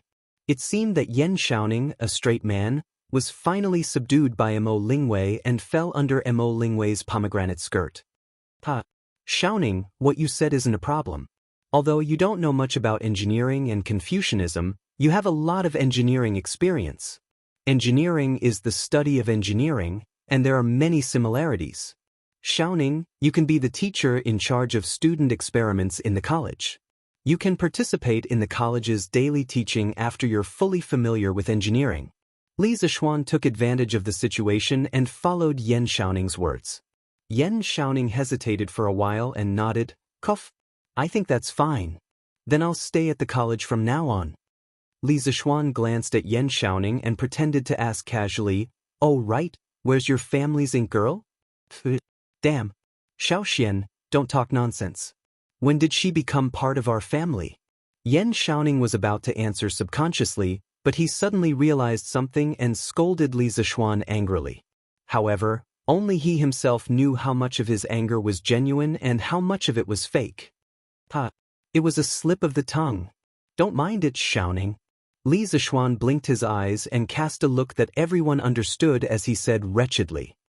Chapter 969. Li Zishuan was quite happy that his good friend was finally about to leave his singlehood. However, he did not know how far the two of them had progressed. What if they got pregnant before marriage and got married? That would be awkward. If that really happened, old man Mo would probably raise his sword and chop this brat up, right? Although the Tang dynasty was liberal, it definitely wouldn't be to the point where chastity wasn't important. Wei Er went to the workshop. Yan Shaoning replied gloomily. Suddenly, he seemed to have thought of something and said, Oh, right. Xiaoxian. Faubert told me yesterday that the thing you asked him to make last time has been completed. Wei Air should be going to the workshop today to see that thing. Do you want to take a look too? Li Zixuan was stunned. He thought for a while before he remembered that when the workshop received a large batch of rubber, he gave Faubert 2 blueprints. One was a football and the other was something even more awesome than a scooter. Really? Xiaoning, you shouldn't be busy now, right? Let's go take a look. Li Zixuan was excited as he looked at Yan Xiaoning. Yan Xiaoning actually wanted to go a long time ago. However, he knew that Li Zixuan would come to the academy to look for him today, so he was too embarrassed to go with Mo Lingwei. Hearing this, he immediately said, "Okay. I'll go with you to take a look. I also want to know what you asked Faubert to make." Li Zixuan smiled and didn't expose the little scheme in his heart. The two of them didn't ride horses and went down the mountain directly to the new workshop near the river. "Hey, Xiao Xian, why are the farmers in Plum Village and the Han family village so secretive recently? Previously, when Wei Air and I went to the village to play, we felt like there were people watching us everywhere we went. Also, there were some places that we weren't allowed to go. Don't you think it's weird?" Yan Xiaoning suddenly sighed when they passed by Plum Village. When Li Zixuan heard this, his heart skipped a beat. If he guessed correctly, the farmers were probably trying to prevent outsiders from stealing the secret of the greenhouse vegetables. He didn't organize this kind of thing. It should be the villagers who did it spontaneously. It seemed like these villagers had a strong sense of secrecy. I think you've been too tired recently and are hallucinating, right? The villagers all know the two of you, so why would they keep an eye on you? You're being paranoid. Li Zixuan rubbed his nose and pretended that he didn't know anything. However, he deliberately emphasized the word tired to make it seem like there was a deeper meaning behind it. Too tired? Yan Xiaoning scratched his head in confusion. When he saw Li Zixuan looking at him with a smirk, he immediately realized what was going on and shouted angrily, "Fuck! Little Xian, you're becoming more and more naughty. You even dare to make such a joke. If we're talking about fatigue, shouldn't you be the one who's tired? Look at the dark circles under your eyes. You're the one who's tired." Li Zixuan glanced at him and said, I'm tired? I'm legitimately tired. I say, when you're with Ink Girl, you have to pay attention to safety measures. Don't give birth to a little Ning." Yan Xiaoning opened his mouth and his eyes were filled with fire. He wanted to punch Li Zixuan's shoulder. "Fuck! There's nothing between me and Wei Air. Don't you dare taint our innocence." With a flash, Li Zixuan easily dodged Yan Xiaoning's punch and then said, "Just kidding. Brother, I'm just reminding you out of kindness." He was really reminding him out of kindness. When young boys and girls in puberty were together for a long time, it was hard to guarantee that nothing wonderful would happen. The two of them chatted and laughed along the way. Soon, they arrived at the workshop of the Strange Interest Pavilion. This new workshop was built with high standards. It integrated production, office, and research. In the future, as the scale of the workshop grew larger and larger, there would be more and more products. Li Zixuan planned to set up the headquarters of the Yan Huang Chamber of Commerce here as well. It would be more convenient for the distribution of resources and the exchange of information. Just as they reached the entrance of the workshop, Li Zixuan and Yan Xiaoning heard a scream filled with terror. Then, they saw a young girl standing on a two-wheeled metal frame and rushing towards them unsteadily. Behind her was a panting Faubert. "Get out of the way! Get out of the way! I can't control this car." That young girl was Mo Lingwei. When she saw Li Zixuan and Yan Xiaoning suddenly appear at the entrance of the courtyard, she hurriedly screamed. Yan Xiaoning was instantly dumbfounded. Firstly, he was dumbfounded by the two-wheeled car that Mo Lingwei was sitting on. Secondly, he was dumbfounded by the fact that Mo Lingwei was mysteriously in a dangerous situation. He stood there in a daze and even forgot to move his feet. In the blink of an eye. Seeing that Mo Lingwei and the car were about to crash into Yan Xiaoning, Li Zixuan gently pushed Yan Xiaoning 2 steps to the right with his right hand. Then he used his left hand to precisely press on the center of the handlebar. The car that was about to crash into them could no longer move forward. The car stabilized, but the person on the car lost her balance at this time. Help! Mo Lingwei screamed and was about to fall to the ground in front of her right. Men and women should not touch each other. Besides, this was his brother's wife. Li Zixuan would rather watch Mo Lingwei fall to the ground than help her up. However, in this situation, there was a way to get the best of both worlds. His right leg hooked onto Yan Xiaoning's leg joint at lightning speed. Before Yan Xiaoning could react, he had already fallen to the ground before Mo Lingwei. The position where he fell was coincidentally where Mo Lingwei was about to fall. Bam! The collision between flesh and flesh produced a muffled sound, followed by a muffled groan and a scream. Oh! The muffled groan was naturally made by Yan Xiaoning, while the scream was made by Mo Lingwei. This girl thought that she would be disfigured if she fell face first, so she kept screaming. Little did she know that she had already landed safely. Cough, cough, cough. Wei, I'm the one who's injured. What are you screaming for?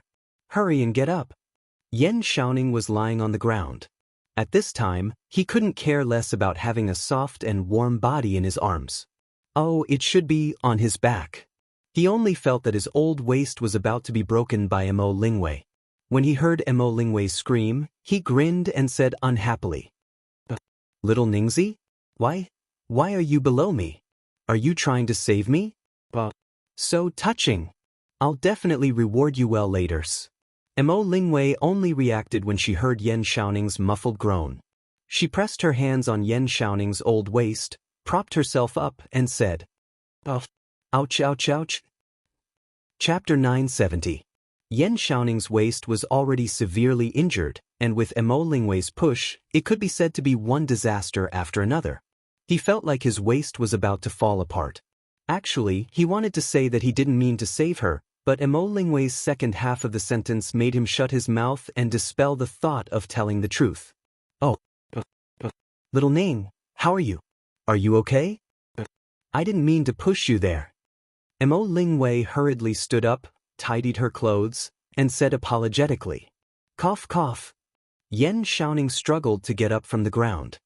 He first looked back at Li Zixuan bitterly, then forced a smile at Mo Lingwei. It's nothing. Wei, what's this? At this moment, he noticed the two-wheeled bicycle that Li Zixuan stopped and couldn't help but feel strange. Mo Lingwei heard Yan Xiaoning mention the bicycle that she was playing with and immediately became excited. Little Ning, this is the two-wheeled bicycle that Faubert just made.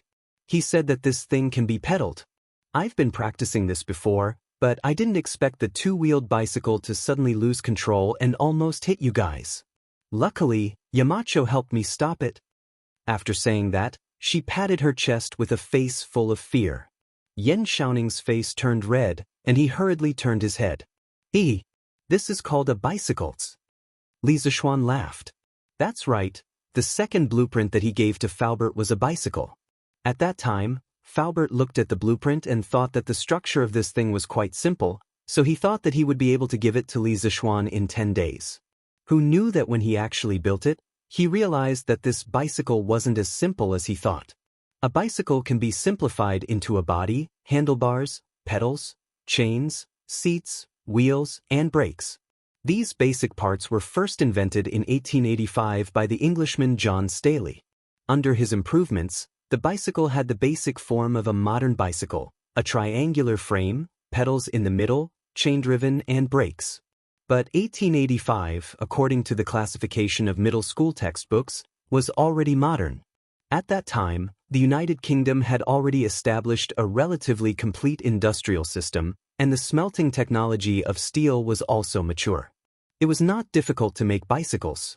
But this was the Tang Dynasty. The Tang Dynasty had an underdeveloped industrial system.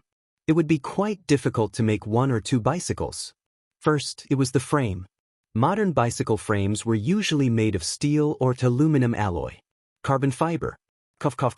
It would be a bit of a bully to ask the ancients for this. However, if there were not too many requirements for the strength of the frame, bamboo or wood would be fine. It was just that they had to pay attention to fire and prevent insects from eating them. The front fork was relatively strong, so it could be made of cast iron or relatively hard wood. The bicycle in Li Zixuan's hand was made of iron. Next, it was the wheels.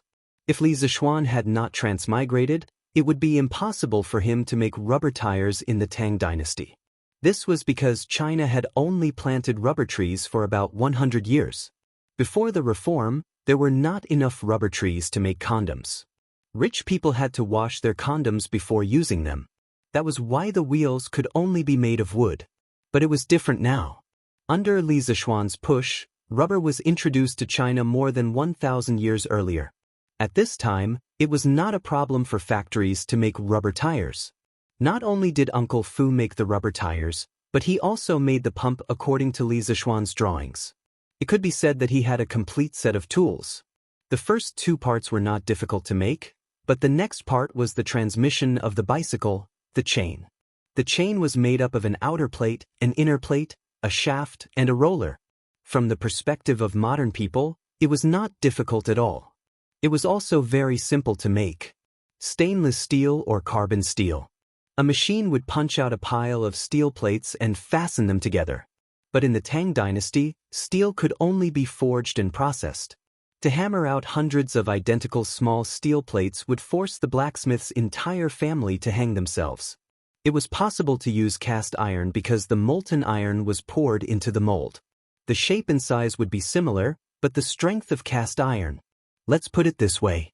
If an iron pot in your house broke into 8 pieces, it would be cast iron. As the transmission of the bicycle, the chain had to withstand a considerable amount of tension. The strength of cast iron was obviously not enough. Also, cast iron chains had another disadvantage. Once it touched water, it would rust to death. That was why Faubert had been worried about this for a long time. Later, he could not think of a better alternative, so he went to find Li Zixuan and explained the situation. Li Zixuan then realized that a simple chain in modern society would be so troublesome to make in ancient times. In fact, this problem was not unsolvable. A hydraulic stamping machine would be enough. However, the hydraulic punch machine required strong water power. The flow of the Ba River was relatively gentle. If he wanted to get strong water power, he needed a large water level difference. Then he needed to build a dam to store water. The project was too big. He could do it in the future, but now, it was winter. In winter, the river might freeze. Even if he did it, it would be useless. At the beginning of October, he had planned to build a generator, but after the cholera and the telescope incident, he felt that it was too late. The river was about to freeze, so the generator blueprints he had drawn could only be locked in the cabinet for the time being. As for the chain, Li Zixuan decided to give up on using the chain because the conditions were not ripe yet. He chose to install the pedals on the front wheel and change it to a front-wheel drive. This form was already made by the Scots in 1839. Although it was more strenuous and easy to fall into a trap, at least it could be used on the road. As for the chain-driven bicycle, because it needed the hydraulic stamping machine, it would have to wait until next year. Coincidentally, he planned to update the workshop with a new batch of professional equipment. After Faubert got the plan, he immediately came back to lead the craftsmen to modify the bicycle. After more than half a month, this kind of front-wheel drive bicycle was finally made. Bicycle? Mo Lingwei heard Li Zixuan's words and her eyes lit up. She said, "This name is very appropriate. Bicycle, bicycle, a bicycle that can walk on its own." But Yamacho, your bicycle only has 2 wheels. It's not easy to ride at all. It's hard to stand still. I've fallen a few times. Yan Shaoning chimed in, "Yeah, Shaoxian, can't you make 3 wheels? It's too easy to fall with 2 wheels." Li Zixuan laughed. "Who said that it's not easy to stand still with 2 wheels? That's because you haven't mastered the balancing skills of this type of bicycle. I'll show you 2 later." Chapter 971. Young Master, this bike is built, but no one in the workshop can control it. You have to be careful when you ride it. Seeing that Li Zixuan was about to get on the bike, Faubert quickly came over and warned him. Li Zixuan smiled and said, "Faubert, don't worry. With my skills, even if I ride with one hand, I won't fall." After saying that, he looked at Mo Lingwei and joked, "Ink girl, I think your skills are pretty good. Why didn't you just jump off the bike?" As the daughter of a martial arts master, Mo Lingwei knew martial arts, and her skills were pretty good. At least, it was more than enough to beat Yan Xiaoning up. A martial arts master would actually flip over when riding a bike? If this was spread out, people would probably laugh their heads off. Mo Lingwei came back to her senses. Her face turned red, and she stuck out her tongue embarrassedly and said, I just forgot. Forgot? Li Zixuan was stunned. He really didn't know what to say. Shaking his head, he walked to the side of the bike and said, Look carefully, the bike shouldn't be ridden like that. Also, not only can you stand on the two wheels, you can stand very steadily. The three of them immediately focused their attention on Li Zixuan. Because this bike was a front-wheel drive type, Li Zixuan could only step on one leg and sit on the bike seat while the bike was still. After feeling the flexibility of the steering, Li Zixuan stepped on the front foot of the bike. At first, the bike swayed a little, but then a familiar feeling returned to his body. The bike instantly regained its balance and began to move forward steadily. Wow! Yamacho is amazing. He can ride so steadily. Mo Lingwei saw that the bike that was swaying under her hands was like a well-behaved horse under Li Zixuan's control. Her eyes widened, and she suddenly screamed in excitement. If it were me, I would definitely be able to ride so steadily too. Seeing Mo Lingwei's excited look, Yan Xiaoning felt a little jealous and immediately began to brag. Little Ning, you really know how to brag. If you get on the bike, you'll definitely fall to the ground. Mo Lingwei stuck out her tongue and mercilessly attacked him. You! Yan Xiaoning's face turned red, and he pointed at Mo Lingwei. He wanted to say that she was insulting him, but after thinking about it, he decided to let it go. On the other side, Li was riding on the bike to ride. To be honest, it had been more than 2 years since he last rode a bicycle. Before he transmigrated to Tang Dynasty, bicycles were extremely popular in China. However, as an otaku, he rarely went out. Even if he did go out, he wouldn't choose to ride a bicycle. It had been more than 2 years since he last rode a bicycle. Now that he had transmigrated to the Tang Dynasty, he could actually ride a bicycle. What a novel experience this was. Perhaps only Li Zixuan himself knew. Faubert, I'll ride this bike home first. The workshop needs to hurry up and produce a batch of bicycles. Li Zixuan rode his bicycle and circled the workshop's courtyard a few times. He was in a good mood as he laughed heartily and called out to Uncle Fu. Faubert nodded. I'll arrange it in the next few days. I didn't expect this. I didn't expect a two-wheeled bike to be so stable. Li Zixuan smiled and said to Yan Xiaoning, Xiaoning, I'll have to trouble you to send Big White back to Chang'an later. I'll take my leave first. Yan Xiaoning's face was filled with resentment. They walked together when they came. Why did he have to walk when he was riding a bike back? Although it seemed unfair, he had no choice. There was only one bike here. Even if there was another one, he wouldn't know how to ride it. Therefore, he could only nod his head sullenly. Mo Lingwei was unhappy. Hey, Yamacho, don't ride it away. I haven't had enough fun yet. However, Li Zixuan ignored the crazy girl. He rode his bicycle like a gust of wind and floated past the few of them. When he rode in front of Mo Lingwei, he purposely showed off his skills. He crossed his arms in front of his chest so that the bike could run faster without anyone controlling it.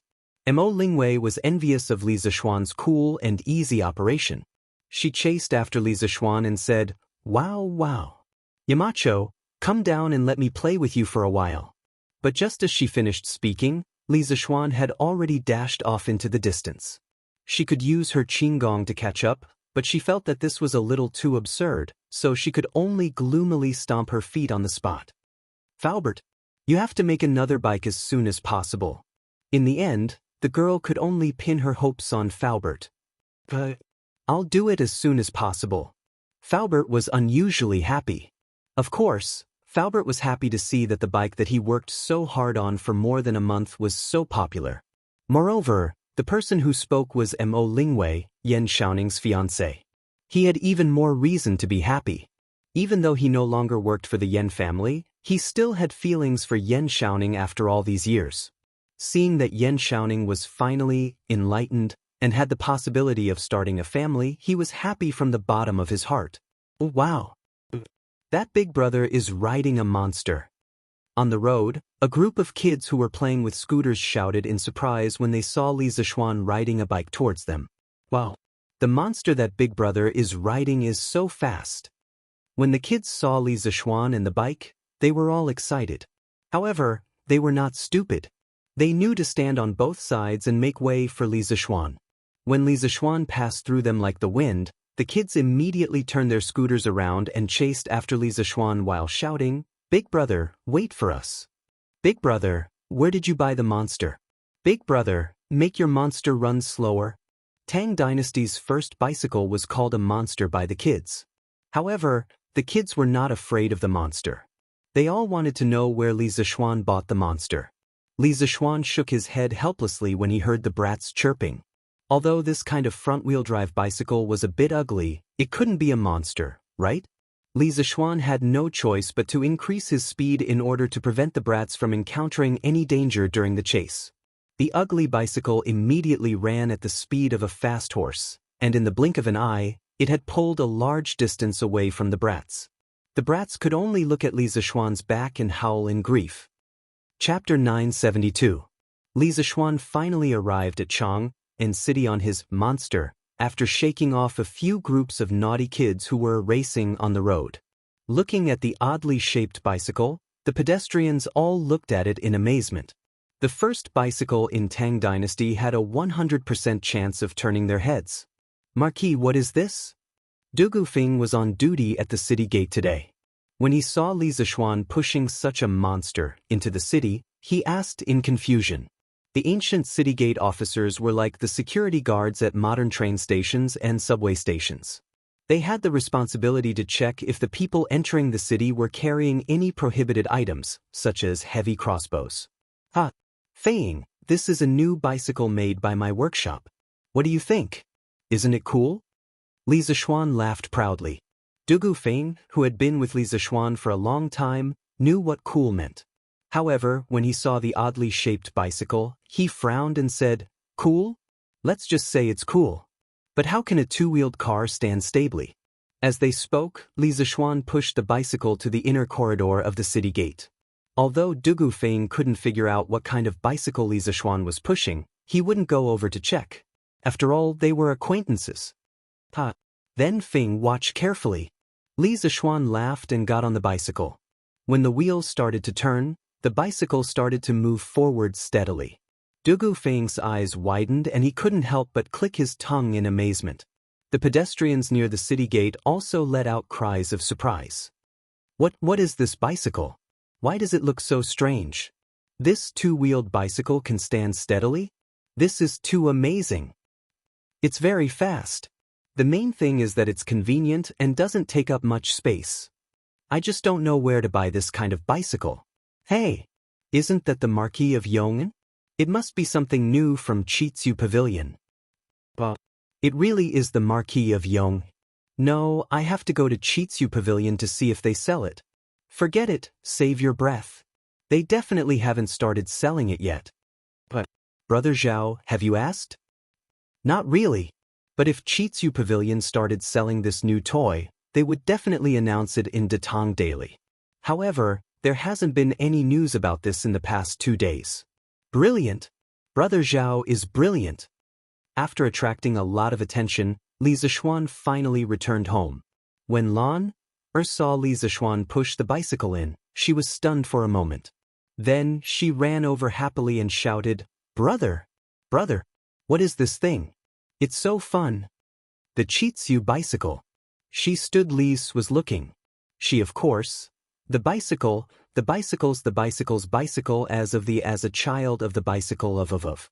She of the lookings is the bicycles bicycle. Did you ride this back? Li Zishuan patted Lan's head. After hearing his wife's guess, he laughed and said, My wife is really smart. I rode this bicycle back. Lan looked up and said, Brother, what's this bicycle? Lan wants to ride it too. Li Zishuan patted his sister's head and said, No. You can only ride it when you're this tall. Otherwise, you'll fall easily. When that happens, Lan, you'll become ugly. As he spoke, he gestured with his hand to his chest. Lan's little face instantly turned bitter. Lan doesn't want to become ugly. But when can Lan grow so tall? Han Yushi bent down and said to Lan, you're not tall enough to ride a bicycle, but you can take a car. Lan was overjoyed when she heard that. Okay. Brother, Lan wants to take a car. Quickly take me. Li Zishuan had always agreed to his little sister's requests. He smiled and said, okay. Then he said to Han Yushi, wife, help me hold the bicycle first. Han Yushi agreed with a smile. Li Zishuan carried Lan to the back seat of the bicycle. Yes, this bicycle had a back seat and could carry people. Then he took control of the bicycle from Han Yushi's hands. After getting on the bicycle, he shouted, hold on tight. Lan had just agreed when Li Zishuan started the bicycle. She suddenly felt like she was on a small boat drifting in the sea. She was swaying, so she immediately screamed. However, when the bicycle stabilized, Lan's emotions calmed down when she felt the breeze and the speed of the bicycle. She began to enjoy the feeling of riding. Brother, faster, faster. Brother, can you go faster? After Lan got used to riding the bicycle, she began to feel that it was slow. Li Zishuan was helpless. This girl could no longer stay in the house. He could only say, let's go. Lan, sit tight. Brother will take you out for a walk. Lan was overjoyed when she heard that. Her two small canine teeth were exposed. Li Zishuan bade farewell to his family members and rode his bicycle out of the mansion. Shan, do you want to ride your cousin's bicycle too?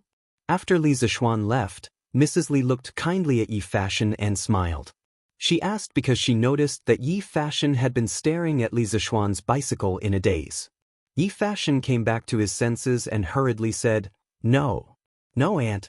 Fashion was just thinking about why cousin's bicycle only has 2 wheels, but it can move smoothly. He thought to himself, I'm not a child anymore. How can I still think about playing? I want to save the world. So that's how it is. Mrs. Li looked at Yi Fashion with a faint smile. She didn't expose him, nor did she expose him. She just smiled and walked away. This bicycle has a weird shape, but it's much lighter than a horse carriage. It's also much faster. It's really a great tool for traveling. Yi Guozhong looked at the direction where Li Zishuan and his sister had disappeared. He stroked his beard and sighed with emotion. Mrs. Yi laughed and said, That's my good grandson for you. You have so many ideas. One look and I can tell that this car is amazing. Li Zishuan, who was outside the mansion, couldn't hear Mrs. Ye's praise. At that moment, he had already brought his sister out of Yongla Lane. The magical bicycle once again attracted the attention of passers-by. They were discussing and chasing after it. Wow, it's Marquis.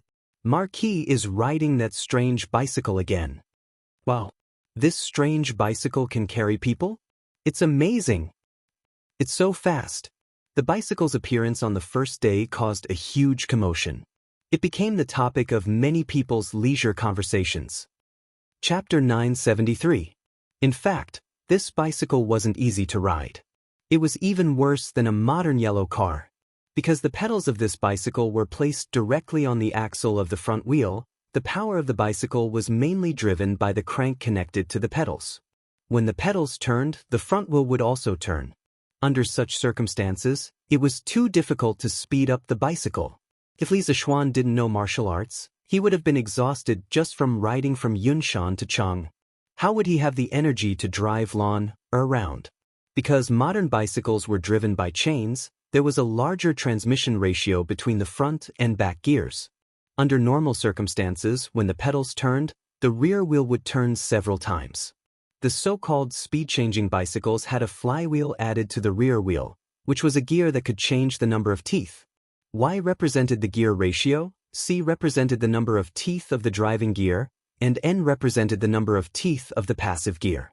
The relationship between them could be expressed by a formula Y equals Cn. For example, if the wheel of a bicycle had 48 teeth and the flywheel had 16 teeth, then the gear ratio would be 3. In other words, when the pedals turned one round, the flywheel would turn 3 times, which meant that the rear wheel would turn 3 times.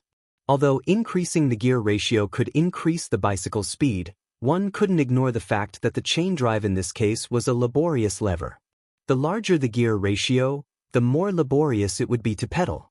Based on this comprehensive consideration, in reality, regardless of the model of the bicycle, the gear ratio was around 2 to 4. Speed-changing bicycles relied on changing the gear ratio to adjust the transmission ratio, thereby saving energy or increasing speed. Another problem was that the workshop could only make roller bearings for the various rotating parts of the bicycle. They couldn't make ball bearings yet. The roller bearings also caused Li Zishuan's bicycle to be a little jerky. The handlebars weren't flexible enough, and the wheels lost a lot of kinetic energy due to friction. This made it even more laborious to ride. Brother! Isn't that Sister Chang'e and Brother Crown Prince? Lan suddenly shouted excitedly when they arrived at the entrance of the East Market. Screech! When Li Zishuan heard Lan's voice, he quickly pressed the brakes. A hoarse screech resounded through the street, and the bicycle immediately stopped. Ouch! Due to inertia, Lan's head hit Li Zishuan's back. The little girl couldn't help but let out a cry of surprise. Qingqian? Where is it? Li Zishuan used his right foot to support the bicycle and turned his head to ask. Stinky brother, why didn't you tell Lan when you stopped the car? Lana rubbed her head and pursed her lips. Of course, the little girl wasn't really angry. After complaining to Li Zishuan, she said, Hey, isn't that Brother Crown Prince and... Brother, they're coming our way. In fact, Li Zishuan had already found Li Chengqian and Chang'e in the crowd without her saying anything. There were 2 guards following behind the brother and sister. The guards were holding several brocade boxes in their hands. Presumably, the 2 of them had just finished shopping outside the palace. The hoarse braking sound from before had instantly attracted the attention of the siblings. Once they saw Li Zishuan and Lan, they approached them. Brother Xiaoxian, what kind of bicycle are you pushing? Chang'e jogged over and looked at the bicycle beside Li Zishuan with surprise. Xiaoxian, why have I never seen this kind of bicycle before? Li Chengqian had also walked to Li Zishuan's side. Seeing Lan sitting on the oddly shaped bicycle, he also felt a wave of surprise and couldn't help but ask. Brother Crown Prince is so stupid. This bicycle is called a bicycle. It can run on its own and it runs very fast. Seeing that Li Chengqian and Chang'e both looked like they hadn't seen the world, Lan suddenly felt a deep sense of superiority. She couldn't help but think, Mother said that Brother Crown Prince and Sister Chang'e were born in the royal family and had noble statuses. But now it seems that the royal family isn't as good as our family. The little girl's thoughts were always so simple and naive. Her family had a bicycle, but the royal family didn't. Clearly, her family was better than the royal family. That's right. This is a bicycle. The workshop just made it. It's normal that you haven't seen it before, Qingqian. Li Zishuan held the bicycle with one hand and patted Lan's head with the other. Bicycle? Can this bicycle really move on its own? Li Chengqian looked at the bicycle seriously and said with some disbelief. He always felt that this kind of bicycle would fall to the ground as soon as the driver let go. How could it move on its own? Actually, he couldn't be blamed for his lack of knowledge. The main thing was that ancient people often saw carriages and had formed a fixed mindset. A bicycle only had 2 wheels, and the 2 wheels were arranged in tandem. Naturally, it wasn't as stable as a carriage. Before Li Zishuan could say anything, Lan couldn't help but retort, Why can't it? And Brother Crown Prince rode this bicycle over just now. Chang'e covered her mouth and laughed. Sister Lan, it should be Brother Xiaoxian who rode the bicycle. You rode the bicycle, right? Her didn't blush and her heart didn't skip a beat. Yes. That's what I wanted to express. Sister Chang'e, you're so understanding. This girl's sweet mouth could make people sick to death. Chang'e was overjoyed by her sweetness. Lan, how does it feel to sit on this bicycle? Lan tilted her head and thought for a while. Then she said, Yes. It's quite comfortable. It's just a little cold. Logically speaking, a bicycle was indeed faster than a carriage, but it definitely wasn't as warm as a carriage. After all, there was wind on all sides.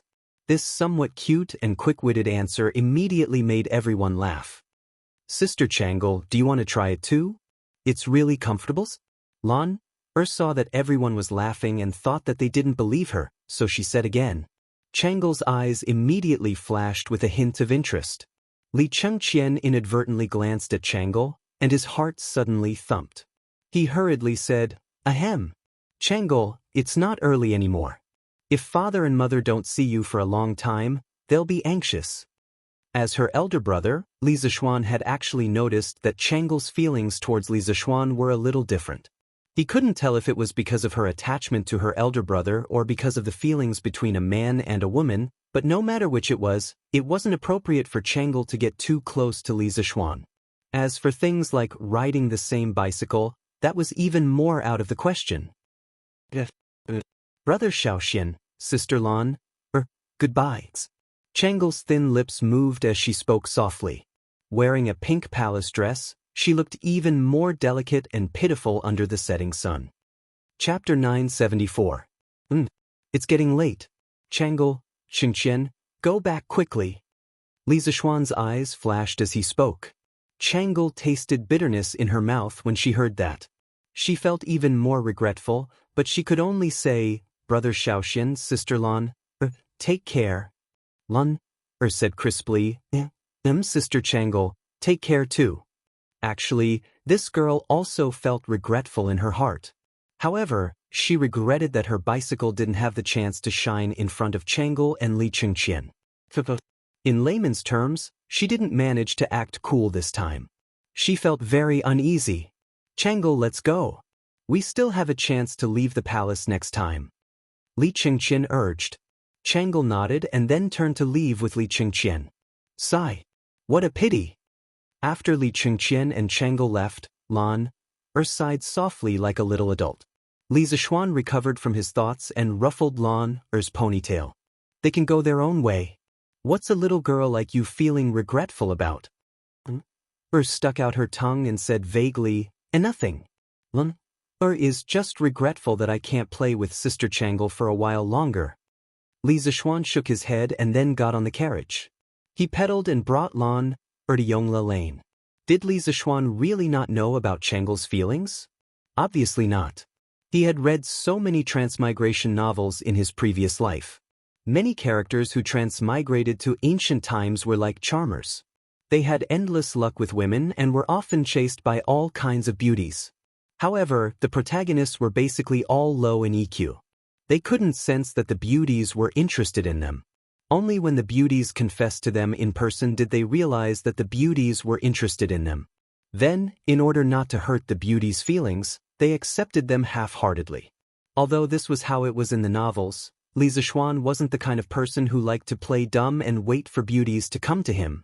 His EQ wasn't lacking at all. He had already sensed Changle's unusual feelings for him. However, like Li Chengqian, he didn't know whether Changle's feelings for him were brotherly or romantic. If it was the former, it would be fine. If it was the latter, he would have to keep a distance from Changle in advance. It was undeniable that Changle was indeed a good girl, which could be judged from the history books. This was an extremely virtuous and good girl. Whoever could marry her would really have 8 lifetimes of dog shit luck. However, should he, Li Zishuan, marry a good girl just because she was his? This was not only unfair to Han Yushi, but also to Changle. Li Zishuan was not a tyrant or a bandit who would snatch anything good from his home. He was also not a beast who would have strange thoughts about an 8 or 9-year-old girl. He only hoped that Changle, a kind-hearted and virtuous girl, could live a healthy and happy life to 100 years old, instead of dying of illness in her 20s as recorded in the history books. As for other aspects, he really hadn't thought about it yet. Anyway, he was very satisfied with his current family, so there was no need to complicate matters. Yamacho! I heard that the workshop has produced a new toy. I think it's called a bicycle. Let me see it. The next day, early in the morning, Li Tai, the little fatty, came to the Li mansion and made a fuss. Cheng Chumo followed behind him. Li Zishuan had just woken up and was about to eat breakfast. Hearing this, he said with a straight face, Chumo, why didn't you go to class today? Did you skip school? Chumo stared and said, Yamacho, are you confused? It's Saturday today. Why do you still go to school? Yamacho, don't deliberately change the topic. Hurry up and hand over that bicycle. Li Tai followed Chumo and said, Li Zishuan just realized that today was Saturday. Recently, he had stayed in Chang'an City for so long that he even forgot the day. This kind of headmaster was really dereliction of duty. Hand it over? This bicycle is mine. Why should I hand it over? Li Zishuan glanced at the little fatty and said with a half smile. The little fatty was stunned. He wanted to swear, but when he saw that Li Zishuan's family was there, he tactfully swallowed the swear words that were about to come out of his mouth. Okay. It's just next to the stone table in the front yard. You guys go and have fun. Be careful. In order to prevent these two from harassing him, Li Zishuan quickly waved his hand and said. Li Tai and Chumo did not expect Li Zishuan to be so easy to talk to today. They thought that they would have to pester him for a while before Li Zishuan would lend them the bicycle. Thank you, Yamacho. The two of them looked at each other and excitedly thanked him. Then, they rushed to the bicycle outside the house. It would be strange if Brother Qingke and Brother Chonyo didn't fall to the ground. Lan held her bowl and giggled. This little girl had been with Li Zishuan for a long time. She actually learned some of Li Zishuan's catchphrases. Mrs. Li glared at her daughter. Was so scared that she immediately shrunk her neck and stuck out her tongue mischievously. Yuzhu, those two children just now are. When Li Tai and Chumo arrived, Yiguozhong did not speak. No, yes. Mrs. Li quickly replied, Father, those two children just now, one is the current king of Wei, and the other is the eldest son of Duke Lu. They are both Xian'er students at Yanhuang College. Yiguozhong's hand, which was stroking his beard, paused and almost pulled it out. Before coming to Chang'an, he only knew that Li Zishuan was favored by the emperor. He did not expect Li Zishuan to be so familiar with the princes and the sons of Duke Lu. Moreover, these people were very respectful to Li Zishuan. At this moment he finally understood Li Zishuan's influence in Chang'an. Xian'er is really promising. If you have time, you should learn from your cousin. Yes, grandmother. Li Tai and Chumo did not know what was going on in the house. However, these two were really about to fall to the ground. Bang bang bang. In the yard, people and bicycles flipped over frequently. Qingke, come down quickly. I personally trained many wild horses a few years ago. I don't believe that I can't tame this thing today. Chumo urged in disbelief. Hey, Chonyo, wait a little longer. I can definitely do it this time. Hey, if you don't believe me, open your eyes and take a good look. Bang. Just as he finished speaking, Li Tai once again fell to the ground, causing a cloud of dust to rise up. Chapter 975. Oh, awesome. Too awesome. Riding a bicycle is so much better than riding a horse. Yamacho, lend me your bicycle for a spin. Facts have proven that if a person is lacking in one aspect, they will always be strong in another. Although Chumo was not as good as Li Tai in terms of cultural studies, his talent in sports left Li Tai in the dust. In less than a quarter of an hour, he was already able to get on the bike and ride. After another quarter of an hour, he was already able to ride the bike steadily. Li Tai, who was watching from the side, was filled with envy and jealousy. F***ck. Chumo, stop. What am I going to ride if you ride away? F***ck. Despicable. Li Tai, who was sitting on a stone bench in the front yard licking his wounds, quickly stood up and cursed angrily. Unfortunately, right after Chumo said those words, he didn't wait for Li Zishuan's agreement before riding his bicycle out of the Li residence. Even if Li Tai had 4 legs, he wouldn't be able to catch up. Qingke, find a doctor to treat your wounds first. Chumo's wild laughter was left in the air. Li Tai said angrily, F***ck. Ugly bull, just you wait. What? Brother Qingke, you're really going to shit yourself? At this moment, Lan had finished her breakfast. The little girl walked out and pointed at Li Tai. Li Tai opened his mouth. At this moment, his heart was about to break down. Lon? Have you finished your homework? Hurry up and do your homework. Li Zishuan did not want to embarrass Li Tai too much. He walked over and said, in the past, Lon did have a tutor, but this girl was too mischievous and was not the type to study. That tutor did not stay in the Li family for long before he quit. Scholars in this era still had a lot of integrity. When they met a rotten wood that could not be carved, no matter how much money the other party offered, they would not be moved by money. Later, under Li Zishuan's indulgence, Father Li and Mrs. Li did not find a teacher for Lon. It was not until Han Yushi married into the Li family that Lon-er's studies were handed over to Han Yushi. Although Han Yushi had not systematically received the official education of the Tang dynasty, it was more than enough to teach Lon. Brother, it's still early. Lon stuck out her tongue and said with a bitter face, who would ask someone to do homework so early in the morning? Li Zishuan said helplessly, early? Do you know that the clumsy bird flies first? Quickly go and find Yushi. Oh. Lon pursed her lips and went into the house to play with Han Yushi. Qin Ke, are your injuries serious? Do you want to find an imperial physician to bandage it for you? Looking at Li Tai, who had a bump on his head, Li Zishuan said with concern. As for whether he was gloating in his heart, only God knew.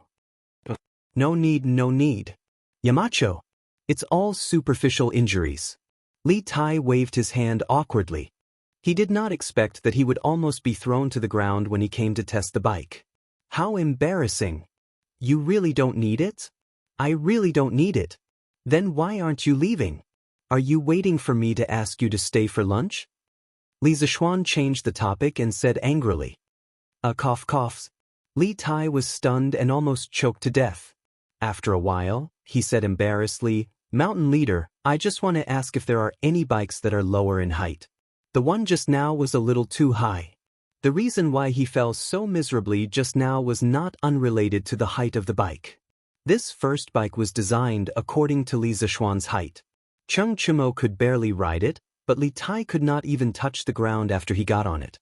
Who else would fall if not him? Li Zishuan said with a smile. We don't have it now. Li Tai's eyes lit up and said excitedly, that means we can have it in the futures? The little fatty was different from Li Zishuan and Cheng Chimo. For some reason, Li Zishuan and Cheng Chimo grew vertically since they were young, but he grew horizontally. Although he had lost most of his fat after a month of military training, he still could not get up with his height. Therefore, this first bike was full of malice to him. Li Zishuan looked at Li Tai and said with a smile, yes, but not necessary. Li Tai was pleasantly surprised at first, then confused and finally angry. *CK, what do you mean by not necessary? How is it not necessary? Hey. Yamacho, don't go. Oh, whoa. As Cheng Chimo rode his bicycle, he could feel the cool breeze blowing past his ears. This guy's intuition was so good that he couldn't help but wail like a ghost and howl like a wolf all the way. It was hard not to attract attention. Isn't this the two-wheeled bike that Mark Yong rode yesterday's? Why is it in the hands of this young man? Zhao Lao, are you blind? That is obviously the eldest son of Lu Guogong's family. Do I need to tell you about his relationship with Mark Yong? What's so strange about Marquis' two-wheeled bike being in his hands? Hee. So it's the eldest son of Cheng Chimo. No wonder. Speaking of which, this two-wheeled bike is really strange. It can run so fast without a horse. I've lived for so long, but I've never seen anything like this before. Yes. This is my first time seeing it too. When this bike is released at Strange Interest Pavilion, I'll definitely buy one. Tisk. I'm just afraid that you won't be able to afford it. Meng Laosi, don't look down on me. Cheng Chimo sped all the way, leaving behind a legend. Oh no, it was a heated discussion. Through word of mouth, the people knew that Li Zishuan's family had a two-wheeled bike that could travel at high speeds without a horse. Many people who had never seen such a bike before started to gather around Yongla Lane, waiting for Cheng Chimo to return the bike. However, this guy seemed to be having a little fun. It was already late in the morning, but he still did not return the bike. Brat, did you get the car from little Xian? Cheng Yaojin returned from court. Coincidentally, Cheng Chumo and Cheng Chuliang were taking turns riding the bike in the courtyard. The old man was immediately amused. Cheng Chumo stopped the bike, looked at his father and asked, "Father, how did you know?" Old Cheng took off his court attire and handed it to the maidservant beside him. Then, he walked quickly to Cheng Chumo and slapped the latter's head twice, saying, "Hey, your father heard yesterday that little Xian rode a two-wheeled bike back from the workshop that can move on its own. Hurry up and get down here for me." Cheng Chumo glared at him and said, "Father, what are you doing? I still have to return this bike later." Cheng Yaojin slapped his son's head twice again and said, "Hurry up and get lost. You don't need this bit of time anyway. Let me try this bike." As soon as he finished speaking, he pulled Cheng Chumo down without any explanation. Hey, father, do you know how to ride it? This bike isn't that easy to ride. Don't fall and shit out like Chinke. Chapter 976. Would a martial arts expert at the Grandmaster level fall while riding a bicycle? The answer was obviously no. Cheng Yaojin demonstrated the answer to this question personally. Even though old Cheng had never ridden a bicycle before, and no one had ever taught him how to ride one, after he got on the bicycle, he relied on his strong control of his body's balance to imitate Cheng Chumo's cycling movements just now. He was able to do it without a teacher. As he rode, he even left the handlebars with both hands and showed off his riding skills. Cheng Chumo and Cheng Chuliang were stunned. Good. This bicycle is interesting. Although it's not as fast as a warhorse at full speed, this thing doesn't need to be fed grass. And there's no wear and tear. It's more convenient than a warhorse. After riding the bicycle and circling the front yard twice, Cheng Yaojin patted the seat of the bicycle, laughed, and praised. "Dad, you're not thinking of using this bicycle to replace a warhorse, are you?" Cheng Chumo was a little confused when he heard that. When he thought of how the other side had thousands of soldiers and horses during the war, and how they were a team of bicycles, he couldn't help but feel his scalp tingle. This silly guy's scalp was still tingling, and then it hurt again because Cheng Yaojin had mercilessly slapped him on the head again. "Rascal, when did this old man say that he wanted to use a bicycle to replace a warhorse? How can you play around with important matters of the country? Quickly return the bicycle to little Xian."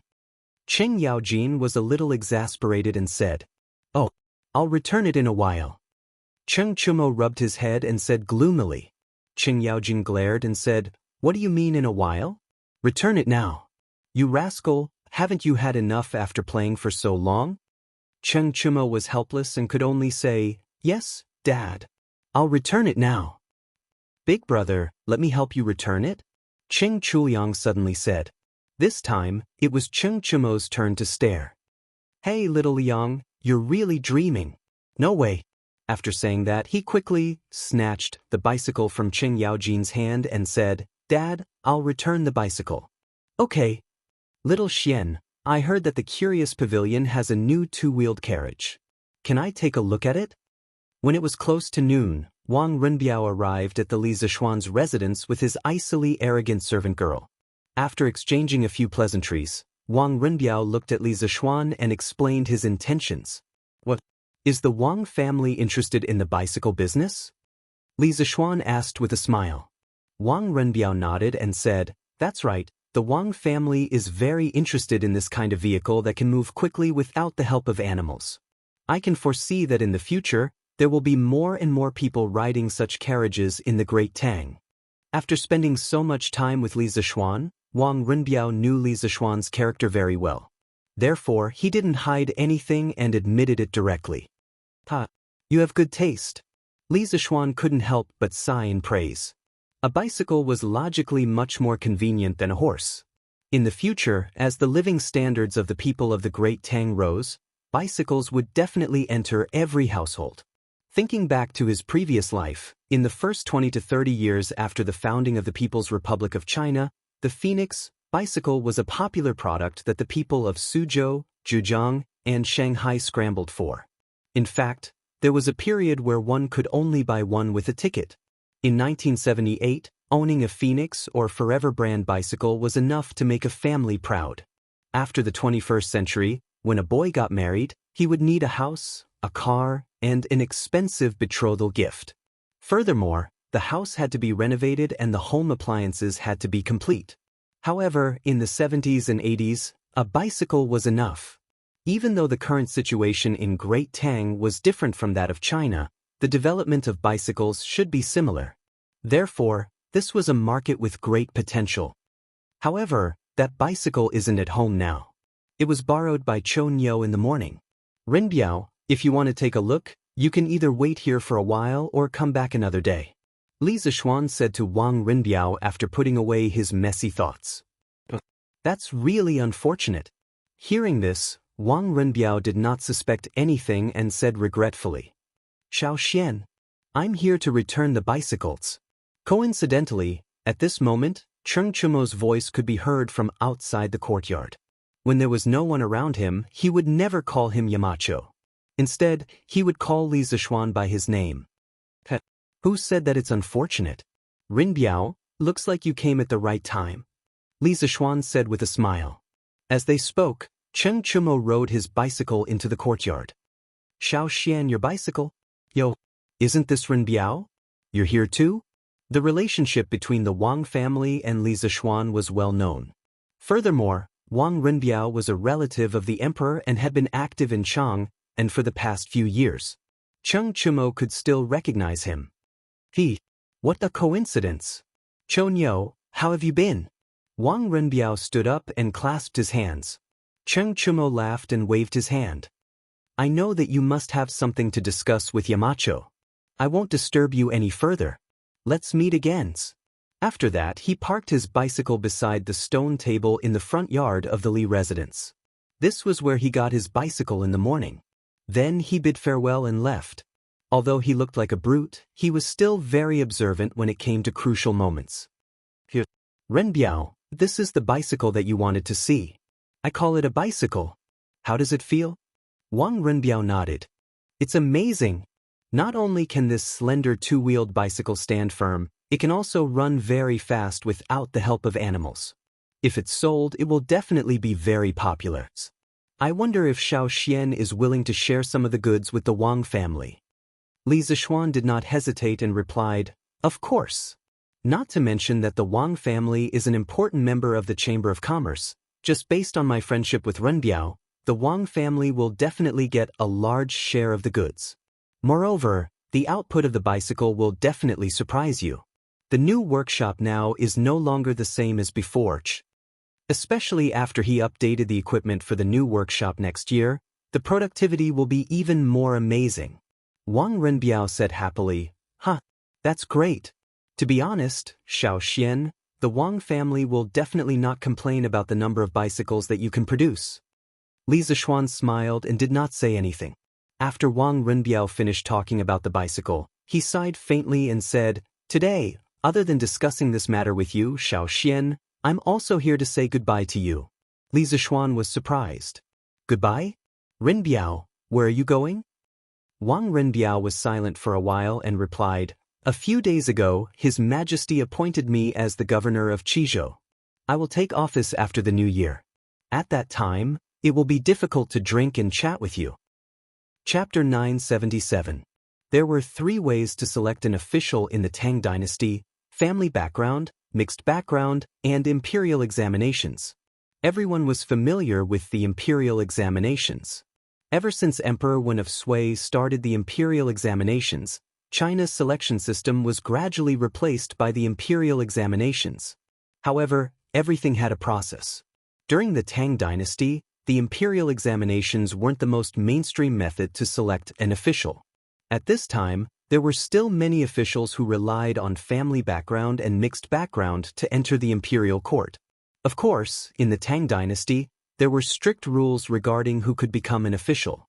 Firstly, those who had a title could be inherited by their descendants. Secondly, relatives of the emperor could be given an official rank based on their relationship with the emperor. Thirdly, the great-grandson of a third-rank official or above, the grandson of a 5th-rank official or above, and the son of a 2nd-rank official could become an official. Wang Renbiao's situation was the 2nd type of official. He was appointed as a member of the imperial family and immediately became the provincial governor of a province. His starting point was much higher than those from humble families, mainly because his mother was Princess Tong, governor of Qizhou. Congratulations, Renbiao. I hope that Renbiao can benefit the people of the province and achieve great achievements. Li Zishuan was stunned for a moment before he cupped his hands towards Wang Renbiao. Although he didn't know where Qizhou was, the governor of a province wasn't a small official. In modern times, it was equivalent to a high-ranking official. For a long time, the Tang dynasty used a 3-tiered administrative system of Dao, prefecture, and county. However, the actual authority of each Dao differed greatly, and there were many changes. Furthermore, the basis was the expansion of the regional commander's authority, so this system was often called the virtual 3 levels. At the beginning of Zhengguan dynasty, Li Er divided the world into 10 Daos. The Qizhou that Wang Renbiao was about to go to belonged to Gongji province, also known as the Fengxiang prefecture. Its governing area was Yong County, and it governed 9 counties. It was relatively close to Chang, and its territory was relatively large. At the very least, this Qizhou was larger than the Sui province that Wang Renbiao's father managed, and it was closer to the political center of the Tang dynasty. It could be seen that Princess Tong had spent a lot of effort in front of Li Er for her son's future. At this moment, Wang Renbiao didn't have much joy on his face. He bitterly smiled and said, "Being an official isn't Renbiao's specialty. I don't dare to ask for credit, but I don't want to make any mistakes." Li Zishuan smiled and said, "Renbiao, don't be so pessimistic. You have the backing of the Wang family. After you take office, relying on the Wang family's resources to develop agriculture and commerce in Qizhou, it won't be difficult to make the people rich. As long as you serve the people wholeheartedly, the people will remember it in their hearts." Wang Renbiao nodded and cupped his hands, saying, "I'll take advantage of your auspicious words, little Xian. When the time comes, I'm afraid I'll have to ask you for advice on your experience as an official. In less than a year, you have managed your fief so well that the people can live and work in peace and contentment. You are truly a model for all the officials of the Great Tang." Everyone liked to hear good words, and Li Zishuan was no exception. Moreover, these were not only good words, but also the truth. He chuckled and said, "You flatter me. I just can't bear to see the common people suffer. Renbiao, as long as you treat the people well, I believe that after your term in Qizhou ends, the people will definitely see you off." Wang Renbiao nodded solemnly and said, "Although I don't want to be an official in this life, since I'm an official now, I will do my best to benefit the people." Li Zishuan laughed and said, "Ha! If I come to Qizhou in the future, I will drink and chat with Renbiao again." Wang Renbiao cupped his hands and said, "Definitely." After that, he turned around and left. When Leng Yuyao passed by Li Zishuan, she hesitated for a moment, but still cupped her hands and said, "Mark, take care. You are a good official. See you again." At the beginning, she did not like Li Zishuan, but in the end, Li Zishuan's powerful martial arts strength and extraordinary charisma made her admire him. Her attitude towards Li Zishuan had changed a lot. Li Zishuan smiled and said, "Miss Leng, take care too." Wang Renbiao's family was not the only one eyeing the bicycle business. In the afternoon, the other shareholders of the Yanhuang Chamber of Commerce, Chao Wendong, Lin Wenyuan, Liao Shifan, and Zhang Jingyang all came to ask about the bicycle business. Back then, Liao Shifan had purchased 40,000 strings of coins worth of shares in the Chamber of Commerce, but 20,000 of them had been purchased for his good friend, Feng Zhihua. After Feng Zhihua had returned from the sea and heard of such a good deal, he had immediately given the 20,000 strings of coins to Liao Shifan without hesitation. Therefore, the first batch of members of the Yanhuang Chamber of Commerce was supposed to be 6, but now it was 7. Li Zishuan did not say anything when he knew about it. After all, these people's private transactions were not his business. It was worth mentioning that Li Chengqian personally came to Yongla Lane to find Li Zishuan when it was close to evening. He was not only a shareholder of the Strange Interest Pavilion, but also the first batch of members of the Yanhuang Chamber of Commerce. Qingqian, you are also interested in bicycles? You are the crown prince, but you are doing business. I'm afraid it won't be good if word gets out, right? Li Zishuan could not help but ask when he saw Li Qingqian. Li Qingqian looked around with a guilty conscience and said, Little Xian, you can't say that. Father Emperor's many children all have their own shops. Although I can't personally participate in the matters of the merchants, the people below can still. Li Zishuan suddenly understood and nodded. He suddenly thought of something and frowned. Qingqian, could it be that you lack money? Actually, he wanted to ask if Li Qingqian had started to keep a male pet, but this was not something he could ask directly.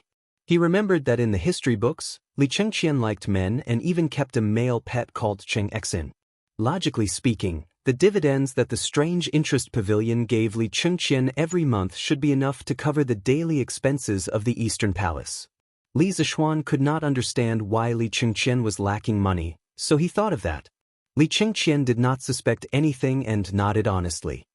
Yes, I am a little short of money recently. Without waiting for Li Zishuan to ask, he directly said, the weather has been getting colder and colder. Mother's palace has not been renovated for many years, and once winter comes, Mother's illness relapses easily. Father's back has also suffered many injuries in the early years, and when the weather is cold, Father's old injuries relapse easily. I wanted to help Father and Mother repair the palace, and coincidentally saw your bicycle yesterday. I felt that it would be very popular, so I came to ask you for some goods. I see. Li Zishuan rubbed his nose and looked a little embarrassed. He did not think that he would think Li Qingqian's filial piety was so dirty. That should not be. No problem. It is reasonable that when the time comes, Qingqian will have a share of the bicycles.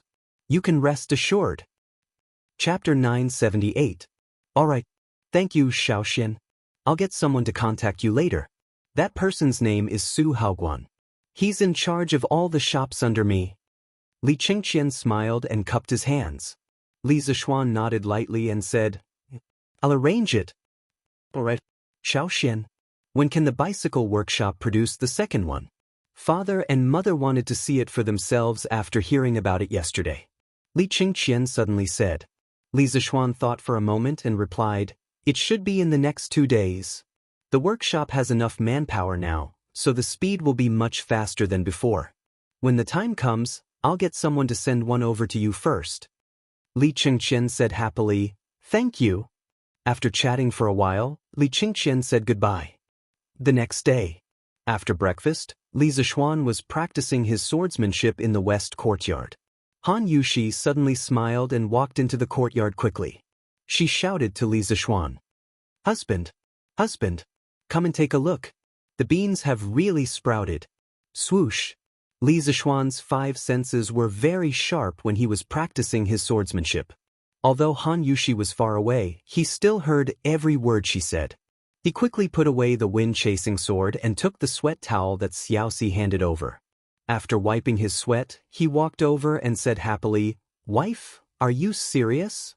Actually, counting the days, the beans that he soaked previously should have sprouted by now. It was just that Han Yushi had been changing the water for the beans these days, so he had forgotten about this matter. Husband, it's true. The beans that you soaked last time have all sprouted. They're as long as a finger. Han Yushi smiled happily. The beans had sprouted. This proved that her efforts over the past few days had not been in vain. It also proved that she could help Li Zishuan. Li Zishuan said happily, All right, let's go and take a look. The husband and wife quickly walked to the kitchen. Han Yushi led Li Zishuan to a table. She brought over a basin with a bamboo sieve on top of it. Han Yushi lifted the wet cloth covering the bamboo sieve, and a patch of white bean sprouts immediately appeared in front of Li Zishuan. Under the erosion of the water, the beans swelled up and became fat. Tender white sprouts emerged from the beans, fresh and juicy. Seeing such fresh vegetables in this season, Li Zishuan couldn't help but salivate. His appetite was immediately aroused. Good. Auntie Zhao, pick some longer ones and prepare to fry some for father, mother, and grandmother to try. Li Zishuan, who had just finished breakfast, inexplicably felt a little hungry. Some people might think that being able to eat meat in ancient times was a kind of happiness, but to Li Zishuan in winter, fresh vegetables were the way to go. Eating fish and meat every day was really difficult to arouse his appetite. So when he saw bean sprouts now, he felt a little hungry. "Yes, young master," Auntie Zhao responded and then said awkwardly, "But young master, how do we fry this kind of thing?" She had stayed in the Li residence for so long and learned a lot of cooking skills from Han Yushi. However, she really didn't know how to fry bean sprouts. Then Auntie Zhao, "After you're done choosing, leave it first. I'll fry it myself later." Li Zishuan patted his head and said, "Husband, why don't you say it and I'll do it?" Han Yushi covered the bamboo sieve with the wet cloth and raised her head. Li Zishuan thought for a while and nodded. "Actually, it's easy to make bean sprouts. I'll say it again. With your talent, it shouldn't be a problem." Han Yushi blinked and said, "Then please say it, husband. I'll remember it." "First, put oil in a hot pan and fry the pepper. Then, put in chopped green onions and garlic and mung bean sprouts. Stir fry until the water is about to come out. Add salt and stir for a while. Sprinkle vinegar and stir fry until the fire is reduced. It's simple and doesn't lose the tastes." Li Zishuan paced back and forth, speaking one sentence after another. "I understand. Hee. I heard that Yushi is going to make a new dish today. This old woman is going to have good food again." At noon, in the main hall of the Li residence, the whole family gathered together. Yi Guozhong and old Madame Yi had the highest seniority, so naturally, they sat at the head of the table. There were 4 or 5 dishes on the table: fried chicken with black bean sauce, fresh shrimp with sweet wine, mushroom and chicken pot, fried crab meat with rice flavor, shrimp and scallops. It could be said that the fragrance was overflowing, but without exception, they were all meat dishes. Old Madame Yi said with a smile at this moment. After staying in the Li residence for so many days, Han Yushi's culinary skills had completely conquered her and Yi Guozhong. Even Yi Fashion, who had been practicing Taoism since he was young, had to admit that Han Yushi's culinary skills were superb. In front of these dishes made by Han Yushi, sometimes he even had the idea of eating and drinking in the Li residence for the rest of his life. This made him blame himself after the meal. He was determined to save the world. How could he give up his dream for the sake of good food? Little Xian is really lucky to have married this girl. I've traveled around the world in my early years and eaten a lot of delicacies from all over the world, but I didn't expect to become a greedy person when I came here." After old Madame Yi finished speaking, Yi Guozhong also stroked his beard and laughed. Mrs. Li said warmly, Mother, since you like the dishes made by Yushi, then stay here for a few more days." I'm coming. At this moment, Han Yushi's voice came in. She had already changed into the white dress that she usually wore. Usually, when she was cooking, she would change into clothes that were specially used for cooking. After she was done, she would change back. This way, she could avoid being contaminated with the smoke and fire in the kitchen. Han Yushi walked in with a smile. Behind her, Xiao He helped her carry a plate of dishes. "Oh, what dish is this? Why is it so fresh?" The bean sprouts that had just come out of the pot were placed on the dining table. A fragrance immediately entered everyone's nostrils. Old Madame Yi looked at the tender and white bean sprouts on the plate and couldn't help but exclaim in surprise. "Grandmother, this is stir-fried bean sprouts. Husband soaked some soybeans a few days ago. Today, the soybeans sprouted, so I stir-fried it. Grandmother, try it and see if it's edible." Han Yushi smiled. Entrance. It looks delicious just by looking at it." Old Madame Ye's face was full of smiles. As she spoke, she had already picked up her chopsticks, picked up a few white and tender bean sprouts from the plate, and put them into her mouth. A moment later, the old lady praised repeatedly, Good. It's crispy and delicious, and the heat is just right. It makes people salivate. This stir-fried bean sprouts is really appetizing. Yushi, your cooking skills are really getting better and better. Old Master, Yuzhu, Jingimo, Xiao Xian, all of you quickly try it too." When everyone saw this, how could they be polite? After Yi Guozhong tasted the bean sprouts with his chopsticks, he praised, I didn't expect that the sprouts of beans could be so delicious after stir-frying. It's really wonderful. Chapter 979. Yes, this bean sprout is really delicious.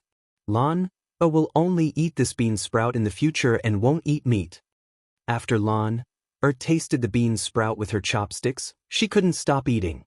The little girl's appetite hadn't been good recently. It was rare to see her eating so energetically. Madame Li saw this and was happy in her heart. Actually, bean sprout wasn't that delicious. Furthermore, there weren't any chili in the Tang dynasty, so it lacked a flavor when stir-fried. However, to people who couldn't eat fresh vegetables in the winter, bean sprout that just came out of the water was undoubtedly a top-notch delicacy. Even money couldn't buy it. Crispy, tender, juicy, and good taste. How can bean sprout be so delicious? Xian, you must have used a special method to make the bean sprout, right? After Li Jingma ate the bean sprout, he couldn't help but be moved. He thought for a moment and said with a smile. Li Zishuan replied, "Yes. Father, if these beans want to grow sweet and tender sprouts, they must go through a unique process.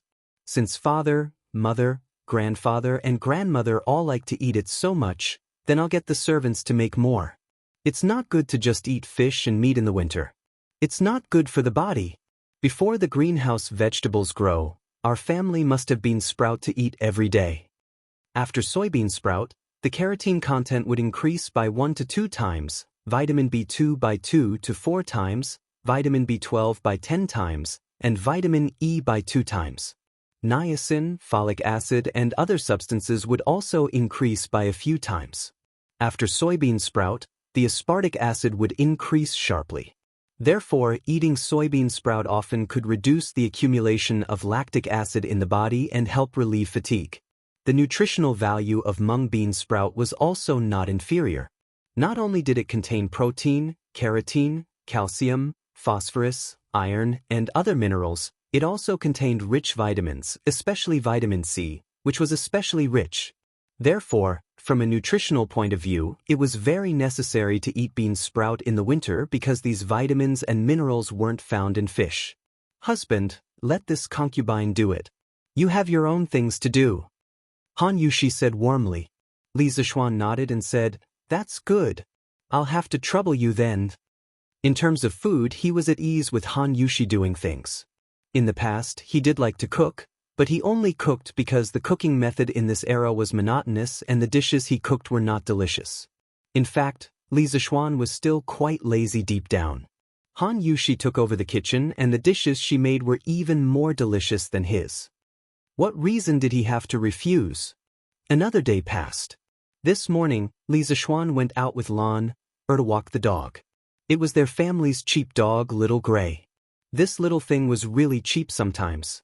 In the past, when Lan took it out to play, it often hooked up with other people's female dogs. This was not the most important thing. The most important thing was that it always hooked up with other people's male dogs when other people's female dogs and male dogs were doing something good. Naturally, wherever it went, there would be chaos. After that, Lan no longer dared to bring Little Gray out to play alone. Only when Li Zishuan was around would she pester Li Zishuan to go with her. "And girl, you know how to ride a bicycle now?" Seeing Mo Lingwei riding a bicycle valiantly towards them, Li Zishuan stopped and asked with a smile. When Mo Lingwei approached the Li residence, she squeezed the brakes. With a hoarse sound of metal rubbing, the bicycle steadily stopped in front of Li Zishuan and Lan. Mo Lingwei jumped down from the bicycle and said proudly to Li Zishuan, "What's so difficult about this? It's just a bicycle. Isn't it a piece of cake for me?" This girl, who was it that almost fell and disfigured while learning how to ride a bicycle a few days ago? Li Zishuan felt inexplicably funny and said, "Hee hee. Ink Girl is really talented and smart. In just a few days, she learned how to ride a bicycle. I really admire her, I really admire her." Ha. Among them, Li Zishuan emphasized the words, "just a few days." After Mo Lingwei heard it, her little face blushed. She stomped her feet angrily and said, "Aya. Good people really don't have good karma. I came over with good intentions to help Yamacho deliver the bicycle to you. Yamacho, you mocked me. Forget it, forget it. I won't be delivering the bicycle, I'll ride it back. After saying this, the girl really wanted to get on the bicycle and leave. Li Zishuan hurriedly said, "Cough, cough. Wait. Ink girl, you misunderstood me. I was sincerely praising you just now, I wasn't mocking you. Think about it. You can be considered the first girl in the Tang dynasty to learn how to ride a bicycle. Shouldn't I say that you're talented and smart? Isn't that right? Lan? Yes. Sister Wei is so amazing. Lan still doesn't know how to ride a bicycle. You're also the first sister that Lan has seen who knows how to ride a bicycle." Lan very cooperatively said in a crisp voice. "Flattery won't work no matter how many times you try. Besides, Mo Lingwei was just putting on an act. She didn't really want to leave." Li Zishuan and Lan Er's words finally hit the nail on the head. She was instantly overjoyed. "Really? Lan? Sister, are you really that amazing?" Yes.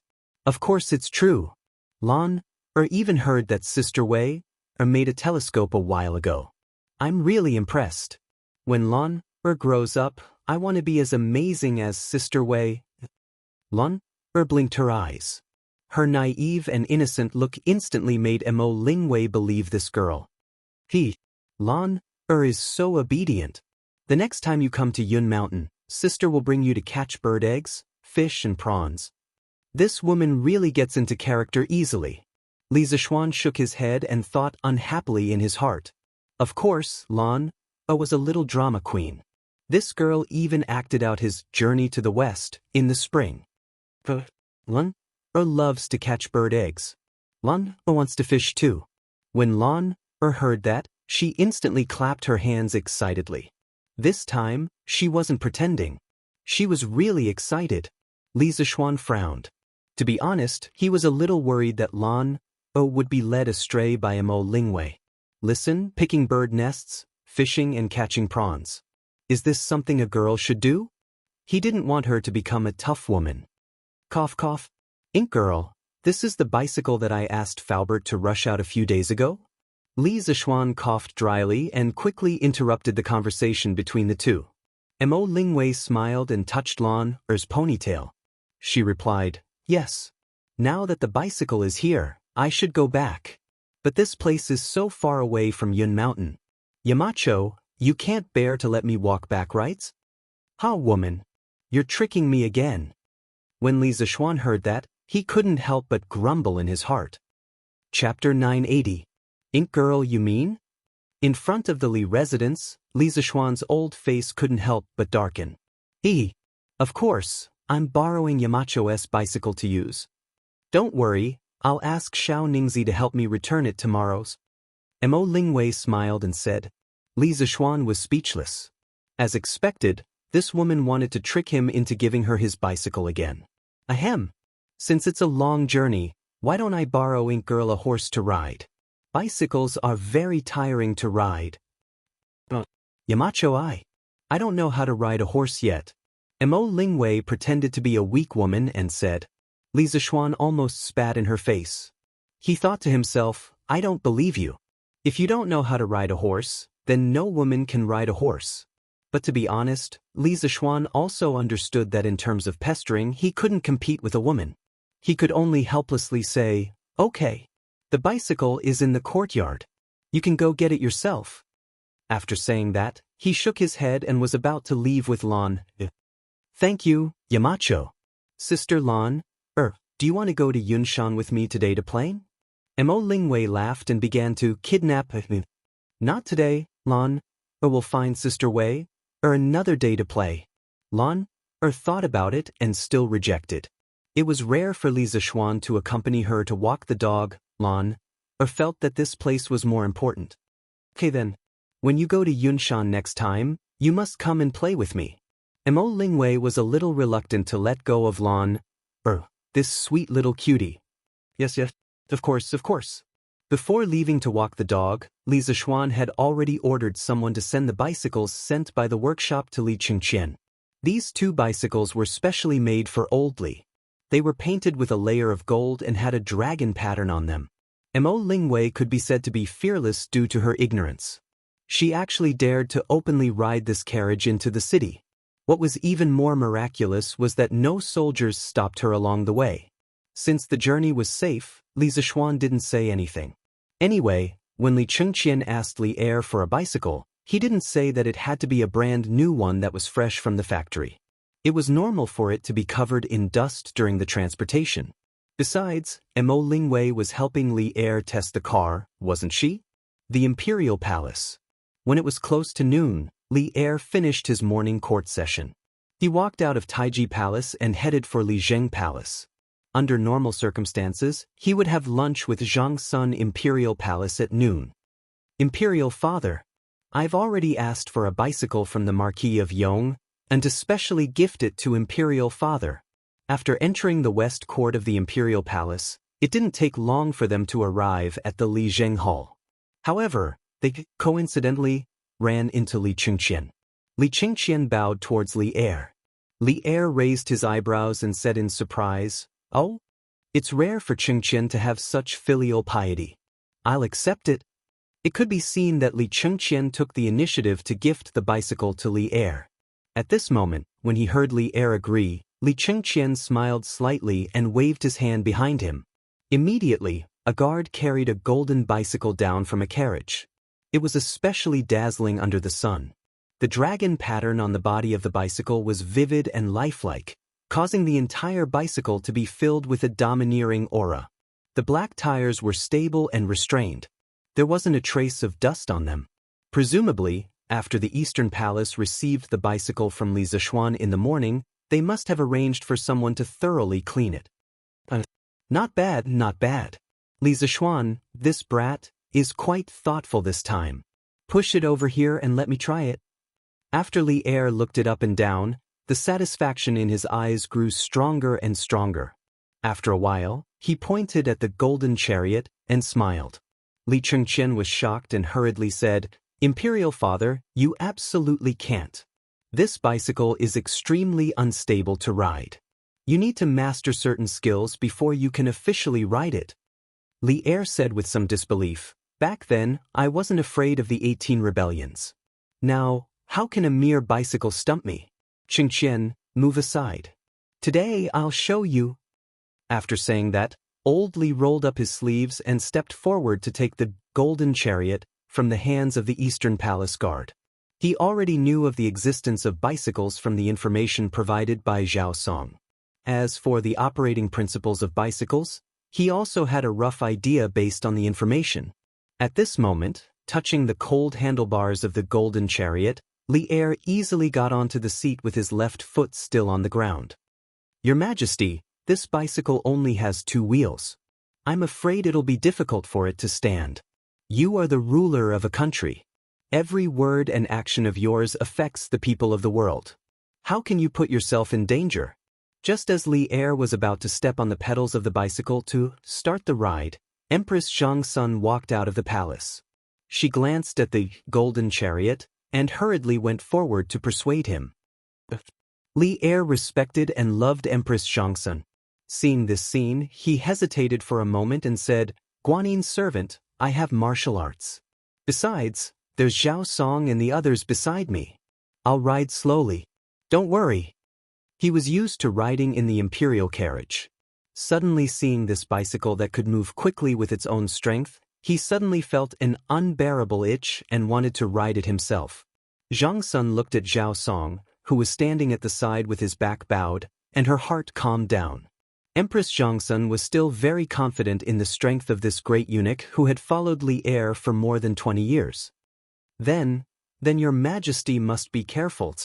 Empress Zhang Sun opened her mouth and finally responded, "Don't worry, Guanin's servant." Li Er laughed loudly and then stepped onto the bicycle without hesitation. However, good things didn't last long. Before he had gone 20 feet, the bicycle suddenly swerved to the left. "Your Majesty! Father!" Empress Zhang Sun and Li Chengqian immediately let out a cry of surprise. Zhao Song had already gathered strength in the soles of his feet and was ready to fly over to save him. Bang! Everyone forgot that Li Er also had martial arts skills. Although he hadn't reached the level of a grandmaster, he wasn't far away. Almost at the instant Zhao Song moved, Li Er's left foot had already fiercely stepped on the ground, and the bicycle immediately stabilized. Everyone breathed a sigh of relief. At this time, Li Er was already slightly used to the way the bicycle balanced left and right. He didn't stop and continued to step on the pedals. This time, the bicycle actually started to move forward steadily. Interesting. This bicycle is really interesting. Refreshing. Li Er rode the bicycle and circled the open space in front of the Li Zheng Palace twice. However, no traffic accident occurred. This extreme carefree and feeling of being in control of everything made Li Er laugh uncontrollably. Father is really amazing. I heard that Qingke couldn't master this bicycle even after half a day of learning. I didn't expect father to learn it in less than 15 minutes. Li Qingqian stood beside Empress Zhongsun and said with sincere admiration. Empress Zhongsun patted her chest and said, "Qingqian, you should bring this kind of thing in front of your father less in the future. Otherwise, Wei Zhuqing and the others will say something bad about your father again."